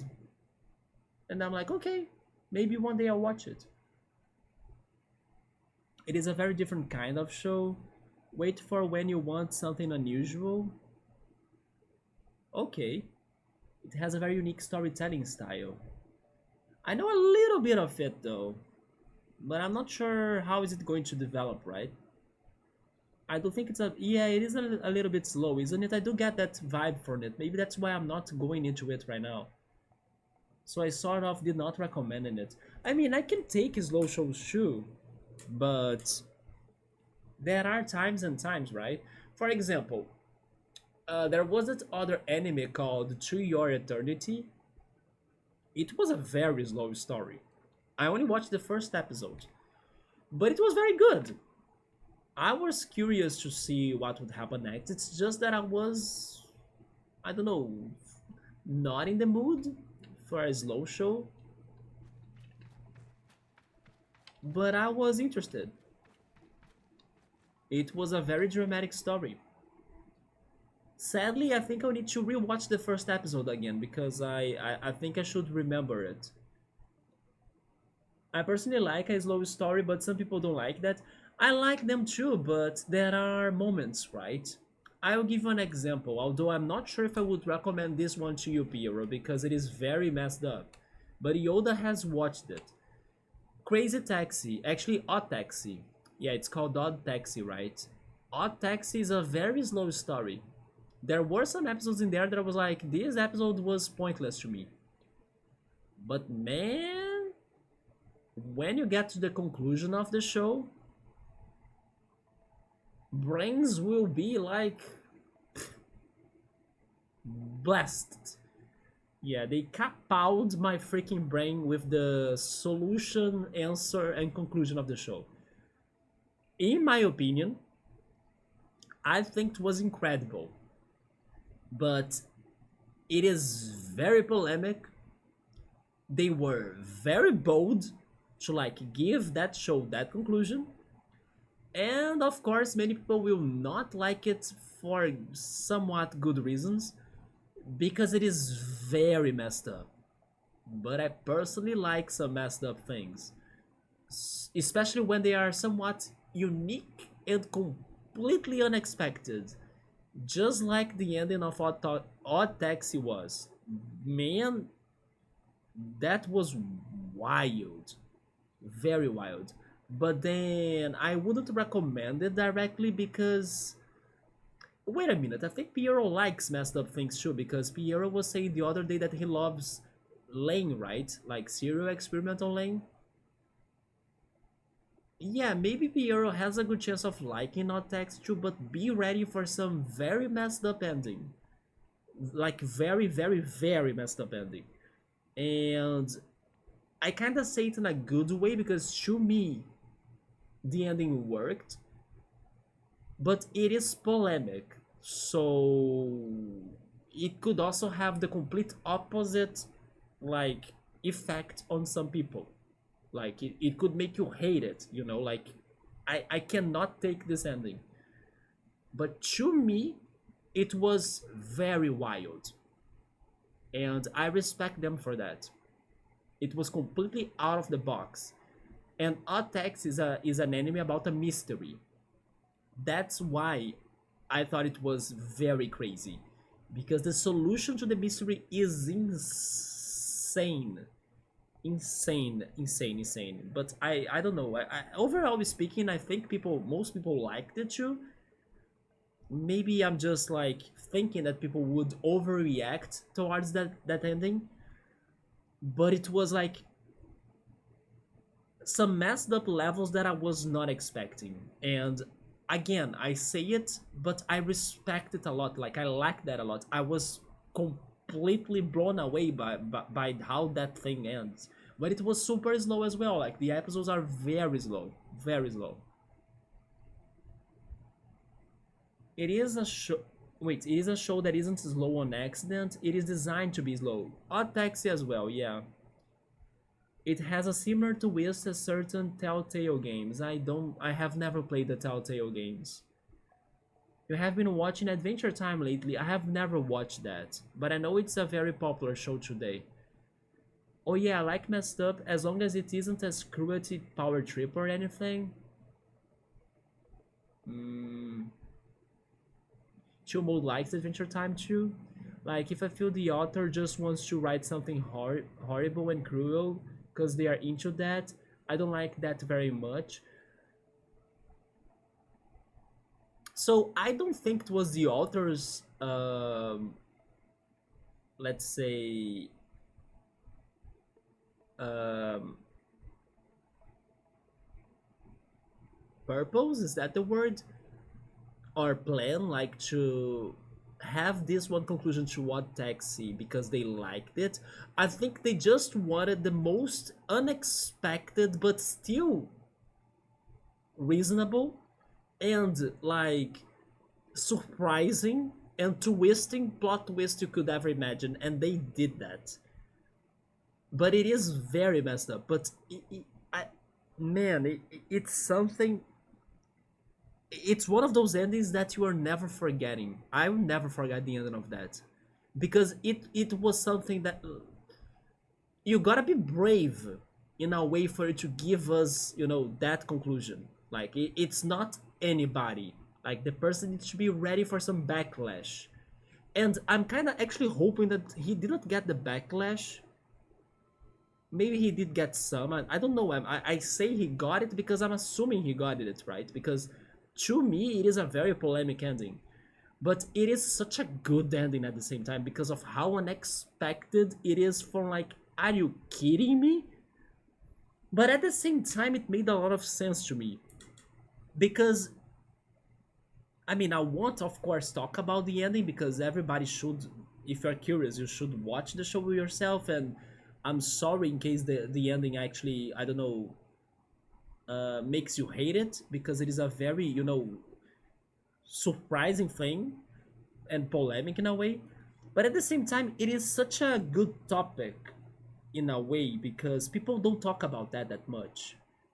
And even in Brazil, this some months ago, I think maybe last month, there was a situation somewhat close, not really the same thing, but somewhat close about that ending, that it was getting discussed on Twitter or X as a trending topic because of how, yeah, it's a little bit like what Piero said, like cruelty. Yeah, it was an event that happened in Brazil that had a lot of cruelty to it, and it was unnecessary cruelty, right? Nobody understood where that came from. Like, how could it happen? And Odd Taxi has a little bit of that too. You kind of understand why that happened and what made it happen. You just could not expect that to happen, you know? But yeah, there was a situation here in Brazil with like a crime that was very, like, what the hell? And because of the conditions of the situation and everything, that I can't say what because of spoilers, it's polemic. It brings up discussions of like, where did that come from? Like, what did happen to that, or why did that happen, or something. Anyway, it is a somewhat thoughtful ending, the one thing in Odd Taxi. And it is important because it can happen. Like, it happened here in Brazil like some weeks ago, and people were like shocked. Like, are you kidding me? So yeah, that's all I'm saying. It is something that people never talk about because they kind of ignore it in a way, or because it is super polemic. But when there is a show like Otex that brings it up and shows it up to you, and then it's like, oh yeah, this happens, doesn't it? What is society going to do about that? That's the big question. That's all I'm saying. It is a very surprising ending. I was like, oh shit. Yeah, and for that I respect that show a lot. I thought Adventure Time was going to be a wholesome kids show, and you were very surprised to see all kinds of bizarre stories with questionable morals and eldritch like horror sprinkled in. Okay, so if you like that, Piero, you might love Odd Taxi then, because it has some questionable things in there too, like I was saying, a very polemic ending and everything. I do actually hope that you don't get bothered by the ending, but it is an ending to actually cause some thoughts on you, or like you know, it is out there. It's super unexpected. Also, hi Emily, how are you doing? How was your Halloween, Emily? I think you were actually finally somebody, right? That was probably celebrating Halloween here. How was it, Emily? No, not hot taxi. No, no, no. Don't Google hot taxi because maybe you are going to end in, somewhere else. No, odd. Yeah, odd taxi. There we go, odd taxi. Yeah, it has one of the most mind-blowing endings I have ever seen, but it's very twisted. Like, it's twisted with like salt and pepper. It's seasoned with twist. It is very messed up, but it is one of those things you are like, how? And for that, I think it is very good. Very good. Oh, thank you for that, Emily. The hydration. I still need to watch it, Adventure Time, but it was exactly that. That makes me want to watch it. Like, it goes deeper.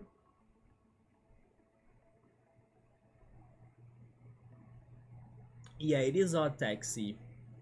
It has some noir vibes too, because it is a investigation story, right?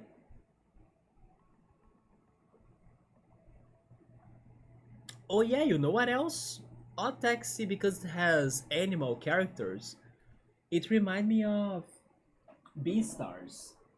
I love Beastars, especially season 2. Season 2 of Beastars was amazing to me.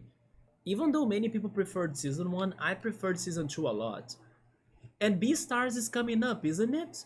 I think we're getting another season, or at least the maybe part 1 of the third season. Either in December or in January. I wanna watch that a lot. Oh, you still need to watch season 2 of Beastars? I liked it more. I really liked season 2 of Beastars. Can't say why, right? But I hope you do it, Piero. And do it quick, because I do think the next season, or maybe more episodes, will be coming up soon. Let me check this terminal now. I say hello to Sari. Let's see what else has been going on in this planet, right? In this messed up planet as well. Sable, your security clearance has been updated. Please proceed to the whale to authenticate. Is this the last terminal? You have unread messages, Sable? Wait, what? Oh.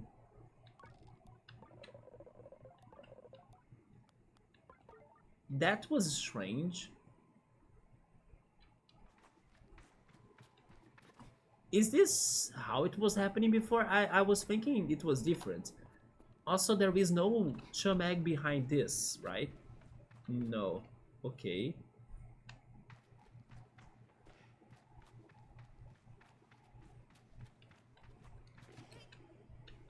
But yeah. They are really telling us to go back to the way. Okay. But that was strange.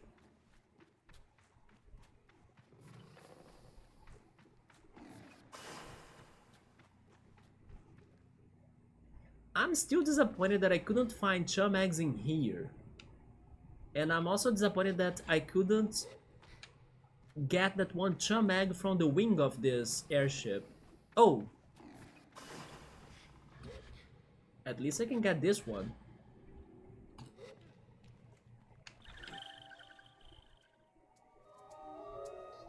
Thank goodness he was right on my sight, right? Can I do something from here? I think I can't.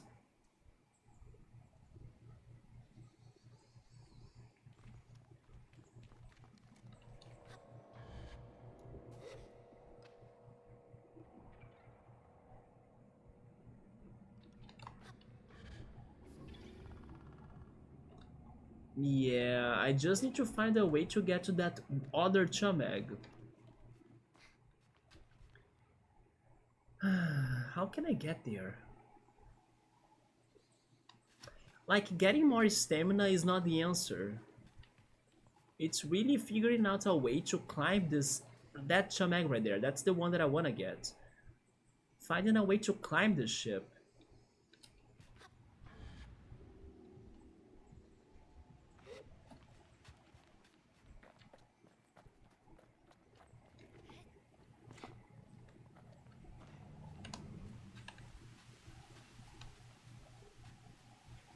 Logically speaking, I think that going up here and then gliding could make it, but it doesn't.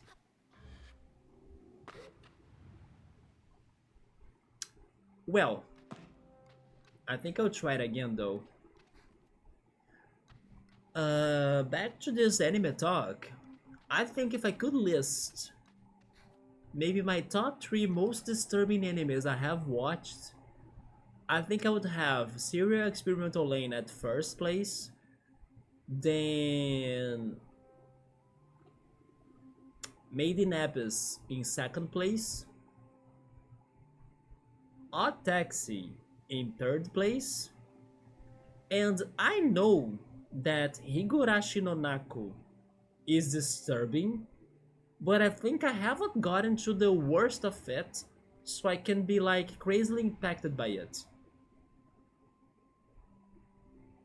So I would actually place Madoka Magica at fourth place, which by the way it's getting another movie, right?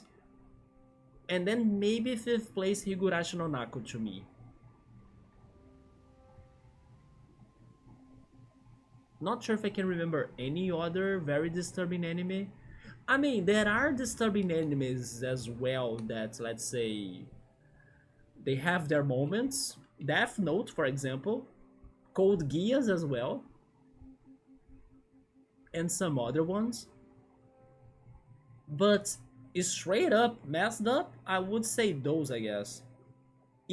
Oh yeah, I forgot about Evangelion. Evangelion is pretty messed up too.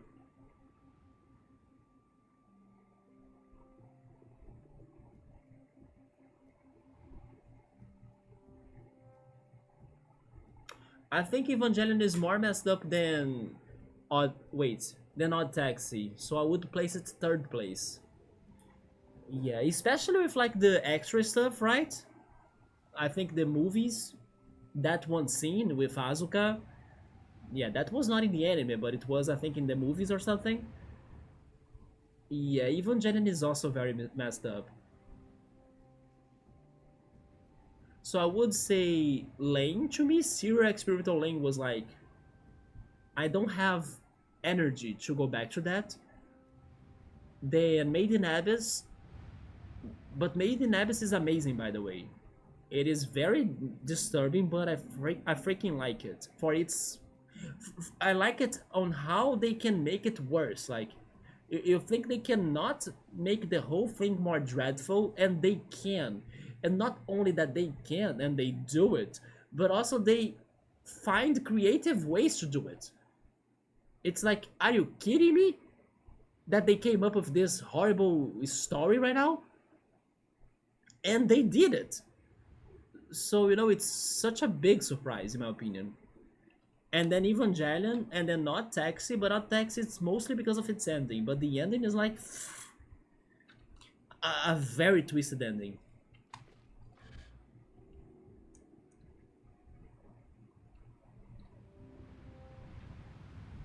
Oh, come on, that was so close. You know what? I'm not going to give up on this. I heard there is a rumor that in the original script, Shinji only saved Rei's hands, not her body. Honestly, I don't remember that anymore. Yeah, I don't remember that anymore. I remember this one last scene that made no sense at all.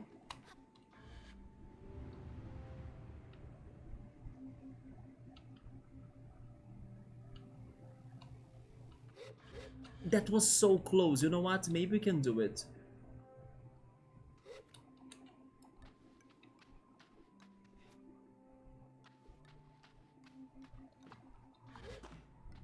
Like I was saying to Pilot, When we were talking in the beginning of the stream, we were talking about Xenogears and also Xenoblade Chronicles X being released on the Switch, right?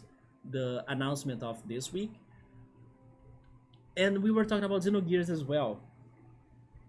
And Xenogears had some of the most crazy plot twists I have seen in video games ever.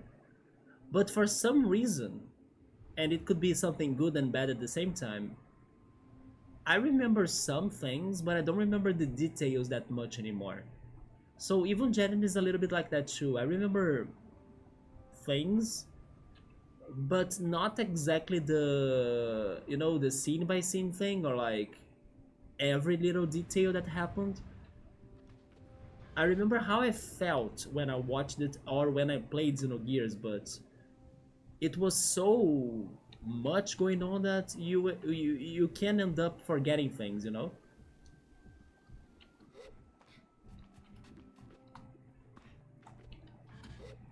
Not to mention when it is a complex story. So what was the other one that it happened to? I think I just also pointed out another one, Madoka Magica. I watched Madoka Magica, but I couldn't really understand or get every little thing about it. But more recently, I have the feeling I was watching another one around this. Oh yeah, Fate. I was talking about that. The Fate anime. It is entertaining, but at times I was just accepting everything that was happening instead of like really understanding them. In a way, that also happened to Tomodachi Game. I was talking about Tomodachi Game to my friends yesterday. That it was one of those shows that it was too hard to understand the rules of the games because they showed for like 2 to 3 frames and then a lot of text on screen that you didn't have time to read them all. But then, the game had those rules and then they were following those rules. Yeah, it's one of those shows that you watch them, you kind of get entertained, but you don't necessarily follow everything that's happening. So those were some of those shows: Evangelion, Tomodachi Game, and Madoka Magica. Sable, come on, man. In case we are actually doing it, it's going to be thanks to a glitch, I think. Fate's author wrote Fate while still in high school. Seriously? And then, how old was he when he actually released the manga or the anime as well? Or I guess the manga first, right? I'm guessing there is a manga.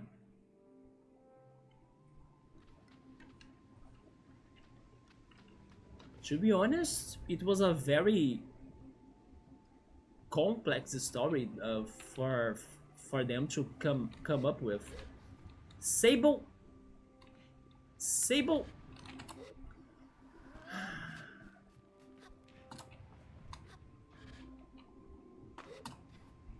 Can I say that I hate this?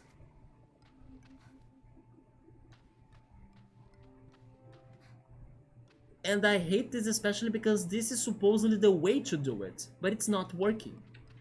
It should work. Come on, I need a reward for like being able to glide from here.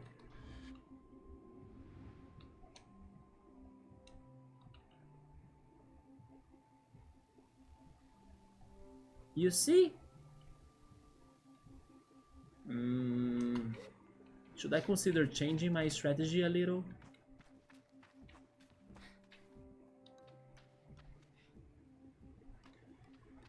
I will try getting this Shamag. And I'll go check the whale and then that's going to be it because I'm getting sleepy already.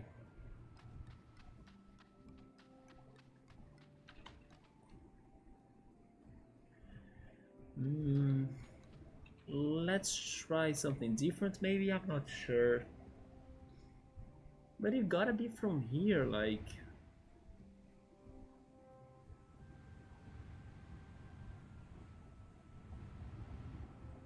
And I'm too far from the rest of the ship.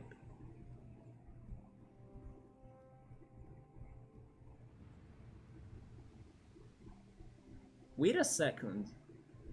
That right there is a huge skeleton, guys. If from here it looks that big, it is insane huge, right? That one right there?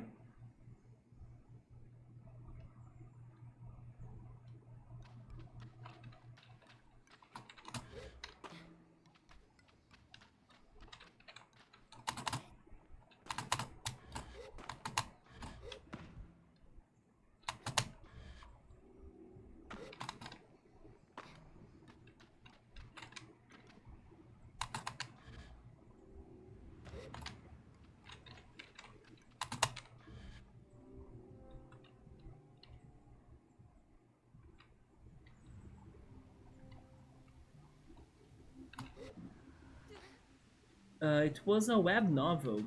He polished the story later. Originally, the focus was just on King Arthur, Isaac I to modern world. Hmm, that explains why Saber is like a main protagonist, right?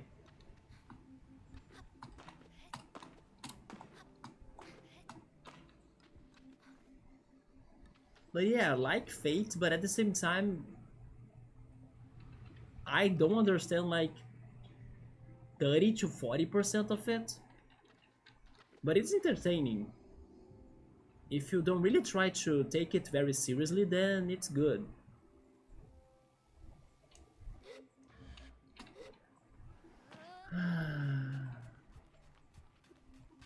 Any other ideas on how to get up there? There isn't another way, like.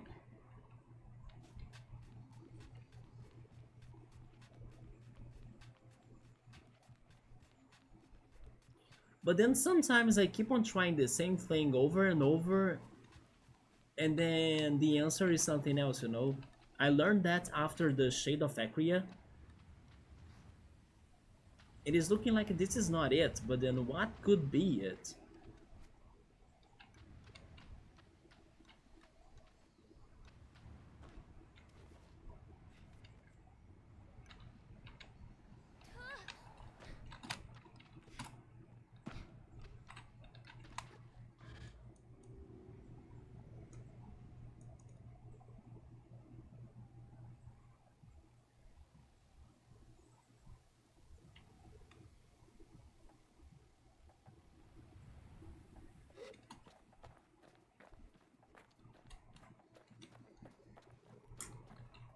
I forgot to change my hats again.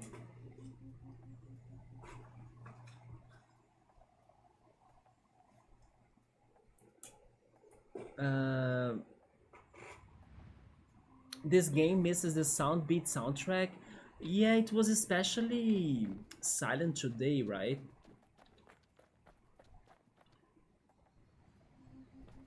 It has just some environment sounds.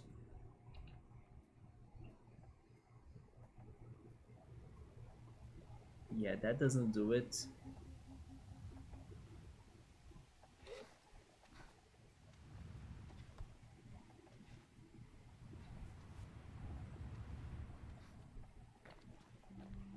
How they want me to make it then? Come on. Do you want me to glide from the freaking shark pillar right there and then I can get there? Come on. What the hell? Yeah, now it's playing some atmospheric tracks now. Wait, the Sound Beast? I forgot the game name. Sound Beast. Oh, you mean Cassette Beasts? Are you trying to remember Cassette Beasts? Yeah, now it's playing a track just because you wanted it, right? Chill mode? Yeah, Cassette Beasts.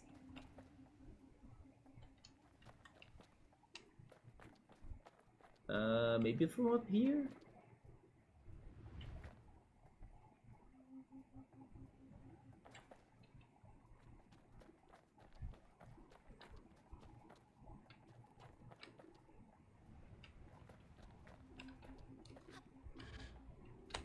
Wait a second.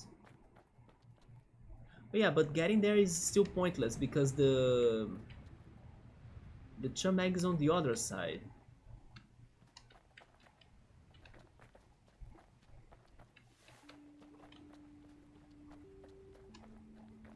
but let's see what I can do then. Why not?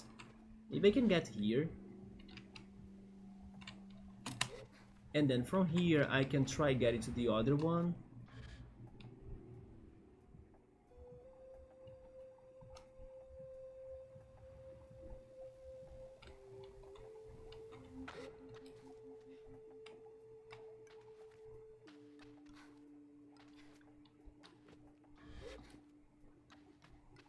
And then from this one, can we do it? I think we can get to that pad, right? Please? Maybe not. Maybe not. Not. Yeah. mm, is there any other way though? What are the different collectibles? We need the chum mags. We can get some metal scraps. That's like a way for us to get currency in this game, which is like the cuts. Then we can get the masks, the wearables like the clothing pieces and you know, shirts and things. Then the bugs, the fish, and also the fruits. And also the bike parts. I think those are the collectibles in here. That floaty is infinite now. It is always infinite. The problem is that it lowers, right? So yeah, I cannot go up once I start it. So that's the trick of it. Oh wow, I got this far from it?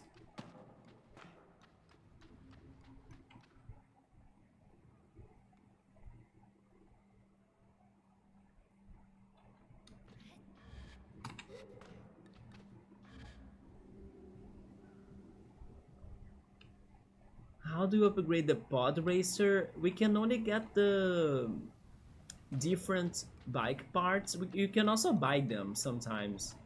I think we need to buy the parts uh, for the ship, right? That they were selling in Acria, like the Shade of Acria parts. If I remember it right, we did not buy them.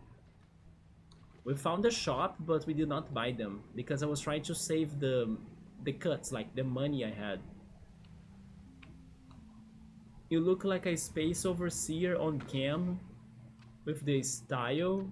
It looks like an astronaut helmet, right? The Daft Punk thing.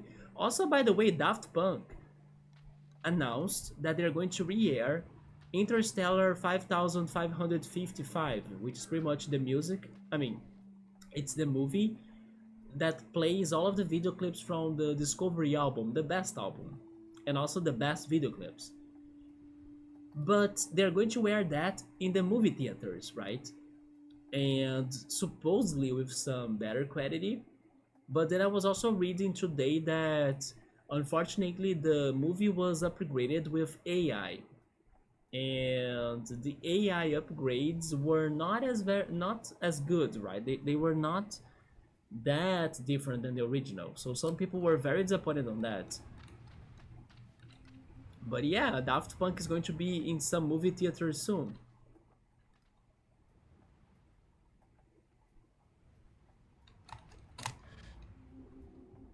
With the 3D lights? You mean the party lights? It is actually the first time we have dark mode in the room with the party lights, and surprisingly it worked well. AI not is as well received, but not. Yeah, people were showing, right, some comparisons, and it was not looking with a lot of quality, unfortunately.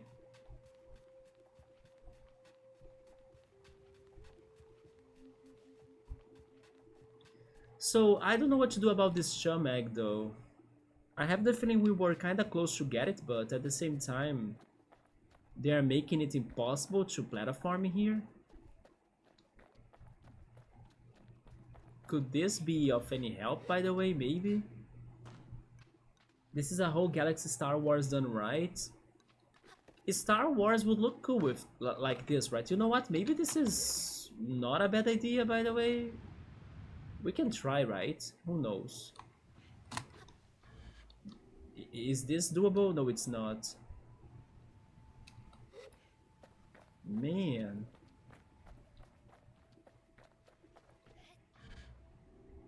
I still hate how we can't really climb metal parts. It makes no sense to me. You can climb bones and skeletons, but not really metal parts? Why not?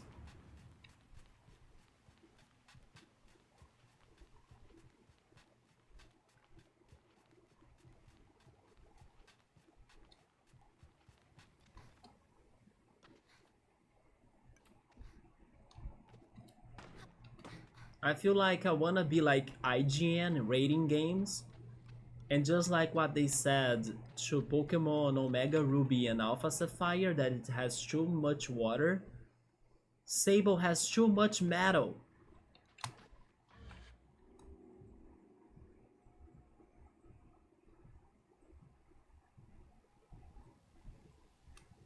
That was very close, by the way. What did I do differently? Is it because I started it sooner, like from here?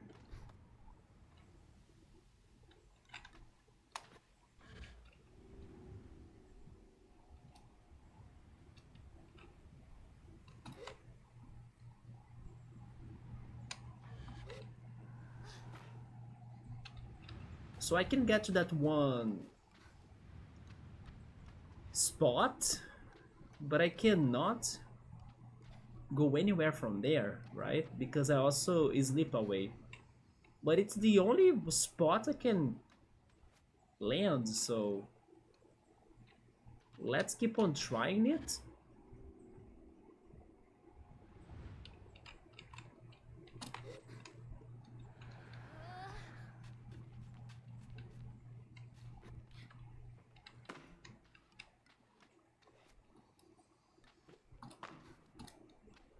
Did anybody by any chance watch The Substance by this point? Or are you all still missing it out?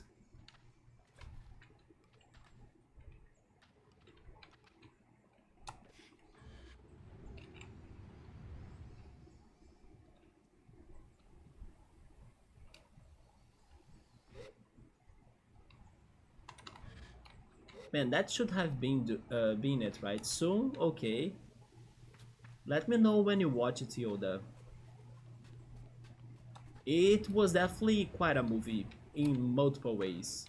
Especially, I would say, in the photography, makeup, and also like the video editing, you know, the scenes transitions, it was so good.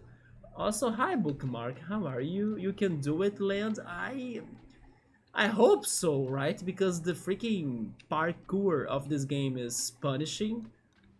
By the way, Bookmark, I gotta I gotta tell you, I had so much fun by watching you playing Sonic Mania. Are you playing more of that soon? Although maybe if you are playing it, I don't know, today it's going to be late to me. But I had so much fun. I gotta say it though, when we were in Chemical Plant Zone, I was laughing so much because we were trying to avoid the freaking pink liquid, and then we suddenly died, and then we were like, no, we're not going to die again, and then the freaking blocks crushed you. I laughed so much. I gotta tell you though. But the thing, Bookmark, is that there are moments that, even though, like, Sonic is a fast paced game, there are moments you can't rush, or tragedy and traps will waiting for you, right? So, yeah, that was so unfortunate that she was like, let's go now, we are not going to die again, we are not falling for this. 2 seconds later, the freaking block crushed Bookmark. And then there was also that other death too that was very crazy. That you wanted to get an item, wasn't it? At top of something, and then you made your way up there to be spiked by a trap. and then they got you two in there. That one's very was very unexpected, by the way. Yeah, but I thought it was so funny because like we got a game over even, didn't we, in freaking chemical plant zone? We were trying to overcome our traumas from the past. Havoc was there saying that he died like 36 times or something in that level. And then we were like seeing it happening, right? Like, oh yeah, this level is a nightmare in the end. It still is, even in the remakes, in the new versions and everything. But thankfully in Act 2, you liked it more because of the new mechanics with like the fluids and the bouncy things. Yeah, those new mechanics were very cool, and you had a better time with them. Like you solved the puzzles more easily, and then the freaking beam machine in the end, you got it easily. Did you play Studiopolis still? Because I kinda went to bed after Chemical Plants. It was too late to me. But I don't know if you actually went for Studiopolis. You stopped in there, or did you actually play it? I mean, I totally could stream it again and do the individual episodes as I go like I did before. But the thing is that right now it's going to be late to me already. I'm kinda feeling tired. Were you able to get to Studiopolis as well? Studiopolis was the first original level of Sonic Mania. So that one is going to be entirely fresh and new to you. Sonic Mania bookmark, the energy, chill mode, it was super great. It was very funny. Oh, you were going to start recording off stream? But if you guys enjoyed it that much, I can. You mean starting it with that? Okay, if that's the case, then I think I can stay up for a little bit more, yeah. If we can settle that, I'm down for it, yeah. But I can't be up to very late though. But I'm down for that. Did you stop it in Studiopolis then?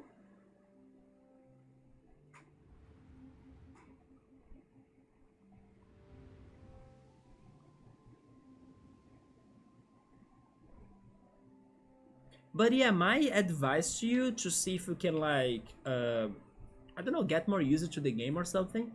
I mean, I'm saying it, but I also struggle a lot in Sonic, right? Sonic is hard. But I think you need to maybe realize when it's the time to rush and when it's the time to slow down.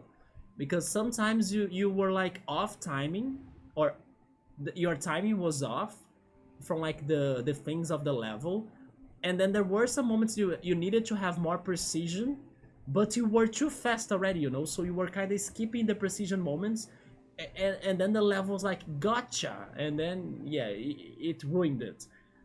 Yeah, you gotta pay a little bit more attention for those signs of like, maybe now it's precision, maybe now I need to rush. Yeah.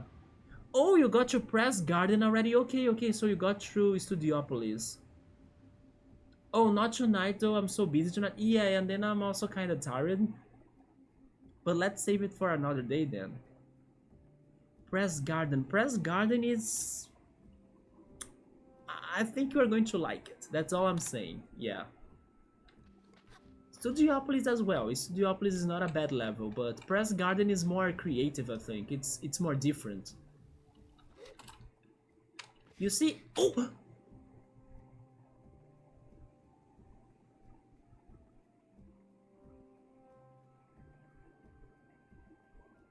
It's all about what? Timing, precision, and moments, right? I was like, I stopped in here, I'm going to fall, what do I do? Jump! And then we did it. But this was hard AF. Why were you giving me this bad platforming section, Sable? But finally, what a hard chum egg to get.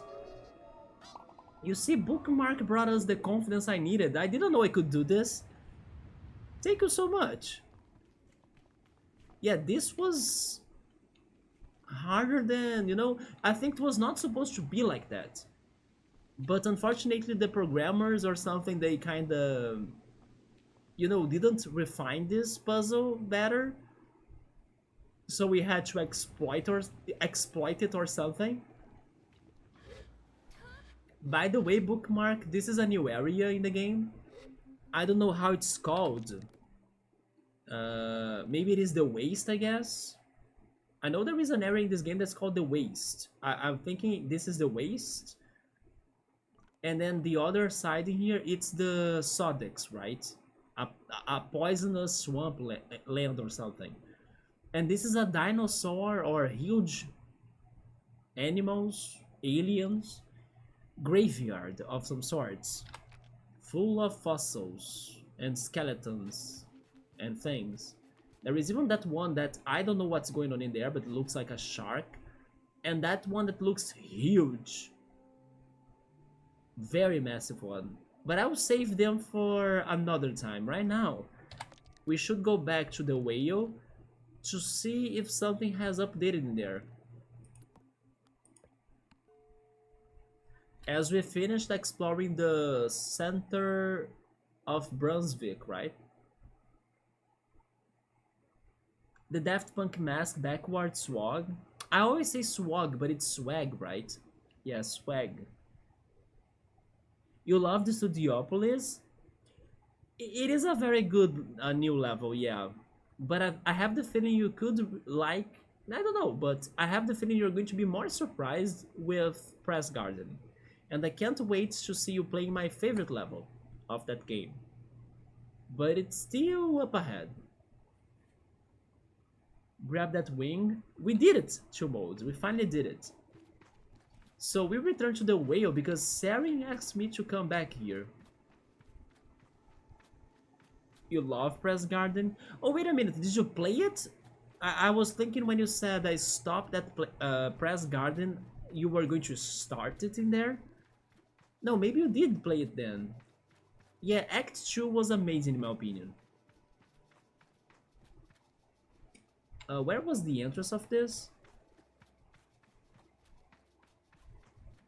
By the way, Bookmark, I was telling Subaru about this one event that's going to happen in São Paulo. It is a Sonic and Sega event, actually. They are doing it to promote Sonic versus Shadow Generation, right? But the thing is that it is a food event. I I can actually check it out again, but it's about eating hot dogs. It's a hot dog eating competition for some reason. And I was wondering, what does this have anything to do with Sonic and Shadow? Do you have any clues?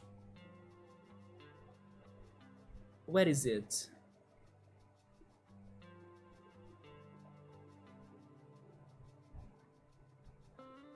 Yeah, it is a chili dogs battle. Get ready for the battle of chili dogs. That's the most epic of the year. In November 3rd, so it has already happened. Come together with Sonic and Shadow in a competition, in a food competition, to celebrate the release of Sonic and Shadow Generations. I was like, what? But they were having that in here, you know, a chili dog battle.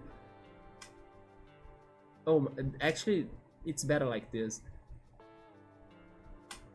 It was so random, you know, that this was a thing for them to promote the Sonic game. It made me happy to see that Sega is not forgetting Brazil about things. So if you had there, maybe you could not only eat the chili dogs, but also get some souvenirs from Sonic. But I was, you know, surprised of that. Like, suddenly they are eating hot dogs. Oh, does he? I'm asking you that. Like, does he like chili dogs? Is there a reference in a game about that? Maybe in Adventure that I have never played that?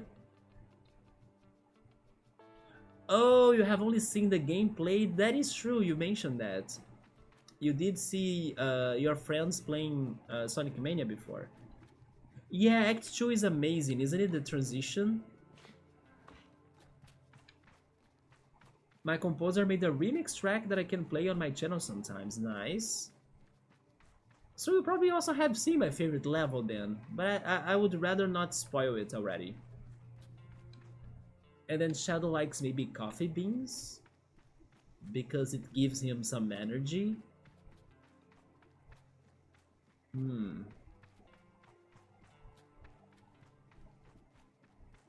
Well, if only that event was in Rio, I could make to it, but it was in São Paulo.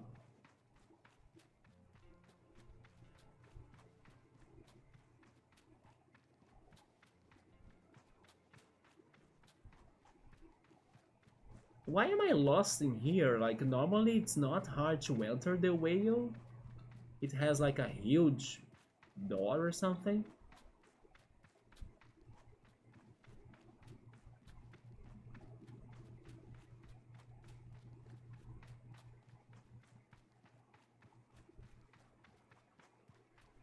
I see you could have told us all about it from experience. I wish I could make to it. São Paulo has been getting lots of cool things lately. Not only, let's say, the big events, right, that they normally get already, like the Brazil Game Show, the biggest Brazilian. Uh, I mean, now it's relative though. It is focused on gaming, as it also says in its name, right? Brazil Game Show. But there are some other big gaming events happening in Brazil too, like um, Gamescom, right? Gamescom happened in São Paulo too, and also Comic Con. Yeah, Comic Con has also getting a lot of gaming in there too.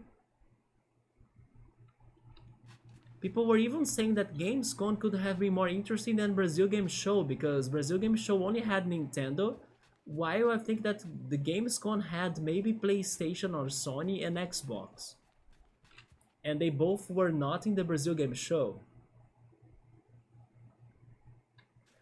But yeah, São Paulo is getting the big events, but they are also getting some minor events that are fun as well, like this one regarding Sonic, and also a Pokemon Go one they had that I went there with like my city's community here, right in my city, not really the one in there in São Paulo, but yeah, they had a Gigantamax Gengar event in São Paulo that had like a huge, not really a figure, but maybe, but they had like a huge real life Gigantamax Gengar placed in the park for people to take pictures. And then he was kind of animated too, and he had some sound effects and smoke as well. You know, there was a whole decoration for Halloween and also the Day of the Dead for Pokemon Go in there. So it was crazy. And this month as well, they're going to have the Safari in São Paulo too, the Safari Pokemon Go event in 3 shopping malls in there.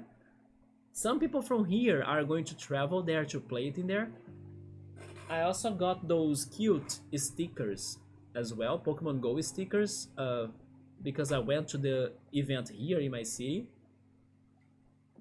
So it's good that São Paulo is also getting those minor events too, and also that Pokemon Go especially is giving us some nice treats for us to like head to their events where the communities are, let's say, more concentrated.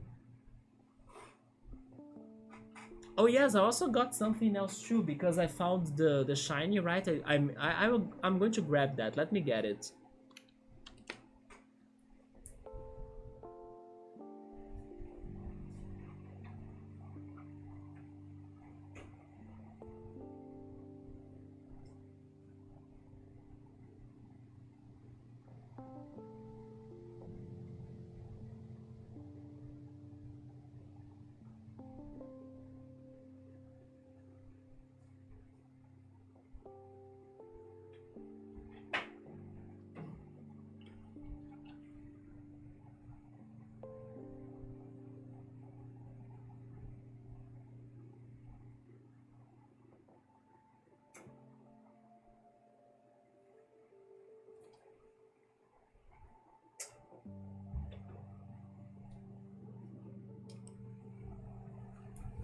Okay, I found it.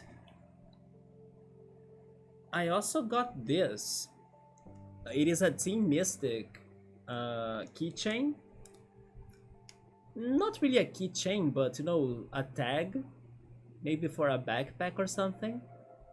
And I got this because I found the first shiny Gigantamax Gengar on Sunday.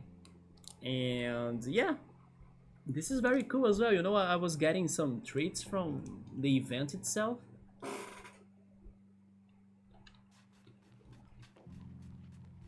It's nice to see that the companies are supporting, you know, the communities and the gaming industry here more and more. Yeah, I got all of that to mode for like heading to the Pokemon Go thing here. You like that purple? It reminds me of grape juice. I should drink grape juice this week. I have some. Yeah, I bought grape juice when I went to the supermarket. I actually need to remind myself that I also bought a coconut. And tomorrow I should open it, yes. Because I bought it on Friday, but I'm forgetting about it. So, you know, I should eat it or drink it before it goes bad. The wishing stars. Every area in this game looks very different, right, Chumode? The colors in the sky. The other one we were at, it was with more maroon and red skies. Oh, there we go. I finally found the entrance of this. It is very pretty. Yeah.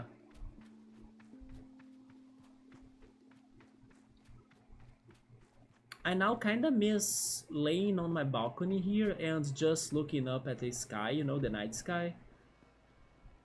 I used to do that when I was like having an anxiety or something, so it helped me to relax. I mean, in general, I can say that I miss my balcony because I'm not even sunbathing on it anymore. For a good reason, I have been going out more often, so I sunbathe in the streets, at the beach, and everywhere. But yeah, being on my balcony was also very good. Today, for example, I did not go out, so I could have done it. Wait a second. There is no passage? There is a passage. Sonic needs chili dogs. I wish I could be eating the chili dogs, but I hope that it doesn't make me to feel sick, right?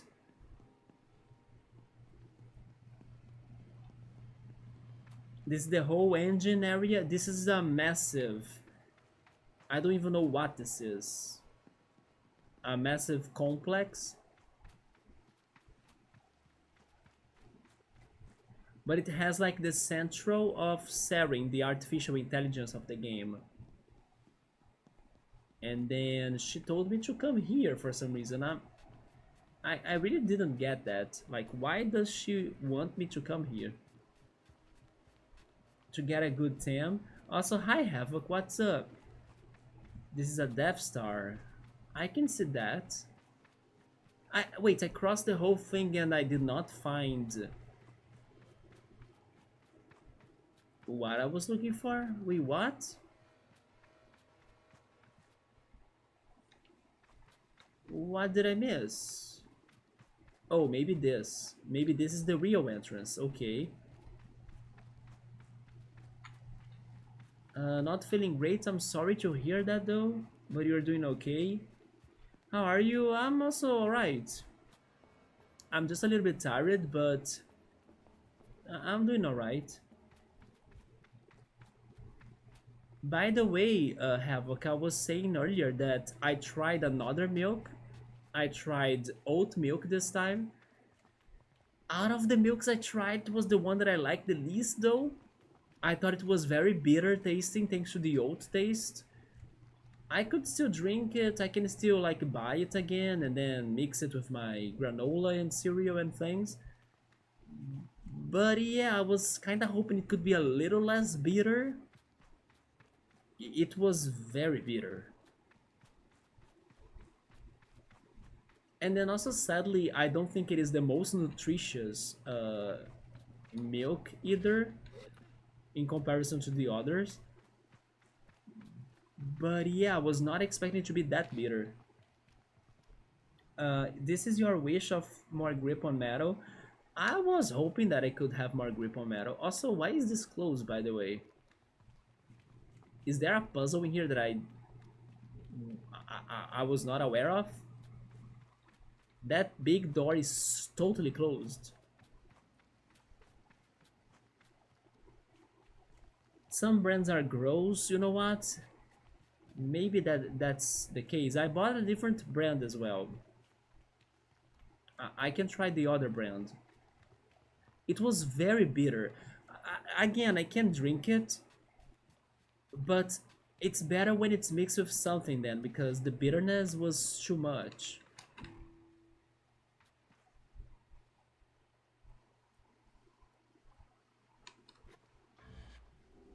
Hopefully this is not timed, but I'm confused.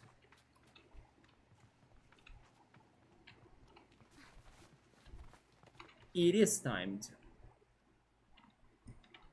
Huh.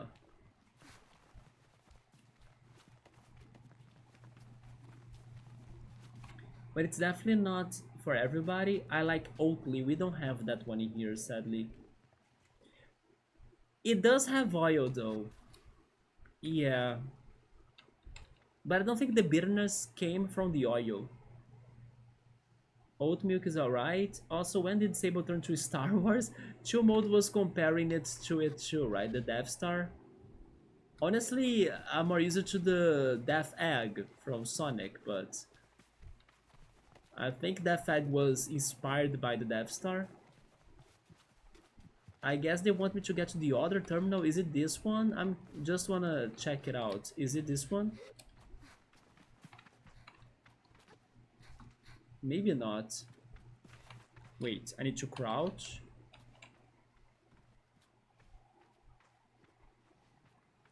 No. No, maybe they just want really me to get there. Can I ride my bike in here? Because I might need it. I haven't drank milk in 4 years. I suddenly remember, but fresh milk is where it's at. I always prefer that hemp milk. Okay, then start of a Sith, a Jedi. Hemp milk, need to Google that, because I'm already a hemp fan.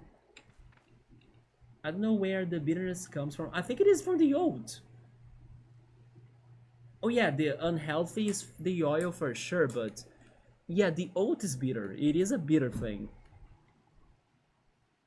I think the guy it's inspired by may have worked on Star Wars and Star Trek though. Maybe.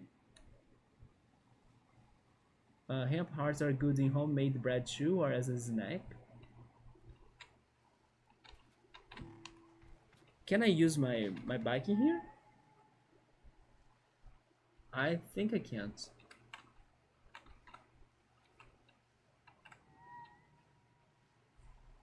Yeah.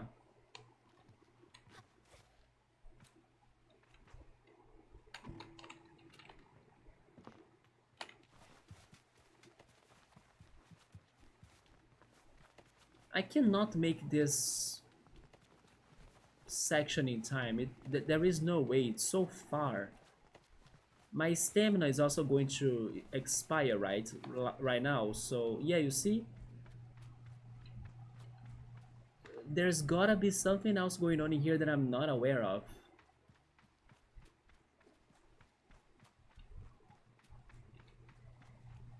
How do they want me to do this in time?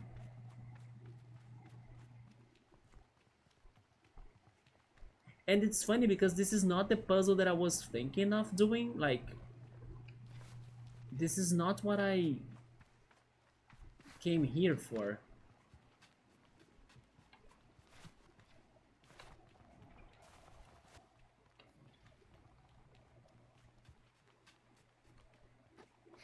But I'm going to write it down. I need to solve this puzzle in the whale still.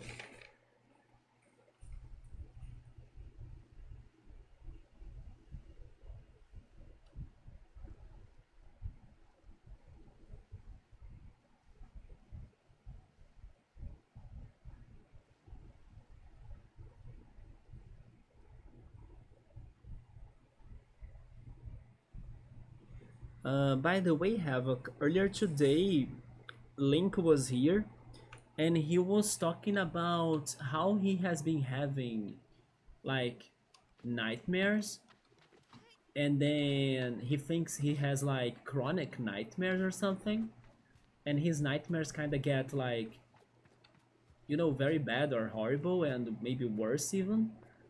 And then I was telling him like, oh, maybe you should talk to Havoc because Havoc interprets dreams and nightmares.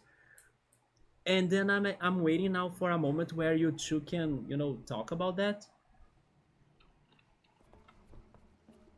because maybe I don't know.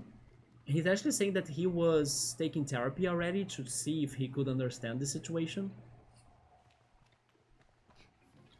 But maybe you could also help him out in, I don't know, telling him something that you think could make sense for why is he having so many bad nightmares for some reason.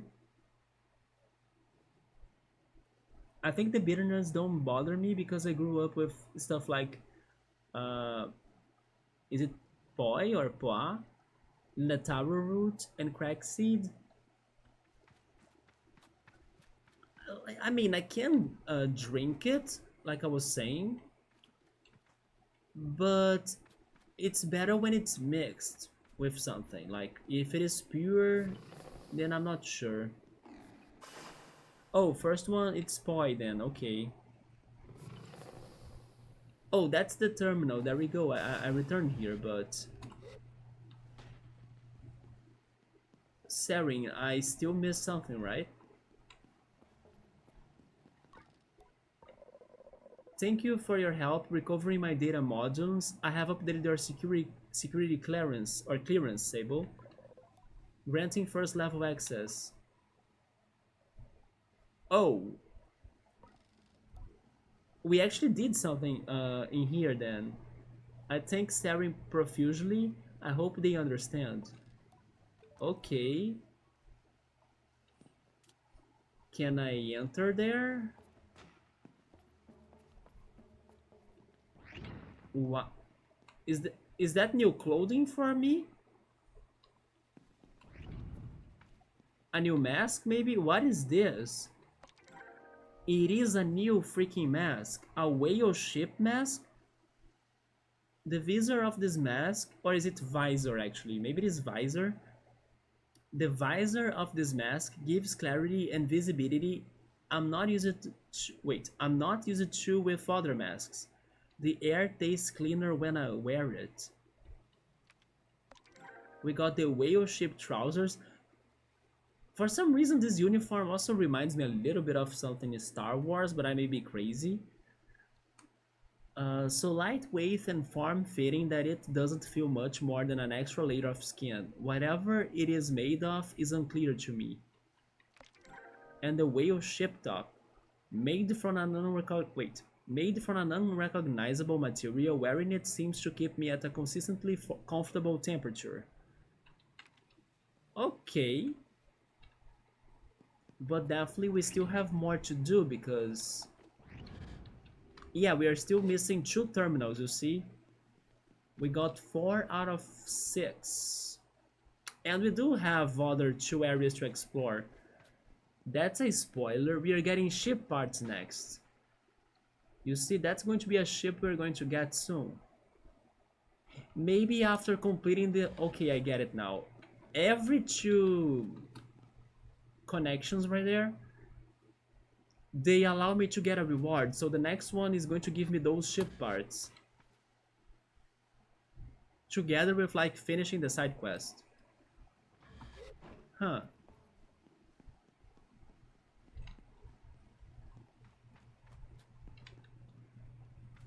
Okay, let me save it in here then.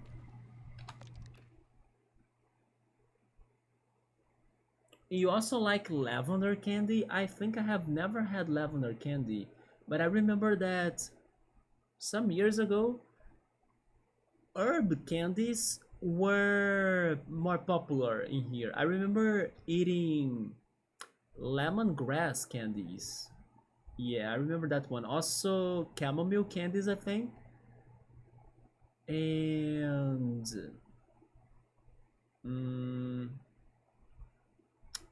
yes, I remember those two right now, but I have the feeling there were more. I don't remember lavender, but maybe.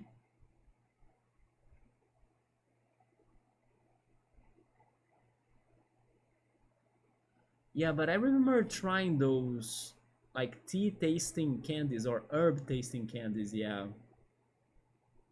today they kind of disappeared in Brazil. This is a wholly big map. It is two modes. This is one of the largest areas in the game. You can even see how big it is on the map, right? The whale. Kaimuki, that's cool. That's the coolest web shop I have seen this year. You need to wait. You need your marketing on the exclusive restaurants Havoc. Every top chef wants to sprinkle some big time OG Hawaiian. Wait, Hawaiian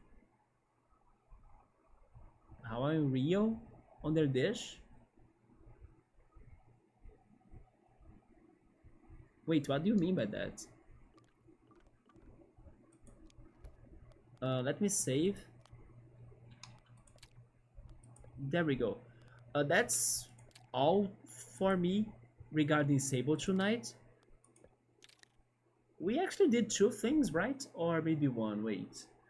No, we got the chum eggs. Oh, we actually did two things. We also found the rings of the Badlands, activated the shrine, and got another artifact.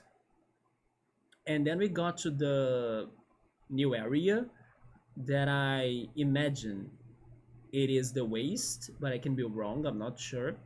That has all of the fossils and the skeletons. We found the airship or the abandoned airship of it with its Sarin's terminal. We solved the puzzle and then we got to the terminal, activated it, and then instead of getting our reward from the terminal itself, we had to return to the whale to get the reward there. So we are only missing two more terminals to activate, and probably the next one is going to give us some, let's say, lore, right? It's going to tell us more about the lore of what happened to the colonization expeditions that were sent to this planet. And the last one, the last terminal, probably will give us the ship upgrade that is in the whale as well. So that's it for me for Sable. Let me check the chat. I haven't heard of them, but found it when trying to find a pic of Craigseed. If no one heard of it, I might give it a look later. By the way, Havoc, what about The Shining? Yeah, man, I was telling you in Bookmark stream that I finally watched it, right? Didn't take long. As after that conversation happened, I was, I gotta watch it. Also because of the Halloween vibes. Yeah, The Shining was very surprising to me. Weirder than what I was expecting to be. You were right about the soundtrack. It was a very powerful soundtrack for sure. And the photography is amazing, especially considering the time that the movie was created. I was actually complaining about The Shining earlier because I talked about The Shining earlier today on stream. I was thinking that some deaths should have happened, but for some reason they were spared. Some characters were spared from death. In my opinion, logically wise, some more deaths should have happened. I'm not sure if you agree with me on that. So that was one of the disappointments I had. And then later I need to check the sequel, like Doctor Sleep. Do you agree with me? Like there is, I mean, I can't really say, let's say, uh, there are many options of possible characters because the cast is very limited, right? But there was this one character that it was getting there, and suddenly it was interrupted. But like I was like, why is it interrupted right now? Anyway, that one part didn't make sense to me. If the villain was like really the villain, then he should have done something. But besides that, and the crazy things about the movie, it was good. I understand why it was a cult classic. You love that movie even though there is a few, yeah, there are some very weird scenes. Maybe the most shocking scene to me was actually about the twins. Yeah, I knew the twins already, like from memes and spoilers and things, but I didn't know why would they be that scary. And then yeah, that one scene when you realize why they were scary, that's made with like a very quick transition. That was surprising to me. Yeah, that was like the turning point of the movie to me. Wait, now it's a horror movie. It's not suspense anymore. It's horror. It was that transition that rang the alarms in my body. Like, oh shit. Okay, now it's different. Now the vibe is another one. Yeah, it was also weird that in the beginning of the movie, pretty much the stories they tell in there, they I don't know, they speak too much of like what will be happening in the movie. They kind of spoil the movie itself. That was weird too. You also need to watch Doctor Sleep, and then Room 234. There is even another movie as well. I think it was 237 if I'm not mistaken. Yeah, I remember the 7 in the end. They had a documentary about it named after the room number. Oh, a documentary, I see. Also, the Overlook Hotel outside was filmed like an hour from you. Really? It's that close to you? Yeah, I heard they had two different places and then they actually built a replica in the studio in the UK, wasn't it? It was not in the UK, it was in Canada actually. Okay, so in Canada.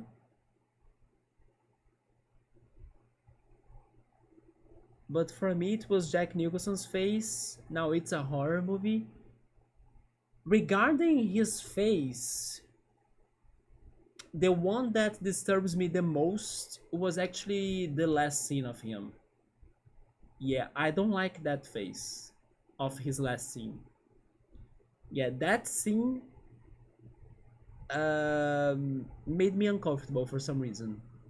His last face. I mean, two things, right? I'm not talking about the last final scene of the movie, but also the character's last scene, like the conclusion of his character, basically. But of course, the last scene as well. It is also disturbing. That freaking smile.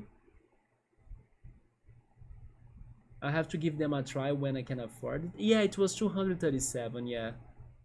Next time stream The Shining. Oh no, not at all, man. But thankfully, it was not as scary to me, right, anymore.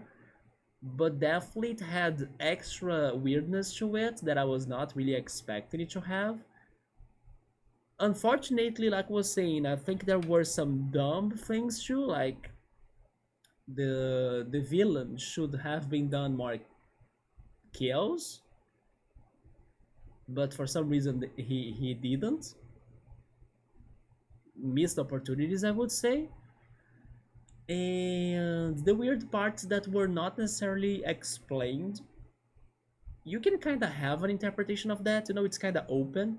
I also think that probably Stephen King explains things better in the book, or maybe not sure. But totally, it has a vibe. This movie has an atmosphere. Mostly thanks, in my opinion, to the photography. The photography is insane. Yeah.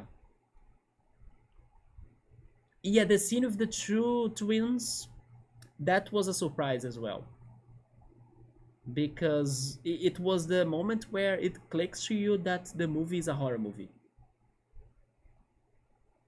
Because at first I was thinking, oh, suspense. And then suddenly, oh, They did that right here that I was not ready for it, and then boom, horror. It is also messed up what happened to them, yeah. And the way they reveal it, right? It is also messed up. But alright, everyone. I think that's going to be it for me tonight. And I will see if I can come back maybe tomorrow, maybe on Wednesday for Roller Coaster Tycoon. I'll see how this week goes. I want to stream more this week because in the weekend I most likely won't be streaming due to the anime geek gaming nerdy, the biggest event of the city, right? Of the year actually in the city. It's like the Expo Geek thing, and then there is going to have Pokemon Go. They are going to have the anime band concert playing in there. I'm going to love to see them again. Also, I may be playing quad ball again because the team is heading there, and then it's going to be crazy. I'm now kind of hoping that the weather helps it out. I hope it doesn't rain. If it rains, then it's going to probably mess with everything in there. But it's going to happen on Saturday and also on Sunday, so I'm probably going to be very tired and then heading there both days. So this weekend I'm not expecting to stream, but I'll see if I'm back during the week for more days, at least on Wednesday for another Roller Coaster Tycoon. But we'll see how that go. We need a horror movie stream. No, I can only confirm Little Nightmares. It's a game because I'm curious about it. Maybe the Scooby Doo for SNS that traumatized me as a kid, but I'm not sure if I want to play that again. And maybe Parasite Eve because Subaru loves it. And I don't know, we can see it. Enjoy it on this weekend. That sounds really fun. Yeah, it's going to be the biggest nerdy gaming and everything event of the city. In the past 2 years, it was very great, mostly thanks to the band. I love that band. They are amazing musicians. Like, it's full of energy. They like love singing those anime songs. Naruto, Dragon Ball, Pokemon, Evangelion, Attack on Titan, Demon Slayer. The Demon Slayer opening is the best one. Then Digimon as well. They play like many Digimon songs in a row. Even Butterfly. What else I know that they play? I think they played the opening of uh, how is that one called? Tokyo Go. But I haven't watched Tokyo Go. But the opening is beautiful too. Yeah, I'm excited to listen to all of those songs again with like a whole stage and real instruments, speakers, lights, and a whole crowd of cosplayers jumping together with me with my Haikyuu jersey right there. Yeah, it's going to be good. I love walking and singing in the rain. Yeah, but then for I don't know an event that's going to have um, a large open area for like things to happen, like my quad ball. The quad ball game won't happen in the rain, I think. Or Pokemon Go, right? That we need to be walking around the place. It's going to mess with that. And they're going to have some games as well. I need to see which games they are going to have in there.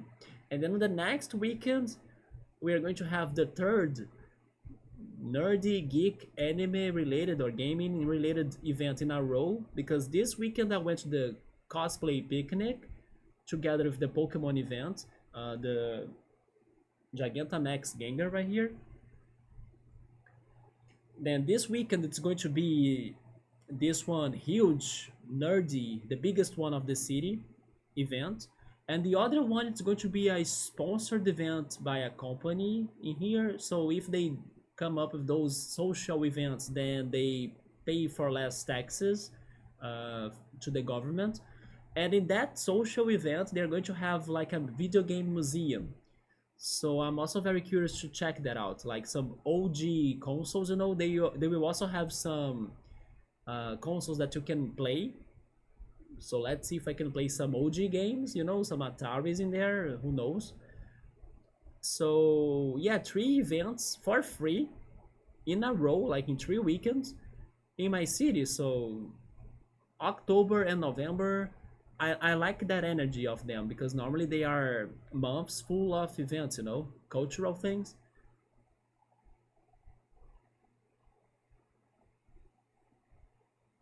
That's a big cool planning in the making, big boss enjoy. I appreciate that too, Mode. I will try to do my best. I was literally just talking about Little Nightmares. Were you? Yes, that's the one horror game that I wanna play. I actually think I have it because they gave it away. Yeah, I think they gave it away. That sounds freaking good. Speaking of bards, anyone see the Pickle Priest? Not sure about that. Feels good the community done right. You bring along multiple hats with the jersey. I'm going to be there with my yeah. I'm going to be there like this with my high-Q jersey and my casual hat. But probably when we are playing quad ball, they are going to like I'm going to replace the hat with like a headband because the last time I went there, they made me wear a headband so I could like know my team or know my position in the team. Yeah, they made me wear a headband. Multitask it, sir. I will try. Yes, I did get a good one, Gengar. That's for sure. Enjoy the event, sir.